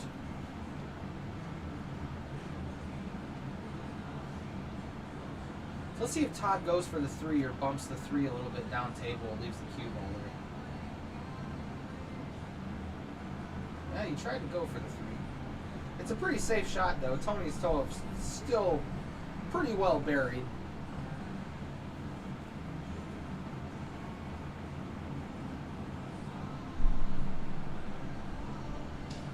If I'm Tony, I gotta try to go for that 12, so I'm actually gonna play safe, I think.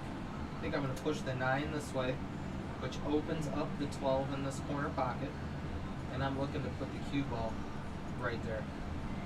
Then if I get ball in hand, I can go after the 12.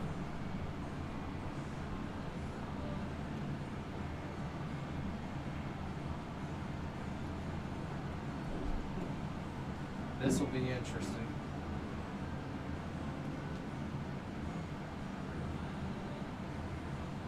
Tony's saying he wanted to be down here. I think so he could come into it this way.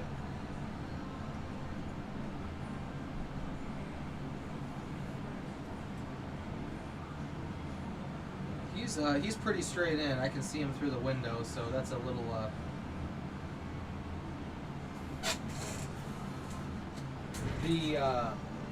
the computer screen is a little deceiving. Oh, he's gonna give him ball in hand.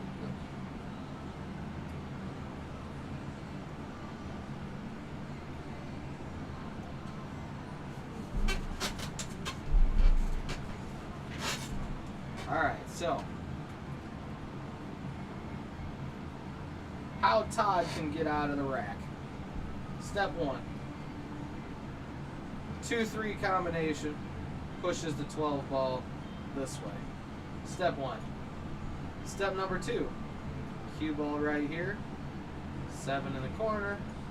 Bring the cue ball this way. Break them out that way.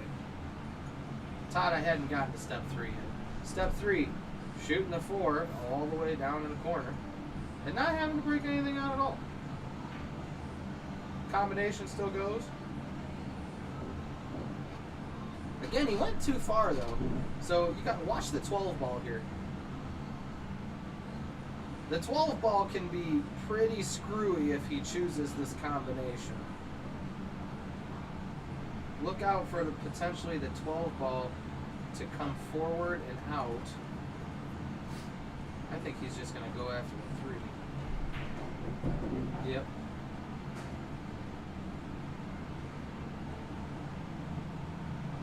Now what's he do with the 2? I don't know. I can't tell what kind of... Yeah. He's got a weird angle with the 7 ball to get to the 2. Might be able to smooth it with some inside English and bring the cue ball into the 2. Did he just call it bank? Or was he pointing to where the cue ball's going? No, he called the bank. Overall, though, not a horrible shot. The 12 ball at this time doesn't go anywhere, and Tony's left with a real long cut if he's going to do anything with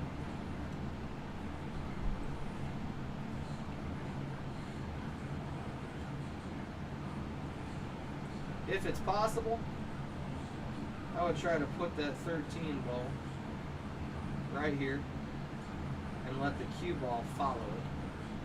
So let it follow it, leave the cue ball about right there. That would be pretty good safety, pretty good cue ball control, object ball control, the whole shebang.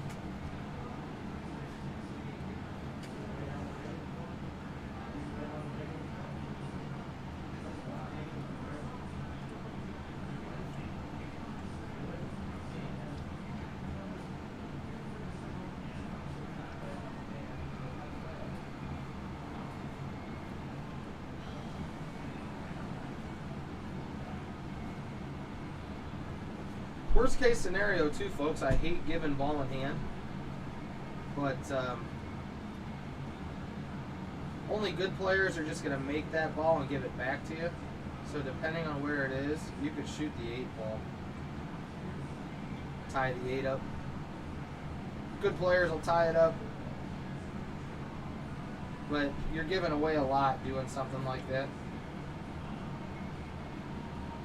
I like the first safety, I said. He went for the cut. Now the 13 actually turned out pretty solid, I think.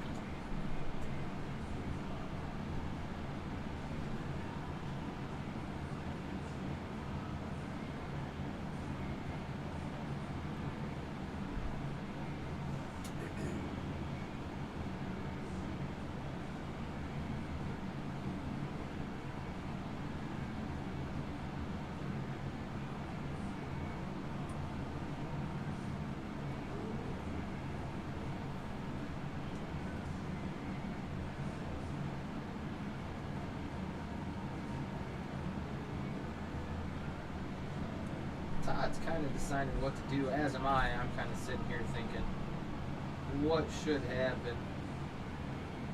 Curious at what Todd's going to do here, because I don't think I would do this.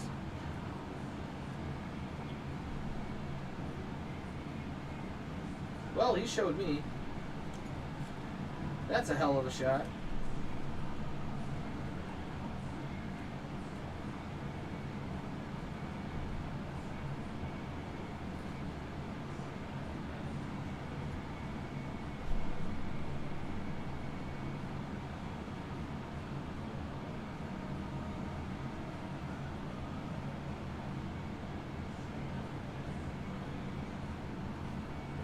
I actually think if Tony can get by the 2, I'm actually thinking he could play the combination. I think he can, because he has to hit right here. Okay, that's the center of what would be the 13 ball. And I think that means he would have to hit that ball here. I'm thinking he can do it. And put low outside English on it to keep the cue ball from the corner pocket.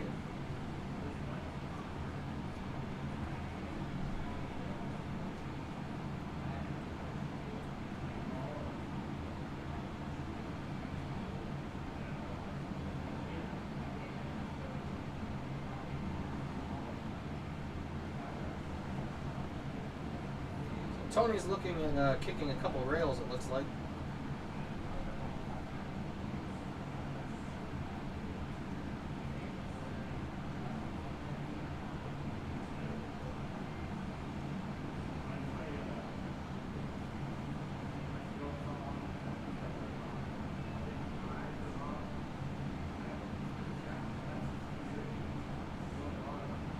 Really taking his time here. He appears to be very stuck.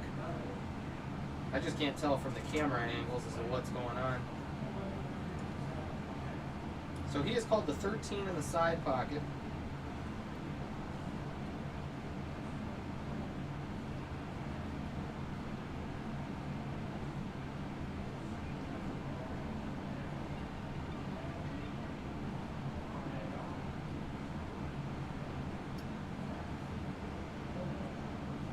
Gonna kick 2 rails at the 13 ball. Goes around it.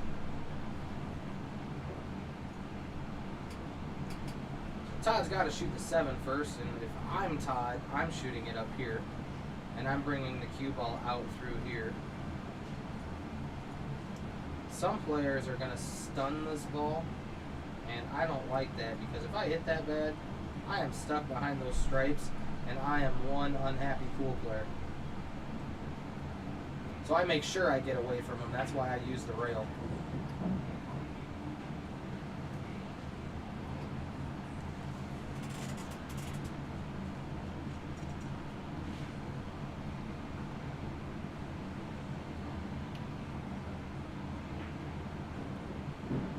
Shot. I gotta go home and cook dinner. All right, Bubba. See ya. Yep, see you tomorrow night. All right.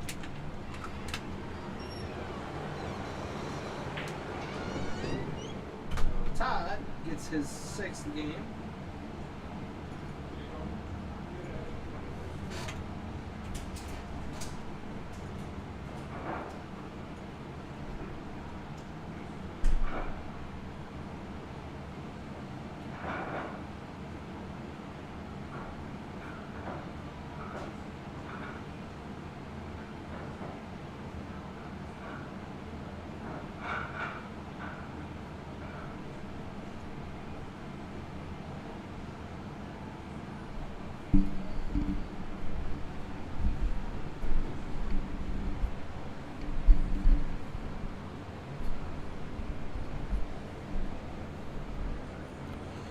So here we go with game number 14. Todd breaks head on, pockets a ball in the corner.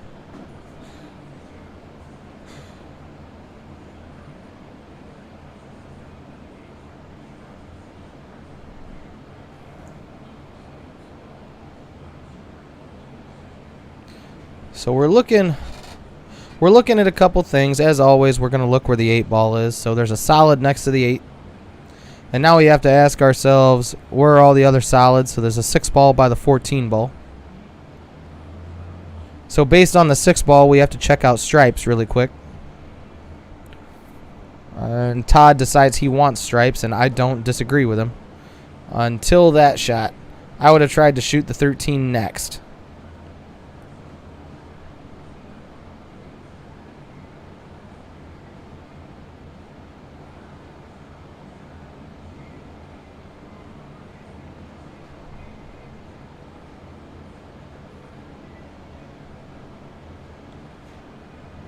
So he's stuck in a little bit of trouble. Looks like he's going to go after the 12 in the corner pocket. Hits it really good. Still gives Todd a chance to get out.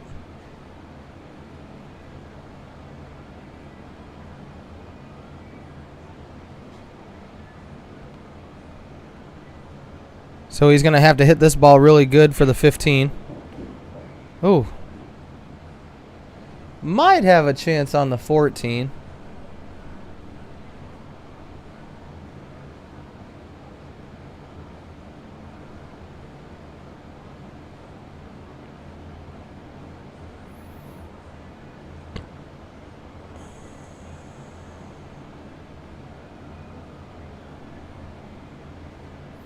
I'm curious what he's going to do here. He's going to shoot the 15 in the corner, but now he's going to send the cue ball crazy.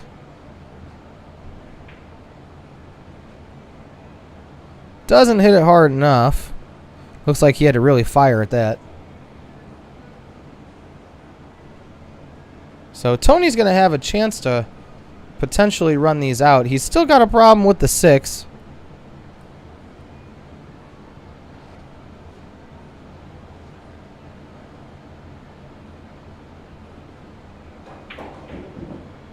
Not anymore, he doesn't. Yeah, he does. Spoke too soon.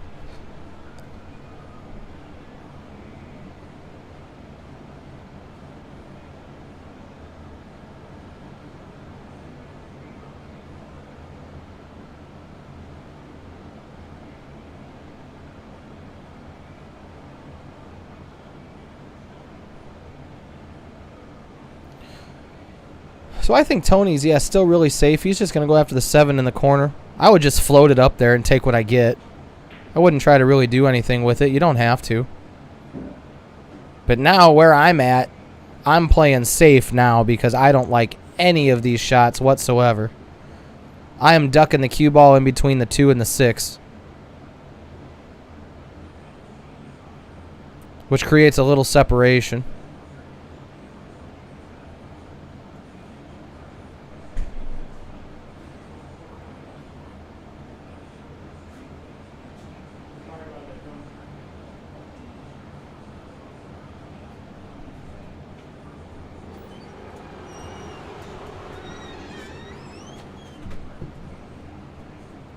What's up, Jay? You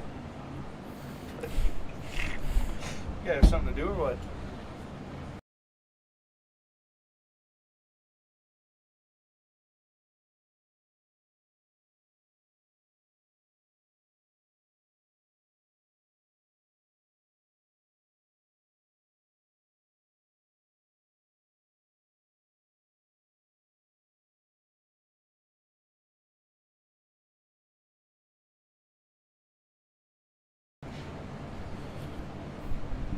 All right, well, I'm joined in the booth by Jay. Hey everyone, how's it going? Sorry I wasn't here earlier. I've been getting stuff ready to go for my trip.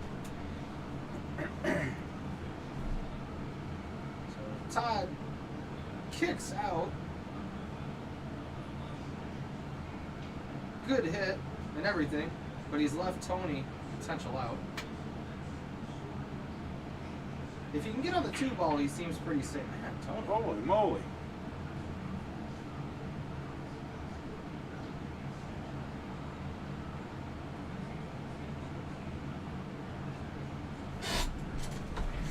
Holy moly. Wow. Holy moly, Tony. Well, good news is Tony's going to want redemption. But from the way he's performing, Tony knows he plays better than that, so I'm sure we'll see him again. As a Right. matter of fact, he put out a challenge to me about a week ago.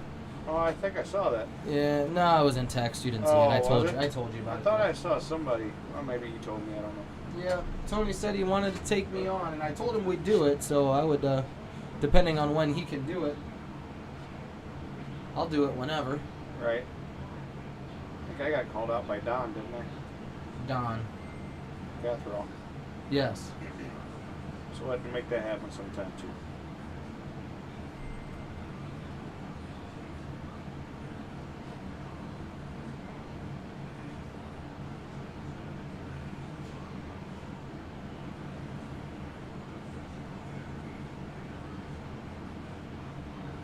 Well, Todd got himself in a pickle there, didn't he? Yep, he sure did. He didn't hit that very good.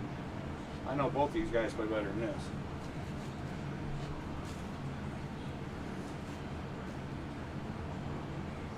I'm not quite sure what Todd's looking to do here.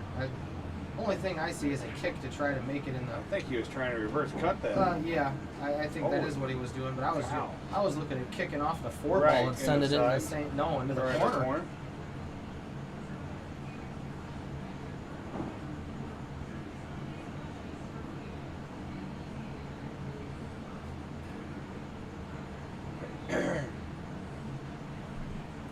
So Tony's got ball in hand. I would imagine he's going to start with the 2.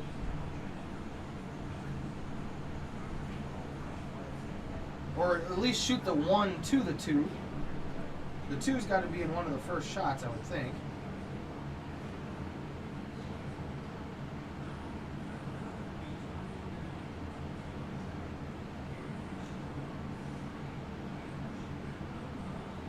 So let's see if he can smoothly draw this ball back. I mean, he doesn't even have to shoot the 6 next. Just got to get the 2-ball out of there. Right. You can shoot the 3, go to the 1, Yep, 4, you can leave 6. the 6. You can leave the 6 to the last ball. Right. So I would go 3, 1, 4, 6, 8. That's what I'm looking at.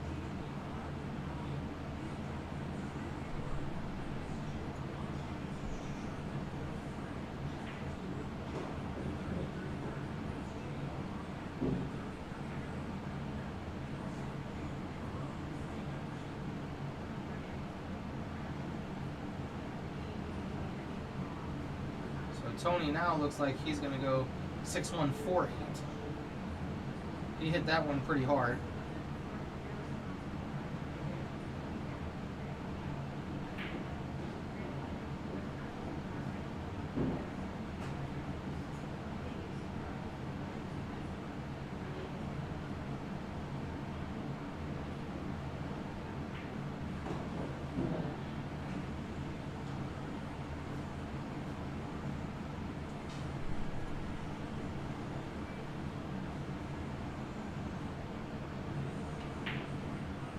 Oh! It's like watching a bad game of basketball. People throwing up bricks. Shit. I said that out loud. Sorry, guys. I think they both agree with me at this point on this game, though. Yeah, it's very uncharacteristic of both these players to be missing the shots that they are. Tony tried to really gear up that cue ball, and I think he was trying to get so good, and he didn't have to. He could have come out the other way and been perfectly fine.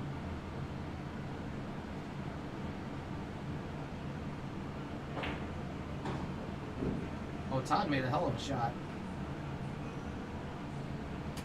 So the score's gonna be 7-7.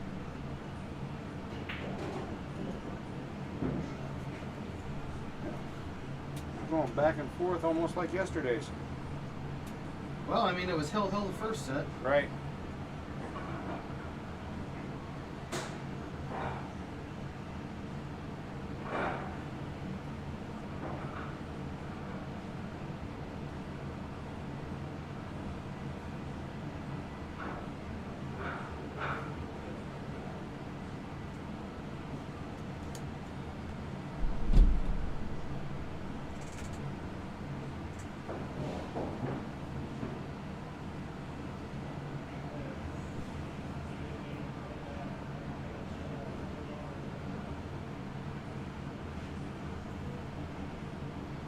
Let's see if Tony can gather things here. Tony breaks head on, I think for the first time, and winds up scratching in the corner pocket. So ball in hand for Todd. Behind the head string, they are using the head string today. So everything is, everything's pretty laid out in the open. No balls touching a rail, which is normally one of the rules of 8-ball. Right. The one ball's the closest one. Yep, and unfortunately that's behind the head string, because if Right. it wasn't, I would say that'd probably be the ball I'd start with. Yeah, I mean, yeah, they're wide open. The 1 and 2 ball are the closest ones to the rails. So the 10 goes in the corner, 13 goes in the side, 11 goes in the side, 4 goes in the side, 15 goes in the corner. Okay, so your problem that you're going to look at right now is the 9 ball. Yep, I just saw that. I would say solids is the route to go. Shoot the 4, start off with the 4 in the bottom left-hand corner, and release the 3 immediately, because the 3 is the problem ball. Right. So shoot the 3 in the top left.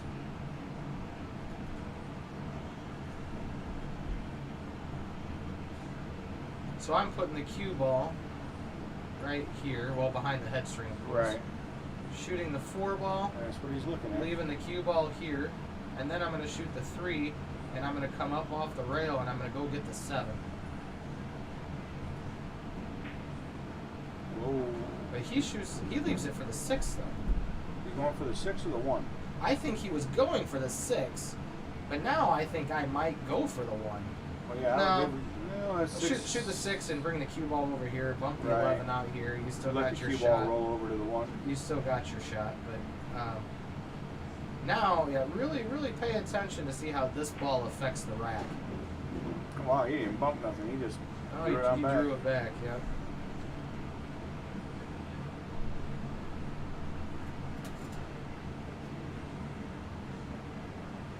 No. Okay, I didn't know.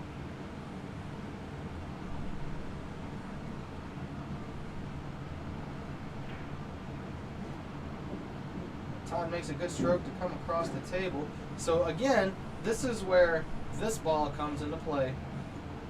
Todd needs to shoot the 2 down here, and he needs to bring the cue ball up this way. He's got to find this area if he wants to get out of the rack, in my opinion. It's going to be really hard to get out of the rack if he doesn't get on that ball right now. He's in trouble. This is not something that I want to deal with. Now you got to bump into the 8. So now you shoot this ball down here. Now you got to try to bump into the 8. And then what if you put the 8 up on the rail? Or even worse, you bump it really good and you put it right here.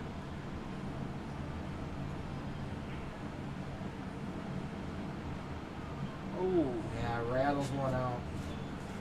Don't hit balls if you don't have to.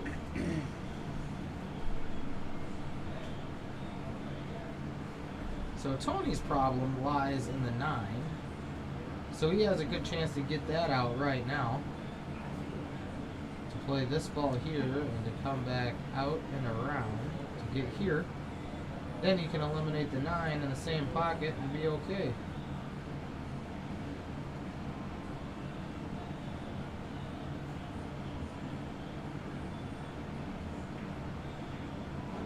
oh, he couldn't get around it. He ran I right think he into could. him. Now, Tony's been running into this problem all day today. Is that running into stuff? Yeah, like he'll play to go around something, and he'll run into something. He's been shaking his head all day. He doesn't. He's having trouble for today, for sure. I definitely think he was trying to go around those.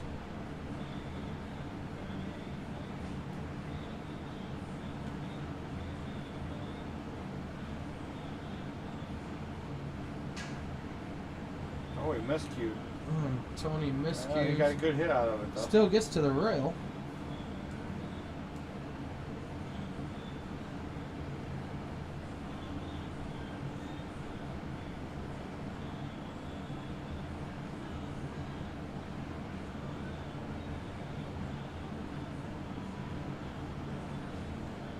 So Todd's got a chance. Yeah, I think I'd go after the combo as well. Softly. Yeah, he didn't hit that very good, so he's left himself in no man's land. He does have a shot. It's a toughie. But the 3 does go in the side. And I'm thinking he might actually, if he puts enough low right on it, he might actually be able to hold the cue ball hitting this rail.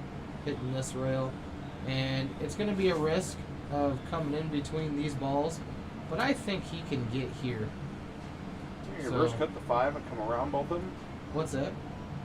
I didn't hear you. Can you reverse cut the 5 and at the bottom left corner right I don't there? know. Come around? How or much not? speed that's still on the cue ball? He's talking about coming here. Right. How much speed's still on the cue ball? If you miss everything, you're down here. Yeah, that's true. Well, and on top of it, Todd's been, Whoa, he just man. fired at that. He had a bunch of right on that. It didn't even get to that second rail.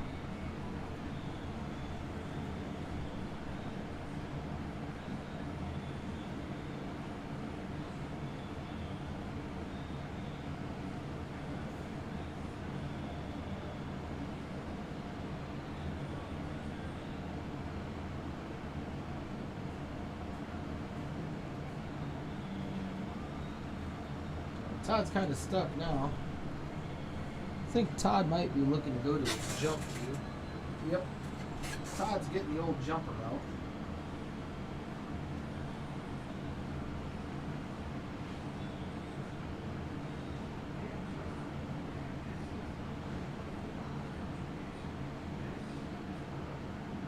So let's see if Todd can drill the jump shot. Todd drills the jump shot.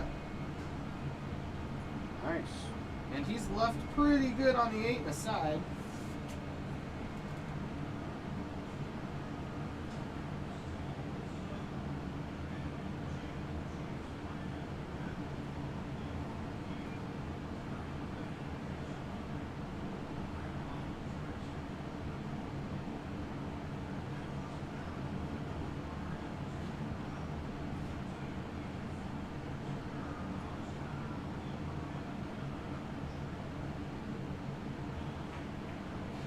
Oh, he Oh, overcut Todd. it. Holy moly. Did you see Todd pull back his stroke when he shot that? Yeah. That was weird. Yeah.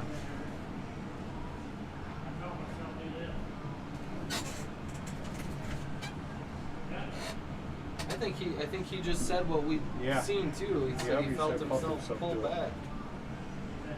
So Tony's kind of in an interesting spot. I can tell if I'm Tony, I am really mad that this ball isn't a little further Right. forward.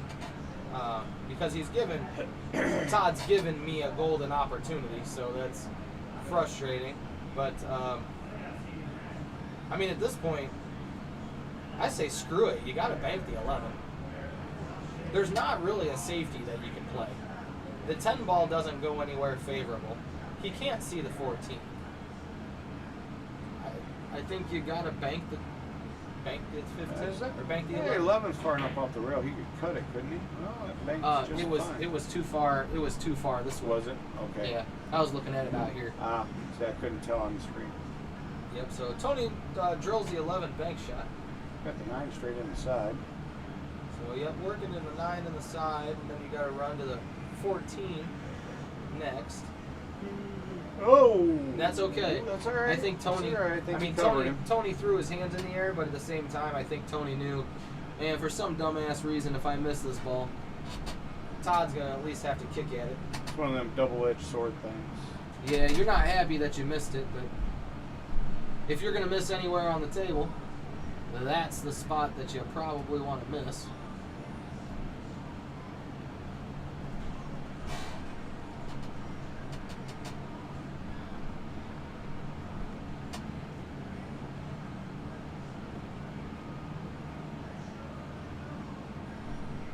So Todd's he's got two choices here. This one could create a scratch shot, but he could kick down table with some spin and play the 8 Off the 9 off and of the side. 9 in the side pocket. So that's option 1. Option 2 is a little safer, but pretty well the same thing.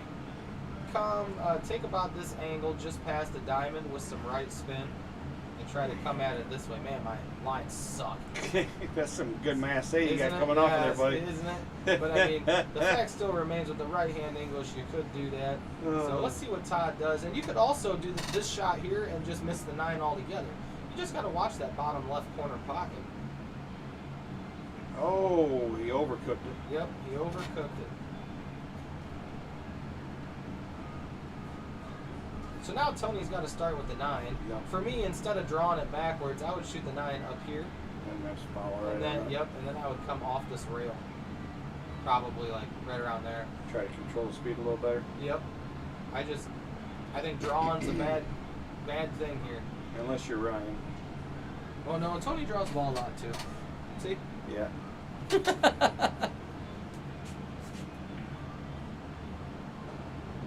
He came right out where you said. Yeah. Yeah, I mean, you can get there. I Right. just don't prefer to shoot that way.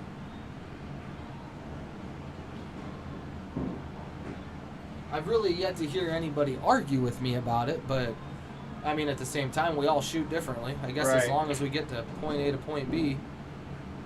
It's just what I've always told people is, it's funny. Someone said once, there's a bunch of different right ways. And I'm like, maybe to an extent, but when you get good, there's only one right way. Right. You figure 95% of the time, the professionals, they're going to take the exact same pattern that each other would. Right.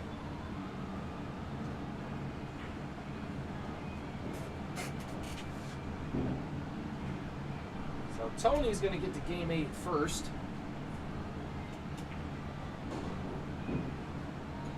With a good run out. He's probably saying, thank God I got that extra chance. Possibly.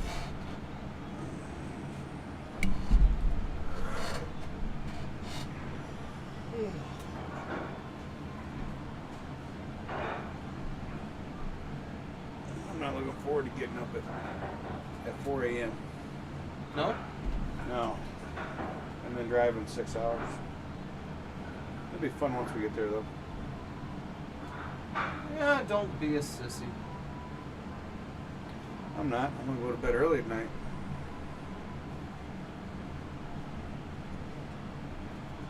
Trying to be a good host and hang around until it's over. You go. I'll close up.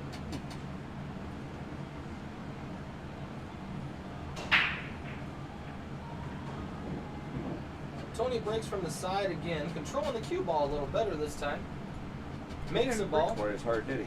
No.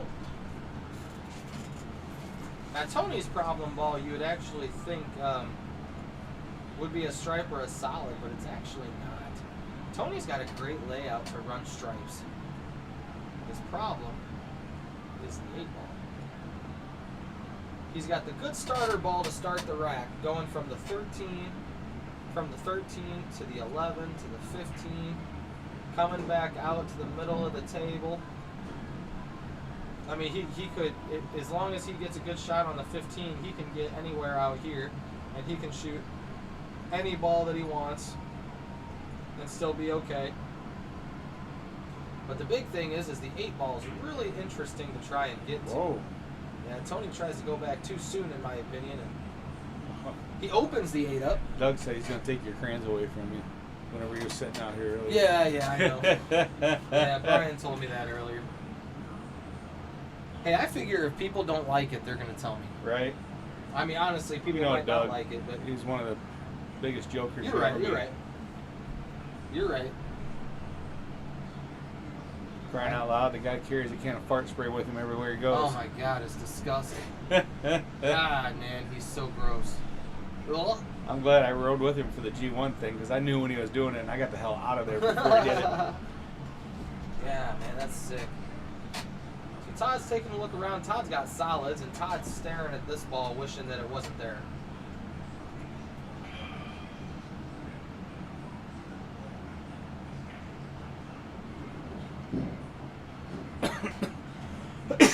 Now he's staring at that pink 12 ball too. Yeah. That he just pushed up there.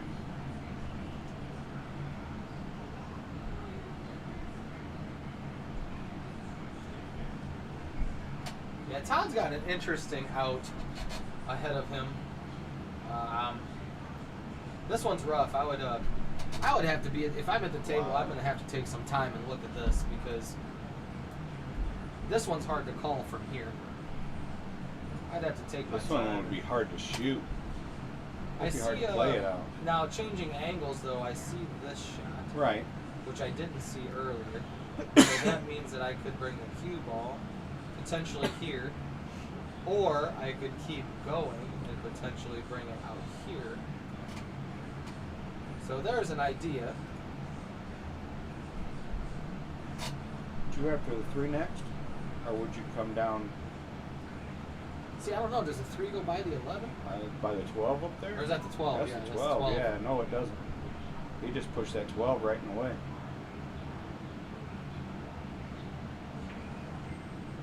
Uh-oh. I mean, yeah, like, oh, is that what you meant after Yeah, shooting that come ball, back though? around there Yeah, and then go after the I do 3. think I try to commit to the 3, but if I'm up at the table, I always think to myself, what if I hit it too hard?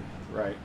And a lot of times that helps me look at the angles a little better to where I'm like, okay, this shot's kind of hard to control, so I'm probably going to hit this, like there's going to be more power on the cue ball than I want. So I'm not going to try to get that angle. I'm going to try for something else. Good shot. Todd slams the ball in the side pocket and opens up the corner pocket for his run out. Todd stepped, looks like, I hate to be a commentator curse dude, but looks like Todd might have stepped up his game a little bit getting later in the match. So the question is does he go for the 4 or the 7? I shoot the 7 ball, and it looks like Todd is going to shoot the 7 too to try to get on the 1. He gets back out for the 4. I am very comfortably shooting the 1 ball there. Just because I think the 4 ball helps me get better shape on the 8. If I'm straight in on, or if I'm about right here, I can get right here for the 4 ball next, and then come this way for the 6 ball.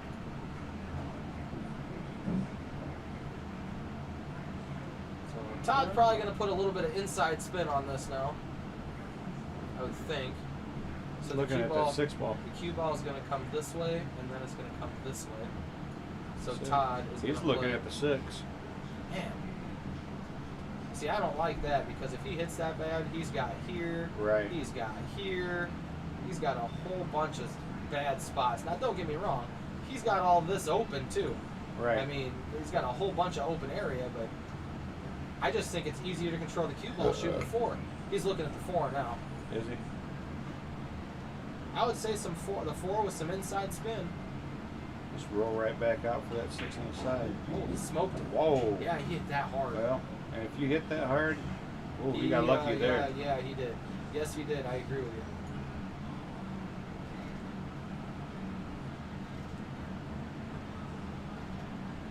I think this I Not this. roll. I was gonna say I roll to play the 8 inside. I roll and I come here Yep. for the 8 down here.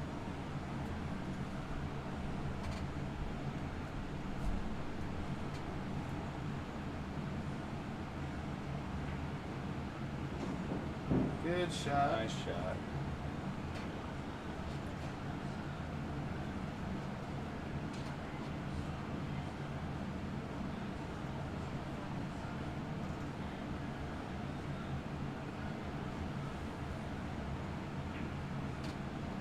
Oh my goodness. Todd's missed 3 8 balls. He's missed the last 2 going in that side pocket. Yep, he's missed. I know he's missed 3 of them. Well, at least he didn't give Tony ball in hand on this one, No, but he might give Tony ball in hand on the next shot. though. Right? Because I'm looking at bringing that cue ball out here, make him kick at it. Oh, he might have let him hit it. That's tight. But I'm looking at here. I think he can hit that ball. I don't know. We will soon see. Oh, now I just saw a potential shot here. Oh, no, maybe I didn't. So he's going to try to push the 15, looks like in the cluster. Yeah, that didn't really help too much.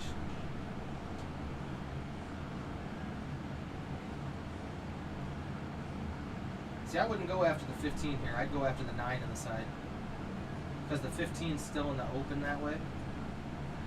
Here, if I hit this really bad, I might not like what I see. Which is okay. Yeah, he just kind of hit it harder. Yeah. I'm not really a... Well, he had a bailout ball in the 12 right there in the corner, too. Yeah, so. yeah. But I'm thinking if I hit it soft. Right. Oh. Now, you see what I mean, though? He's coming all the way around Yeah. for that 9. That works.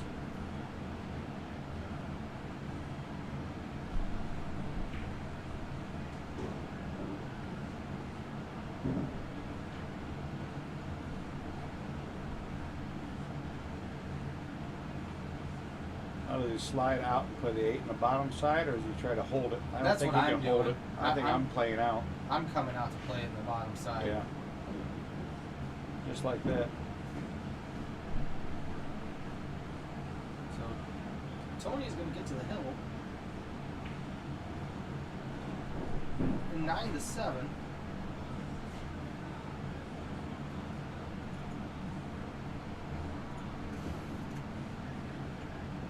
Now, oh, whoops. Now Todd's missed three 8-balls, maybe 2 8-balls, but if he's missed 3 8-balls, that means Todd won 10-7 here.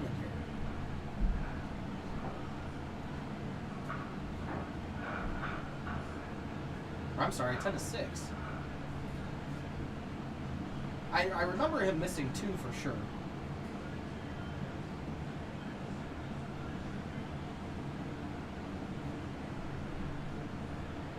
But you got to be able to take advantage.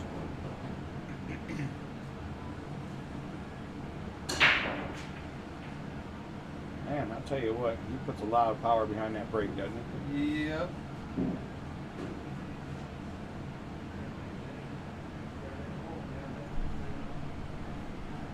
He's a big guy, too. It's the first time I've met him, I'm like, wow. Yeah, he's a big boy. He's got some height on him, that's for sure. I mean, I'm 6'4", and I think he's got an inch on me. Maybe 2.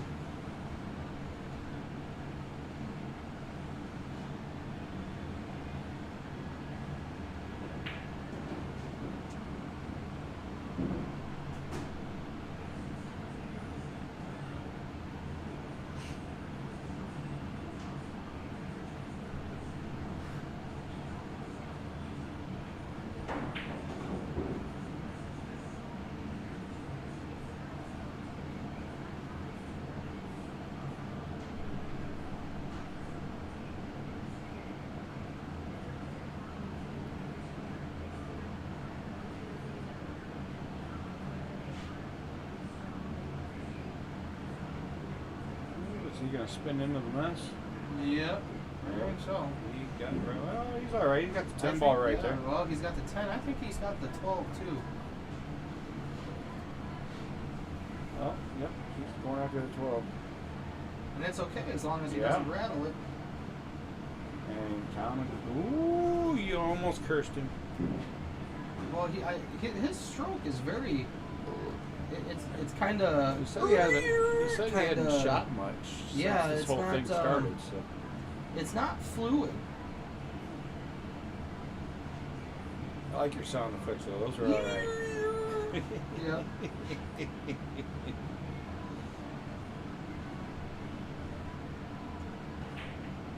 Oh, Uh-oh, he's not gonna like that. No, that's That going is to cost not him the how match. you want to lose a set. Oh, Oh, man. wow. Well, and in an interesting change of events, Todd unfortunately hits the 8 in early, giving Tony Gunn the victory. So the final score of the 8-ball set is Tony 10 and Todd 7. And I want to thank both of them for taking the time to come up to the garage to give you something to watch today. Me too. People have been kind of asking me, well, what's going on for July, and I don't know. I don't know what's going on with July with the bars being open and all that. So we'll have to. We're gonna sit down and talk about it and try to figure out the best game plan we can bring you. Yep, that's just about all we're gonna have to do for right now. So we do appreciate everybody supporting us over these last 6 weeks, and we're still gonna try to find some matches. But I will tell you, probably for a little while, we're gonna go on a little vacation. I know Jay's leaving to go on vacation for a couple days. Yes, I So am. there's not gonna be any pool in here for a few days. If there is something, I'll be sure to turn it on for you. Yep. But there's not. You got so, a key to it, so yep. if you bring anybody in here and you guys want to stream it, you already know how to do it. Yep, it is what it is. You're so, welcome. Anytime.